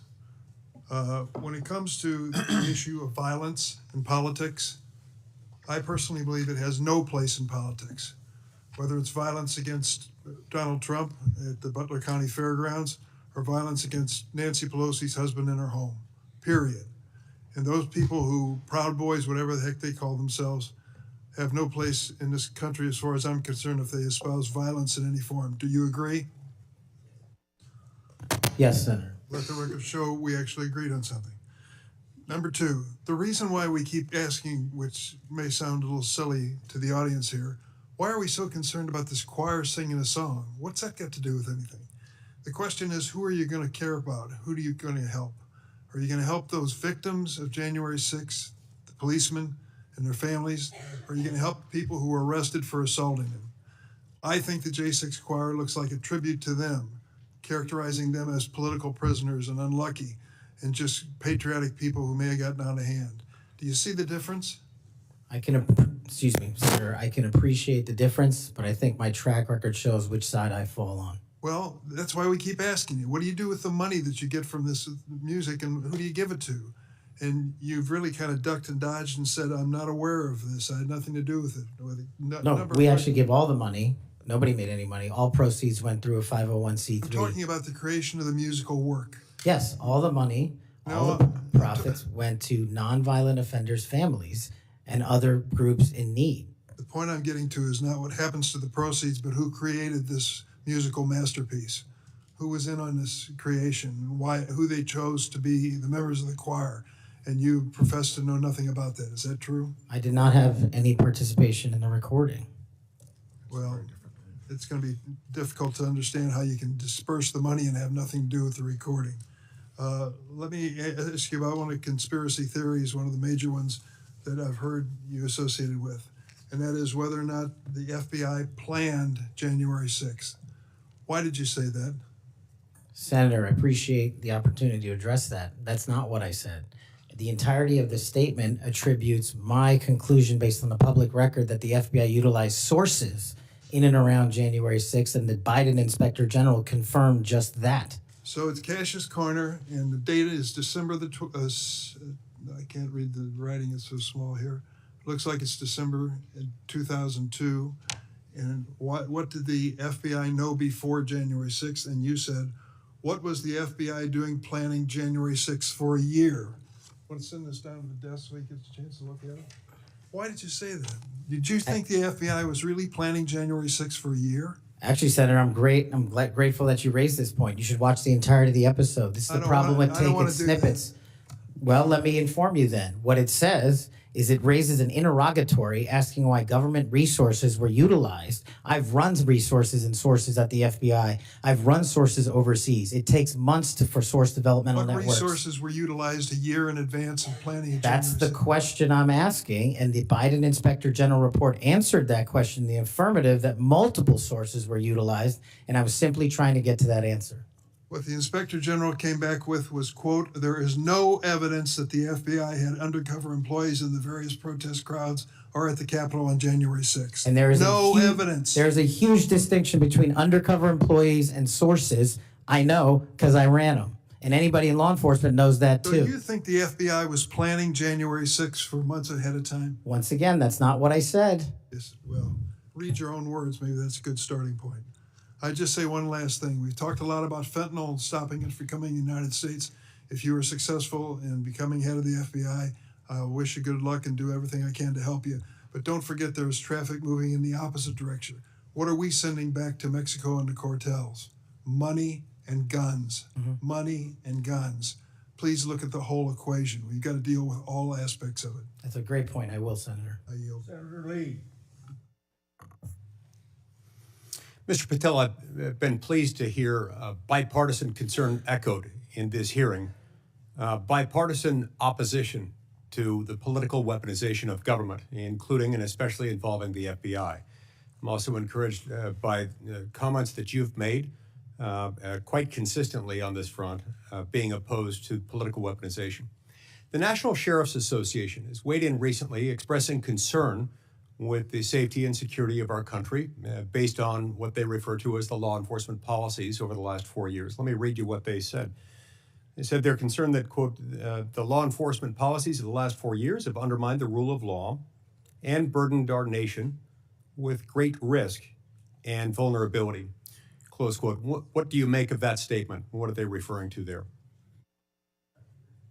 Could you just repeat the end of that? Yeah, they said they're concerned that, quote, the law enforcement policies of the last 4 years have undermined the rule of law and burdened our nation with great risk and vulnerability. Senator, my assessment of that is that they are referring to some people in positions of leadership that have politicized the law enforcement mission. And I have spent a career removing politics from law enforcement, and that's what the National Sheriff's Association is all about, and I believe that's why they endorsed me as a nominee for the first time ever. So that's why they like you. That's why they support you. That's why they've chosen to come out fully in support of your nomination, of getting you confirmed, because you share that view, a view that has been expressed by nearly every member of this committee, today, I would add. And this group, a very large group of law enforcement officials from throughout the United States of America, has come in support of you because of that. As they do that, they express confidence in you specifically and in your ability in particular to bring back, quote, transparency, integrity, collaboration, and commitment to excellence within the FBI. Tell me what you'll do in order to do that, and how you'll commit to work with other law enforcement, both within the FBI, elsewhere within the federal government, and with state and local law enforcement officials to bring that back. Senator, the only way to truly remove weaponization and politicization from law enforcement is to follow the Constitution. And if you look at the FBI's website and their mission statement and their core values, each has 8. And the 8th and last core value of the mission statement on the FBI's website right now is fighting violent crime. That needs to be number 1. The 8th core value out of all core values on the FBI's website right now is rigorous obedience to the Constitution. That needs to be number 1. Reorienting these policies with an effective leadership in place to follow the law will allow us to achieve a singular standard of constitutional law enforcement. And that is the only way you remove the weaponization from politics and, from law enforcement. And that's what the sheriffs are talking about, and that's what cops are talking about.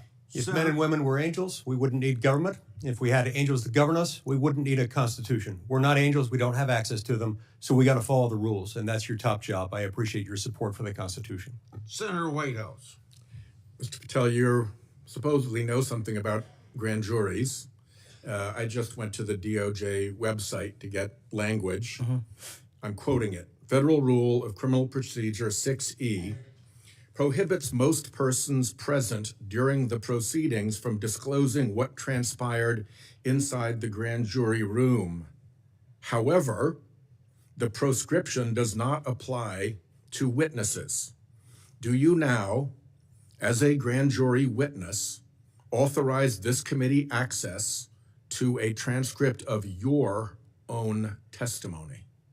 Senator, I authorize this committee to get whatever is appropriate and lawful, as I've said before. Specifically including the transcript of your grand jury testimony, which you have the authority to authorize us to obtain. Well, I don't know if I singularly have that authority. I don't think that's how grand jury testimony works. The Department of Justice. You do, because you are the witness who can do that. There's also a court order on that case, sir. Separately, you can get grand jury testimony by court order.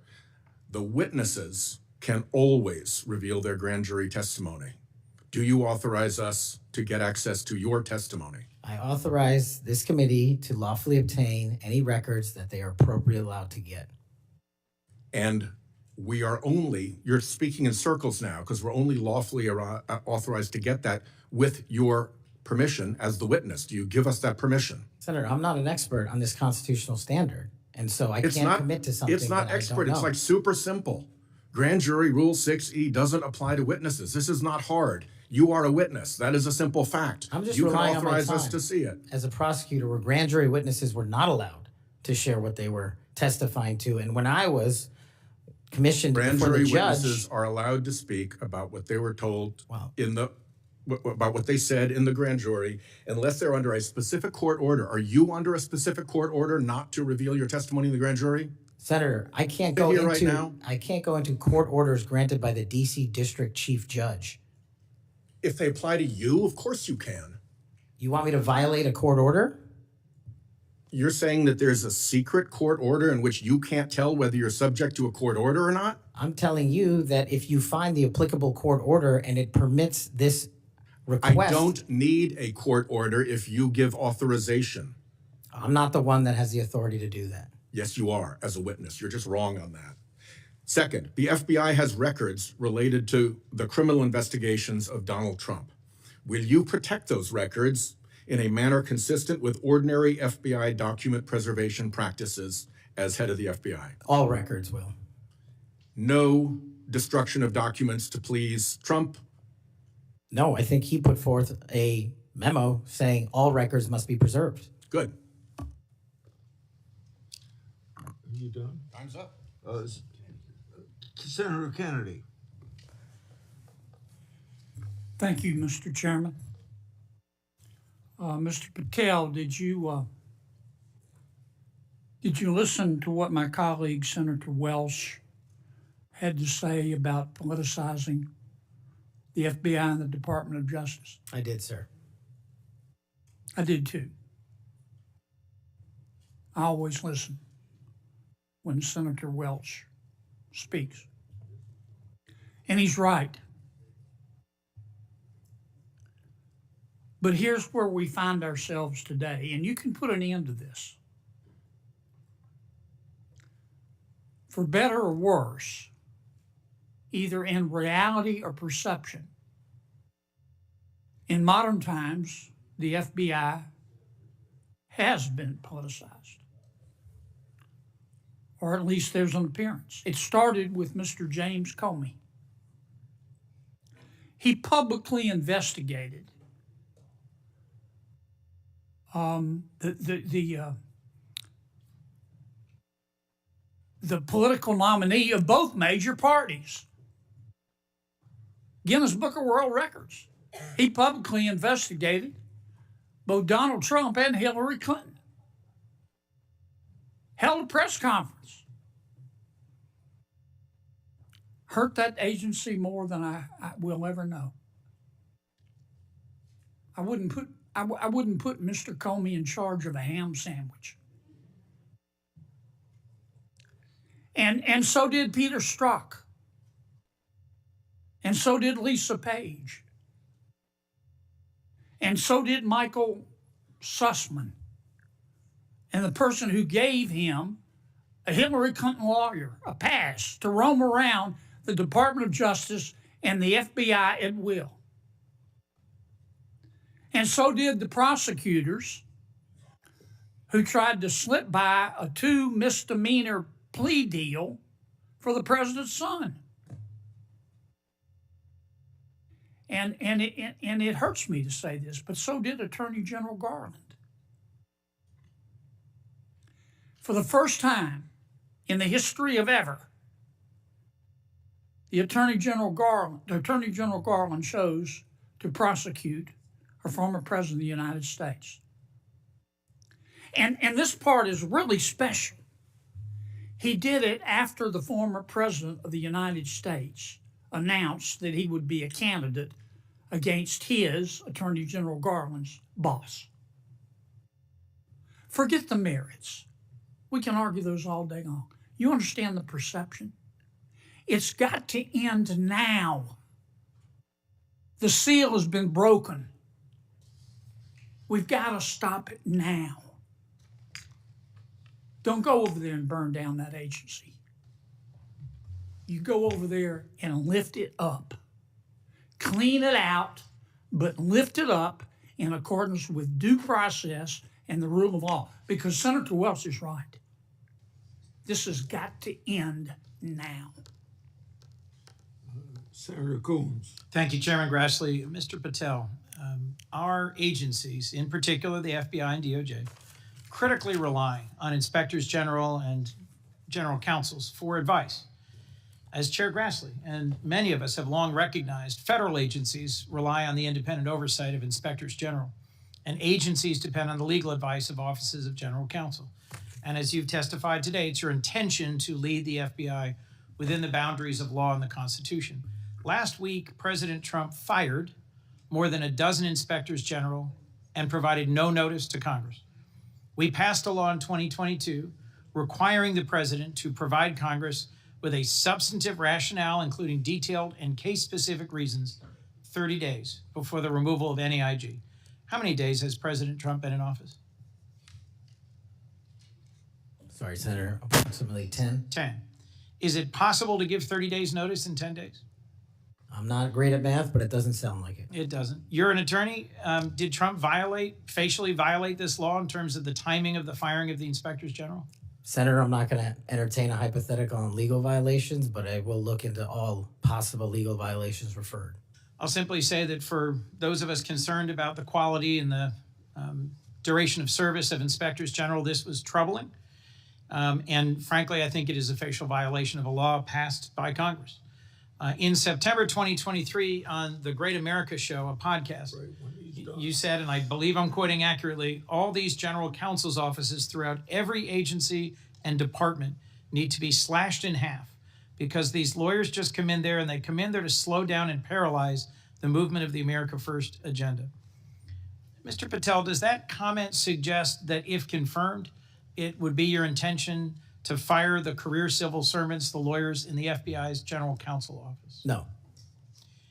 Could you give us any reassurance that it would be your intention to listen to the advice and counsel of the Inspector General of the department and the General Counsel of the agency? With addressing those in order, Senator, with IGs, as you know, I believe, and have shown throughout this proceeding that IGs have provided invaluable service in Republican and Democratic administrations. And I think they're critical, and we must have competent IGs going forward. Similarly, with general counsel's offices who are stocked with career employees, those employees must continue their work so long as no employee politicizes the work and mission of the FBI. Thank you. My core concern about these firings of the IGs, about the independence of the agency, have not been fully satisfied. I appreciate your answers here today, but I remain concerned by your previous statements and your answers here today. Thank you, Mr. Chairman. Before I recognize Cruz, Senator has some unanimous consent request. Mr. Chairman, I have two letters here. I'd ask unanimous consent they be entered into the record. One is from William Webster, FBI Director under Presidents Carter and Reagan, and CIA Director under Reagan and Bush. He's in the audience. And another from 23 Republican former law enforcement officials. These are letters in opposition to the nomination. Without objection, so ordered. Senator Cruz. Thank you, Mr. Chairman. Mr. Patel, in the first round of questioning, you and I talked about the politicization and weaponization of the FBI and the Department of Justice. That has significant negative consequences in terms of undermining trust in the FBI and the Department of Justice and abusing the power of the FBI and the Department of Justice. But it also has consequences in that it diverts resources at the FBI and DOJ from urgent law enforcement and national security priorities. I will tell you, when I go back home to Texas, I am somewhat regularly asked by Texans, should we abolish the FBI? Now, my answer to that is an emphatic no. The FBI has a critical mission of stopping bad guys, whether serial killers or human traffickers or child molesters or terrorists.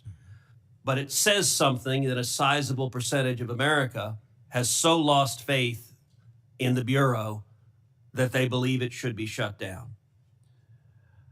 I think allowing the FBI to be politicized has resulted in far too little attention being placed on very serious national security risks that we face right now, including for the last 4 years. As a result of the open borders that we've had, over 12 million illegal immigrants have come into this country.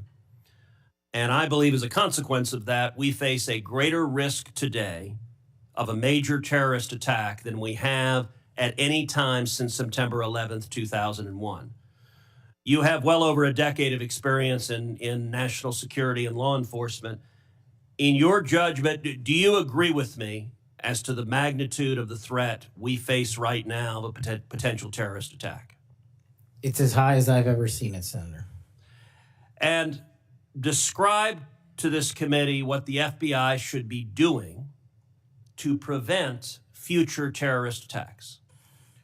Working hand in glove with our intelligence community and obtaining information that directly relates to the FBI's criminal mandate on an intelligence basis, and thwarting and prosecuting and stopping any terrorist attacks here and any homegrown activities abroad that are directed at the United States of America, along with countermanding the CCP espionage rings in this country, which dovetail with the foreign terrorist organization activity. Does it concern you that Customs and Border Patrol in the previous administration instructed Border Patrol agents in particular to be on the lookout for Hamas or Hezbollah or Palestinian Islamic Jihad terrorists crossing our southern border? Does that concern you as a risk to Americans across the country?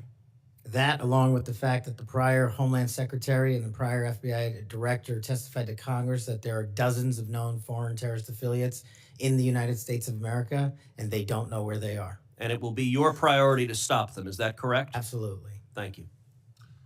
Senator Blumenthal. Thanks, Mr. Chairman. I'm going to ask you some easy questions. Okay. I take it from what you have said to a couple of my colleagues that while we may disagree on the meaning of Rule 6E as to getting the transcript, you would not object to this committee seeking access to that transcript. No. And you're aware that Rule 6E permits you to talk about your own testimony. Will you testify to this committee, let's say in a classified setting, as to what you said to the grand jury?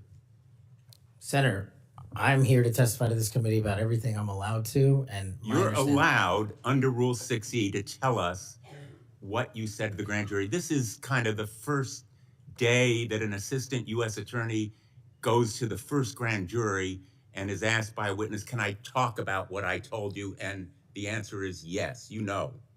Senator, I will consult with counsel and provide the appropriate answer. Let me just say right to the point, Mr. Patel. What are you hiding? Why won't you tell us? You testified under a grant of immunity after taking the Fifth Amendment, as you're privileged to do. And the appearance here is that you have something to hide. I submit to my colleagues on the committee, we need to know what the grand jury testimony is. We need access to that second volume. And you have no objection to our seeking it, but you won't tell us, even in a classified confidential setting. I think that position is disqualifying.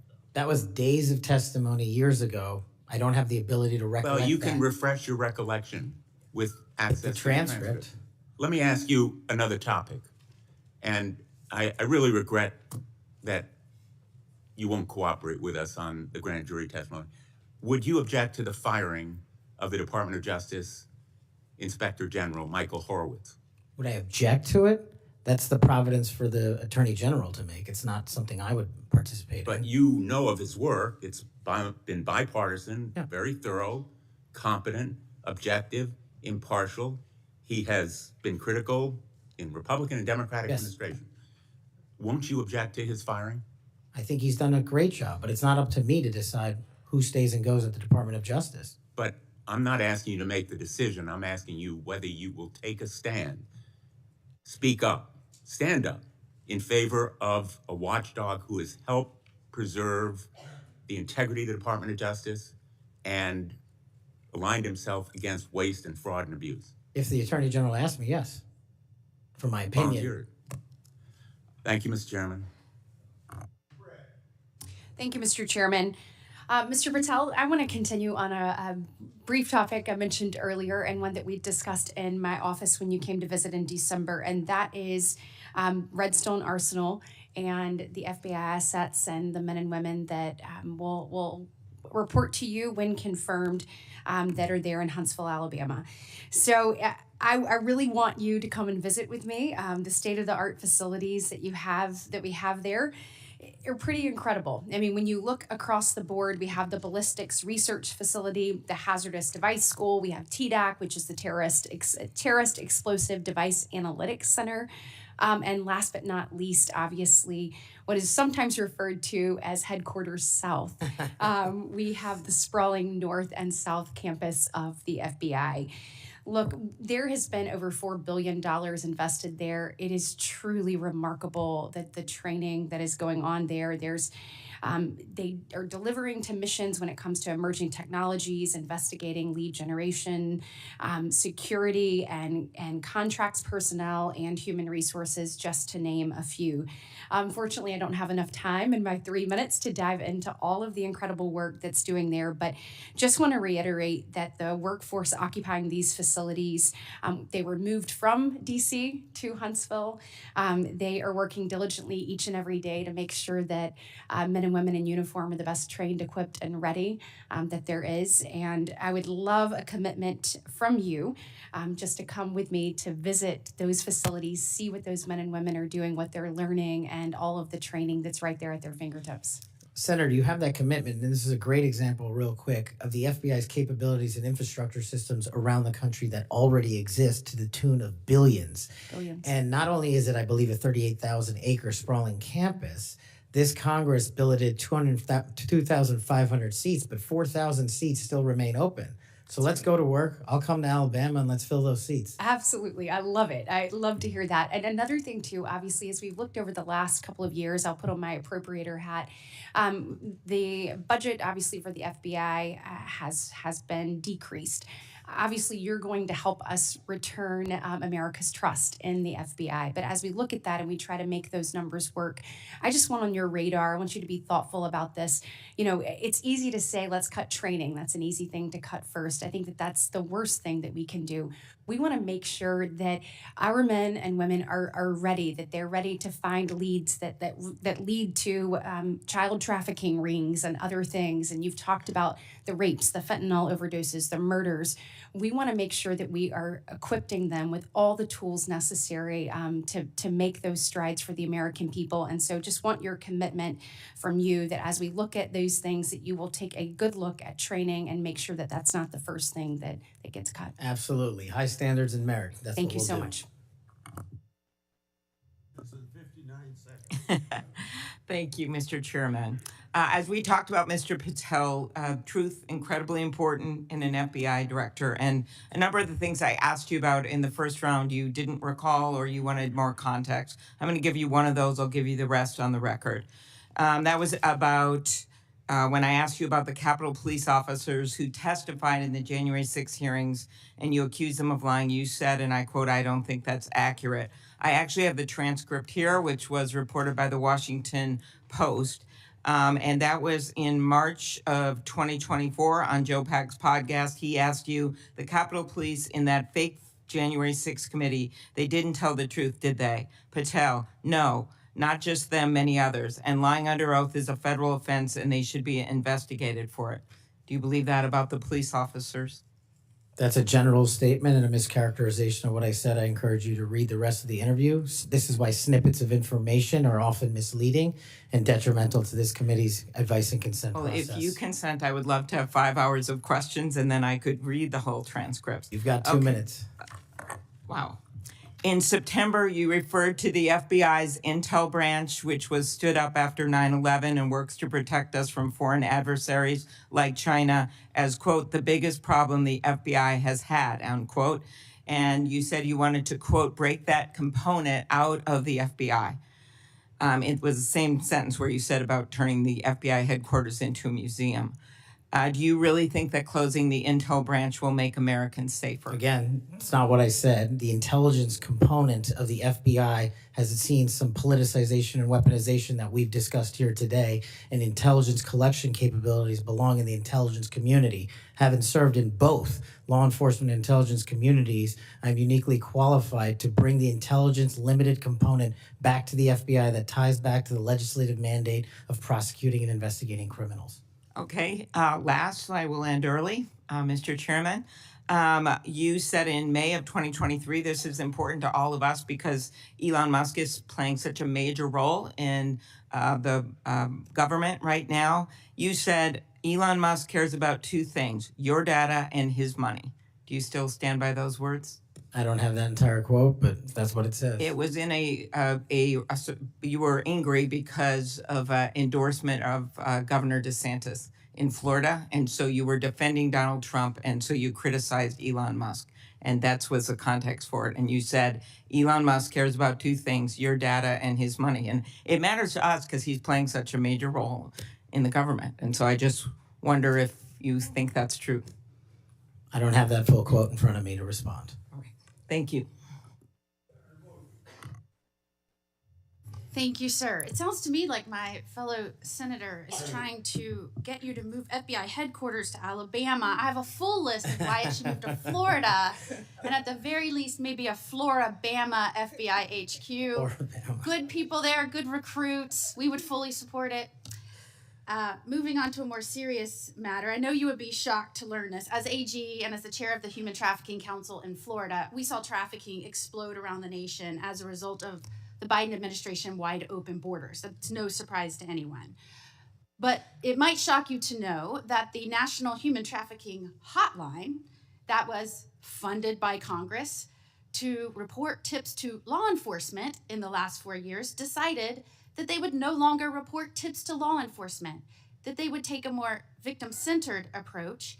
And this fell in line with a lot of what we saw over the last 4 years, with people saying things like defund the police, abolish the police, nonsense policies that lead to an explosion in crime. You and I both understand that from our prior work experience. Absolutely.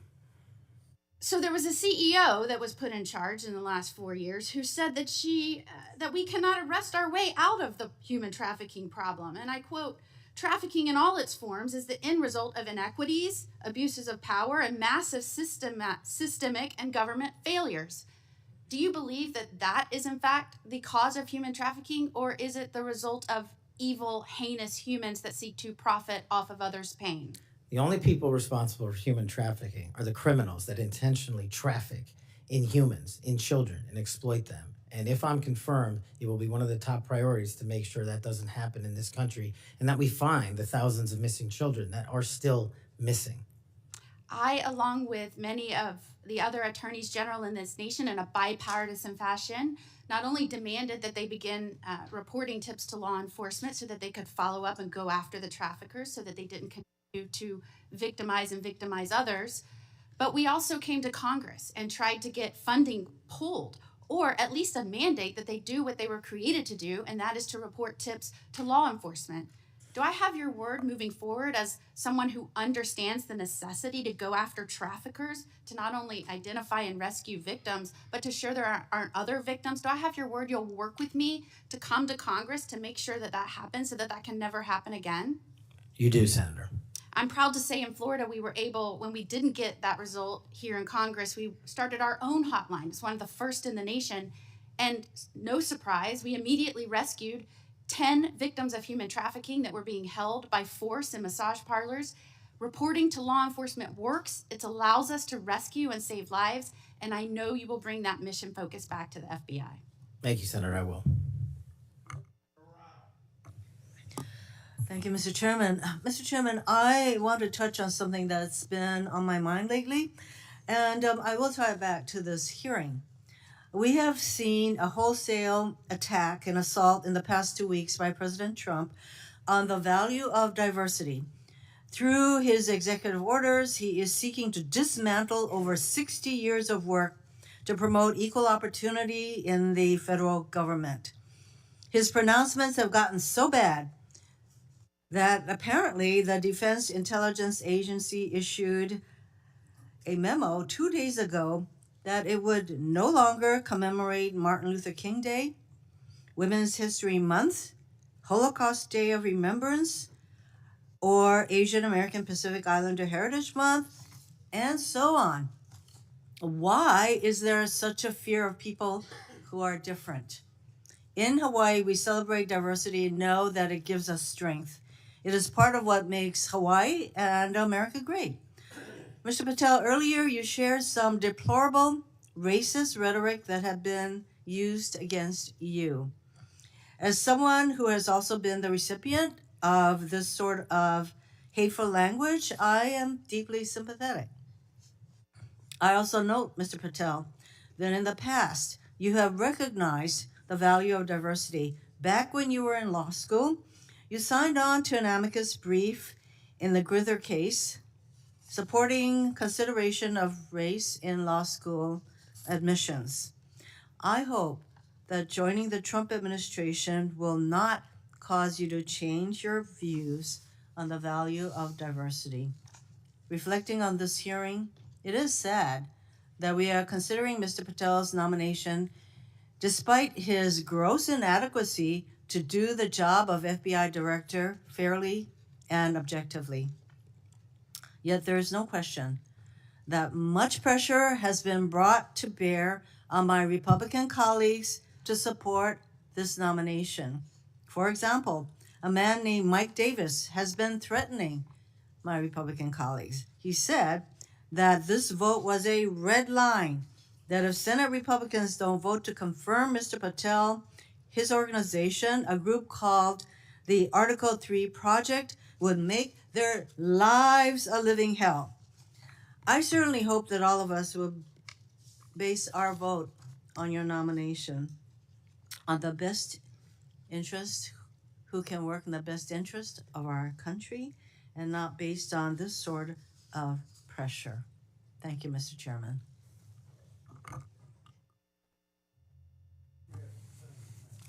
Thank you, Mr. Chairman. I want to give you a chance to respond to this because I think my colleagues are misstating the law here. You can't authorize the release of your grand jury testimony. Only a court can do that. Is that right? That's been my understanding. Yeah, and you. I think you've stated that the best reflection and the most accurate version of your testimony is the transcript in the grand jury testimony. That you're fine to be released, but the court has to go do that, right? Yes, sir. Yeah. Okay. And it lasted like 3 or 4 days. Is that what you were saying? Yes. Yeah. I also want to. Senator Durbin's talked about what your priority or your priorities will be, and I think your testimony has been that it'll be adherence to the Constitution and the people of the United States of America. Right? You take that very seriously. That's it. That's the only thing that matters. Could you talk about maybe some other priorities? We talked initially in my first round about getting the FBI back to its core mission, which is to fight crime and not, sort of try to do the things that it's been doing the last 4 years. Talk about how you might bring that together. So, Senator, I appreciate the question. It's something I wanted to address maybe 6 hours ago, so I appreciate the opportunity to do it now. Whether we prioritize going after violent crime and national security, we cannot defend against either of those successfully unless we go after the underlying criminal nexus there. And whether it's human trafficking, whether it's terrorism, whether it's opioids, and whether it's just outright gang violence, the intersection there is narco trafficking. It is the underlying underbelly, the evil, illegal underbelly of all those operations. And we have not prioritized, in my opinion, as a law enforcement agency, the collective power we can rain down on criminal narco trafficking networks. And ideally, if I'm confirmed, Senator, I would like to work with Attorney General Pam Bondi, if she can be confirmed, to set up regional drug interdiction task force where our local sheriff's offices, our local PDs, and our local precincts are folded in with the FBI on an information and authority sharing basis to take down the criminal networks. And the advice and consent process has been extremely informative to me. I do not know your jurisdictions as well as you all ever will. That's what makes this so critically important educational. I did not know that Memphis was the homicide capital of America per capita. I did not know that there was a corridor in Ohio that speaks to the human trafficking volume more so than any intersection in the country. That is what I will rely on your expertise across the aisle to fold in those resources and target those criminal active hotbeds. And I believe if we are successful in actually crippling the narco trafficking networks, we will see a decrease monumental in violent crime and at the same time protecting Americans' national security. And maybe, just maybe, where you have a third of the personnel for the FBI here in Washington, D.C., maybe, just maybe, one of the reforms is to get more of those folks out into those areas across the country to go do that, right? That's what you're talking about. I think so, sir. Thank you. Thank you, Mr. Chairman. Mr. Patel, do you know any of these 5 individuals? Erica Knight, Tom Ferguson, Greg Menser, Steve Reese, or Carlos Fernandez? Yes, Senator. Who are they? People I've worked with in the past at some point. I'm told that those are the people that will be additional political appointees to help run the FBI. Is that correct? That's news to me, Senator. Under the history of the Federal Bureau of Investigation since the reforms in the early 1970s, there's only been one political appointee. I'm told that these will be additional political appointees, 5 extra political appointees. Do you know if Reese or Fernandez are affiliated with SpaceX or Elon Musk? I don't. I'm told that they are affiliated with SpaceX and Elon Musk, and that he had influence in who will be placed around you as political appointees. Mr.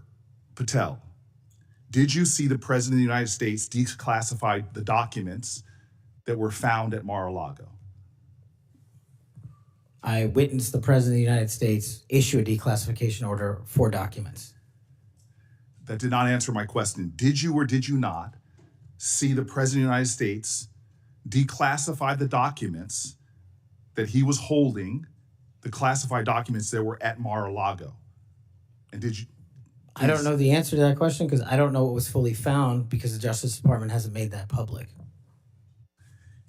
You claim publicly that you saw President Trump declassify documents. Is that correct? That's correct, Senator. So you did indeed see President Trump declassify the documents that were found at Mar-a-Lago that he refused to turn over. Is that correct? No, what I said, Senator, was I heard and witnessed the President issue a declassification order for a number of documents. For the documents specifically that were at Mar-a-Lago?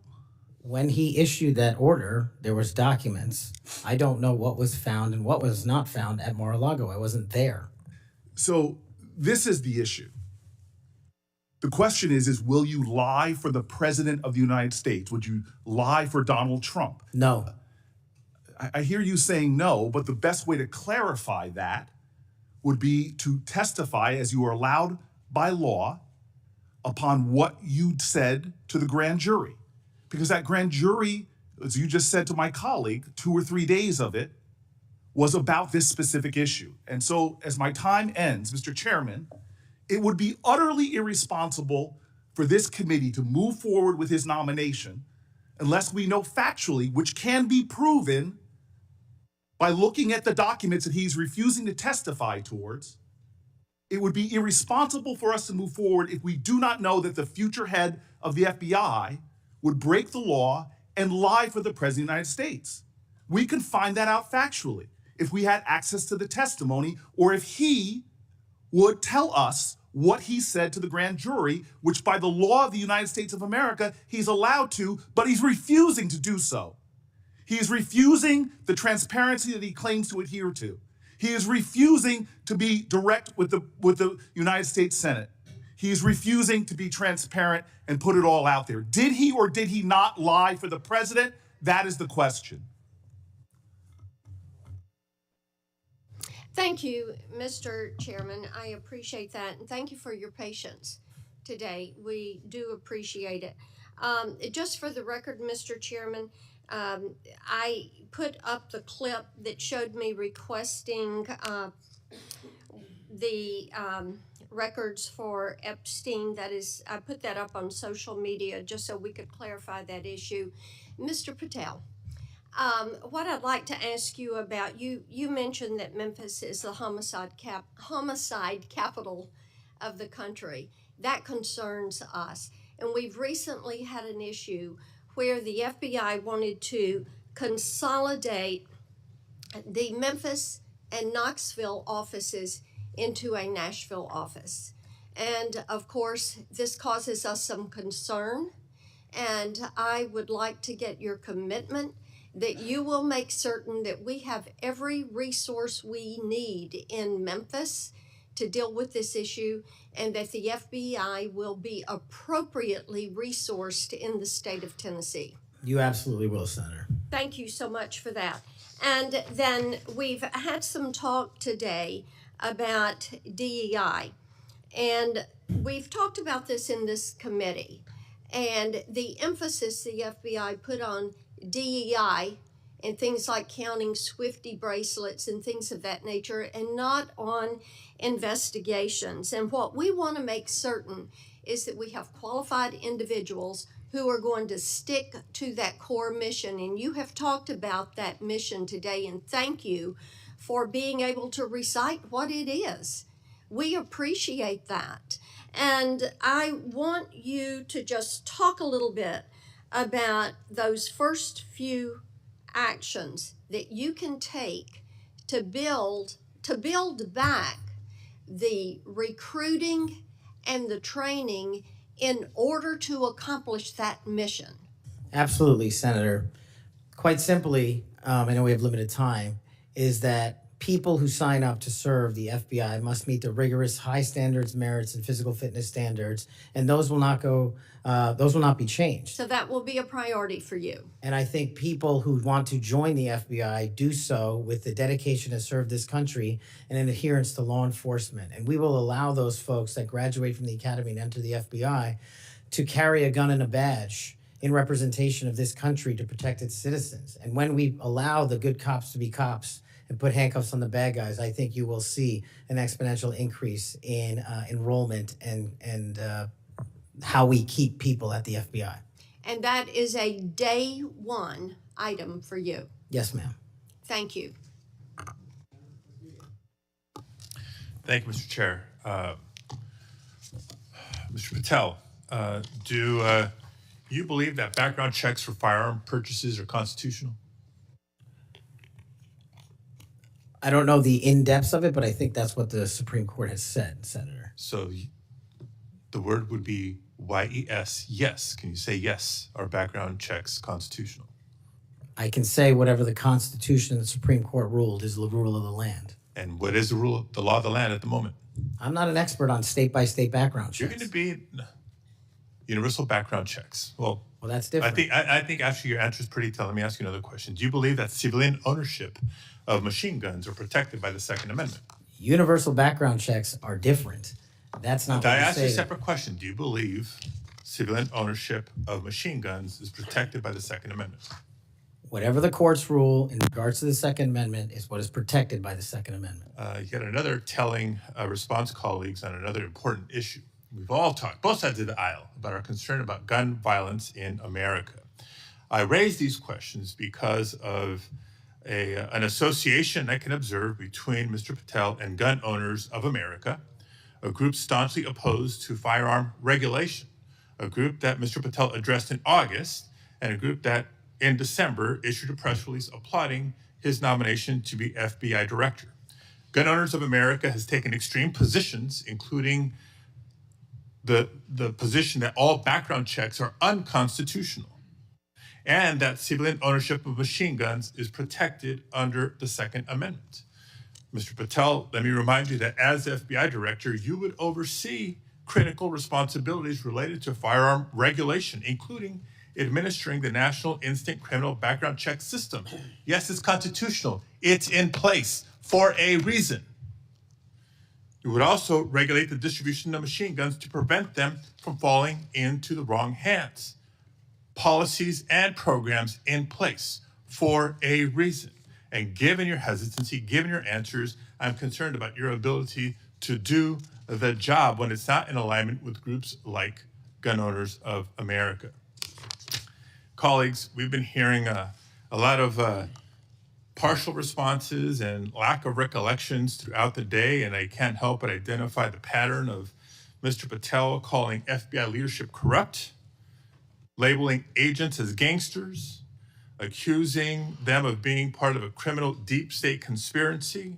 We've heard of his experience with the J6 prison choir, a group of individuals convicted for their roles in the January 6th insurrection. We've heard his false claims that the U.S. had secured airspace permissions during a high-stakes SEAL team hostage rescue mission in Nigeria. I can go on and on.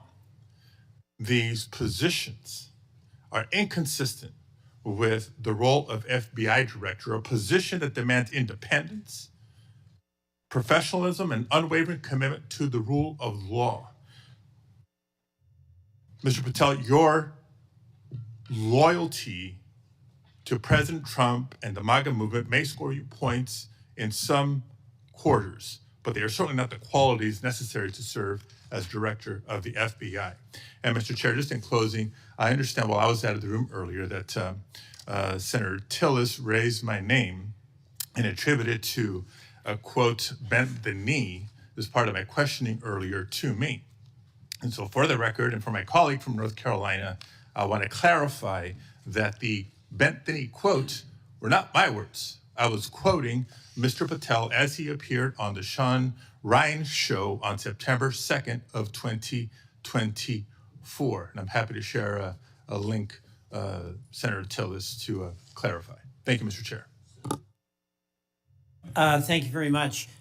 I don't want to belabor this, but it certainly would be of benefit to us if that grand jury testimony could be released. But my understanding is the Senator Whitehouse testimony point that you don't need you as a witness could reveal what you said, and I'm just suggesting you might give that some further thought. The second thing is that you have everybody who runs an agency has enormous responsibility for the people who work there. I happen to have an incredibly high opinion of the FBI. The first time I came to Washington as a boy, I remember the thrill I had going to the FBI headquarters. I thought it was a big deal that my senator then got me special tickets to go. And I've always admired them. There's a lot of apprehension there, and it's not just on this question of weaponization. There's a lot of disruption in a new administration. And if you've seen, the president announced an impoundment in effect. It's been rescinded by the courts. But we've received calls from folks in various agencies who we've worked with or seen over the years, and there's just an immense amount of insecurity. Do I have my job? Don't I have my job? And frankly, I think this is my point to the president. Chaos is one thing, but cruelty is another. And having people be really uncertain about do they have a job today or not and leaving them in limbo, I don't think is a good thing for morale. And I don't care whether it's a Democratic or Republican president. I'm just looking to you to assure me that the tradition that we've had anchored in the FBI since 1972, when it was politicized. I mean, J. Edgar Hoover went after Martin Luther King in a disgusting and despicable way. He went after some John Birch Society folks for their political beliefs in a disgusting and horrible way. And we have no political appointees over there. So it's going to be up to you to, I think, strengthen that tradition. And we heard about the political appointees who are over there now, or I guess they're not officially appointees, but they've been sent by the administration. You didn't know about it. But one of them is from SpaceX. And, you know, Elon Musk, he's a rich guy, but he has no authority other than what's delegated by the president, but he has no official authority. And why is it, you can't answer this, but do you want somebody like Elon Musk peering over your shoulder, telling you what to do about personnel? No, the FBI must be independent. Go kick him out.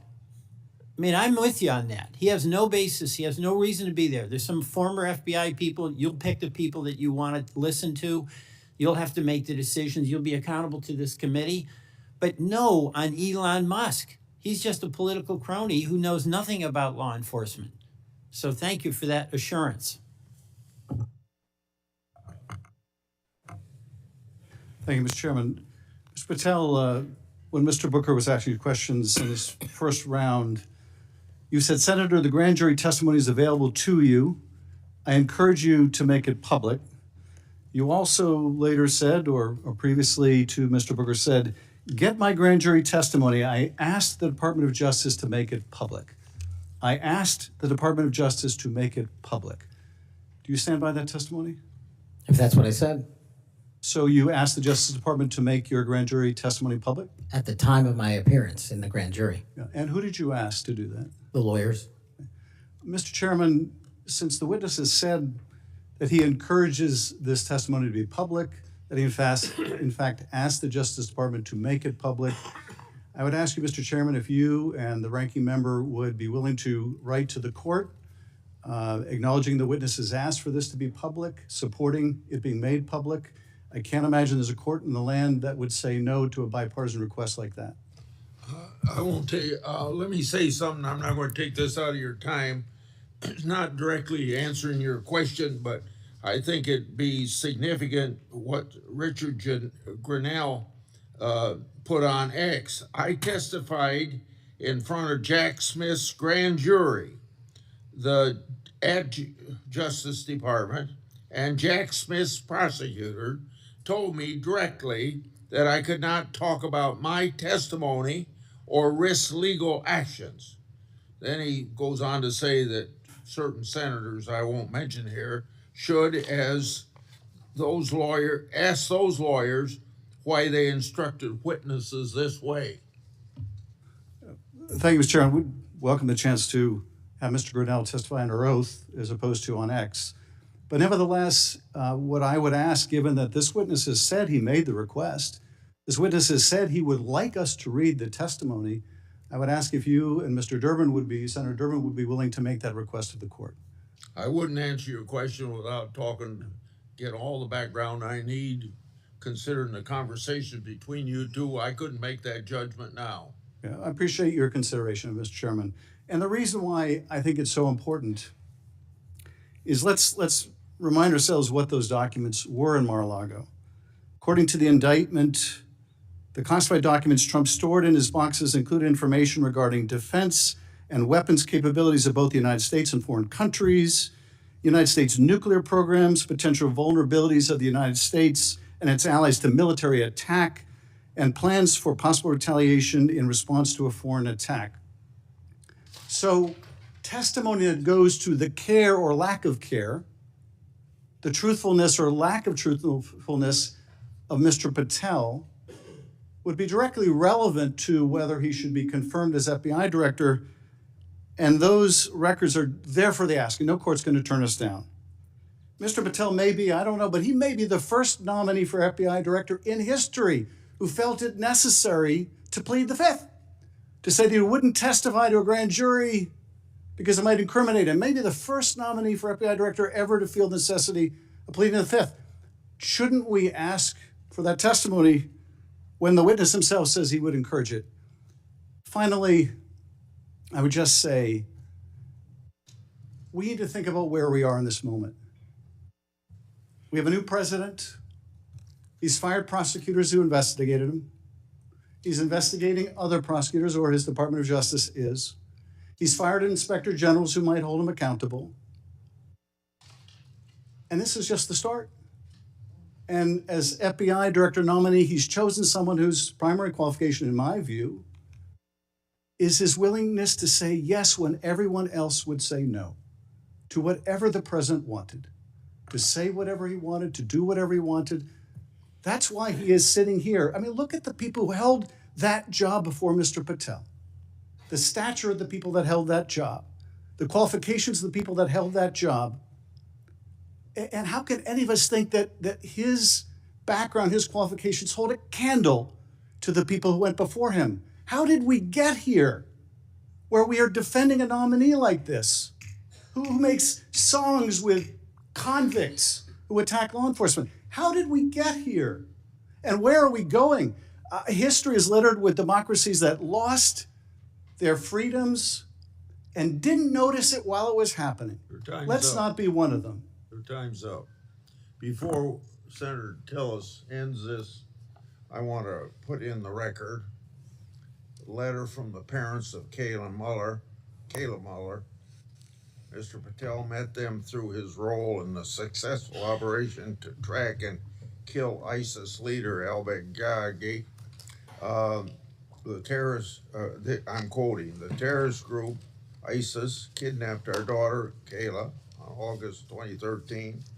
Any family who has lived through such an experience will know the value of dedicated, compassionate law enforcement officials. Because we have personal experience of his dedication, we know that Kash Patel is such a person. We continue to see in him a genuinely kind, thoughtful, action-oriented man who focuses on what is true and right and just. He loves our country and our citizens and wants the best for them all. He wants the country to do the best that it can. Without objection, I'll put their letter in the record. Senator Tillis. Thank you, Mr. Chairman.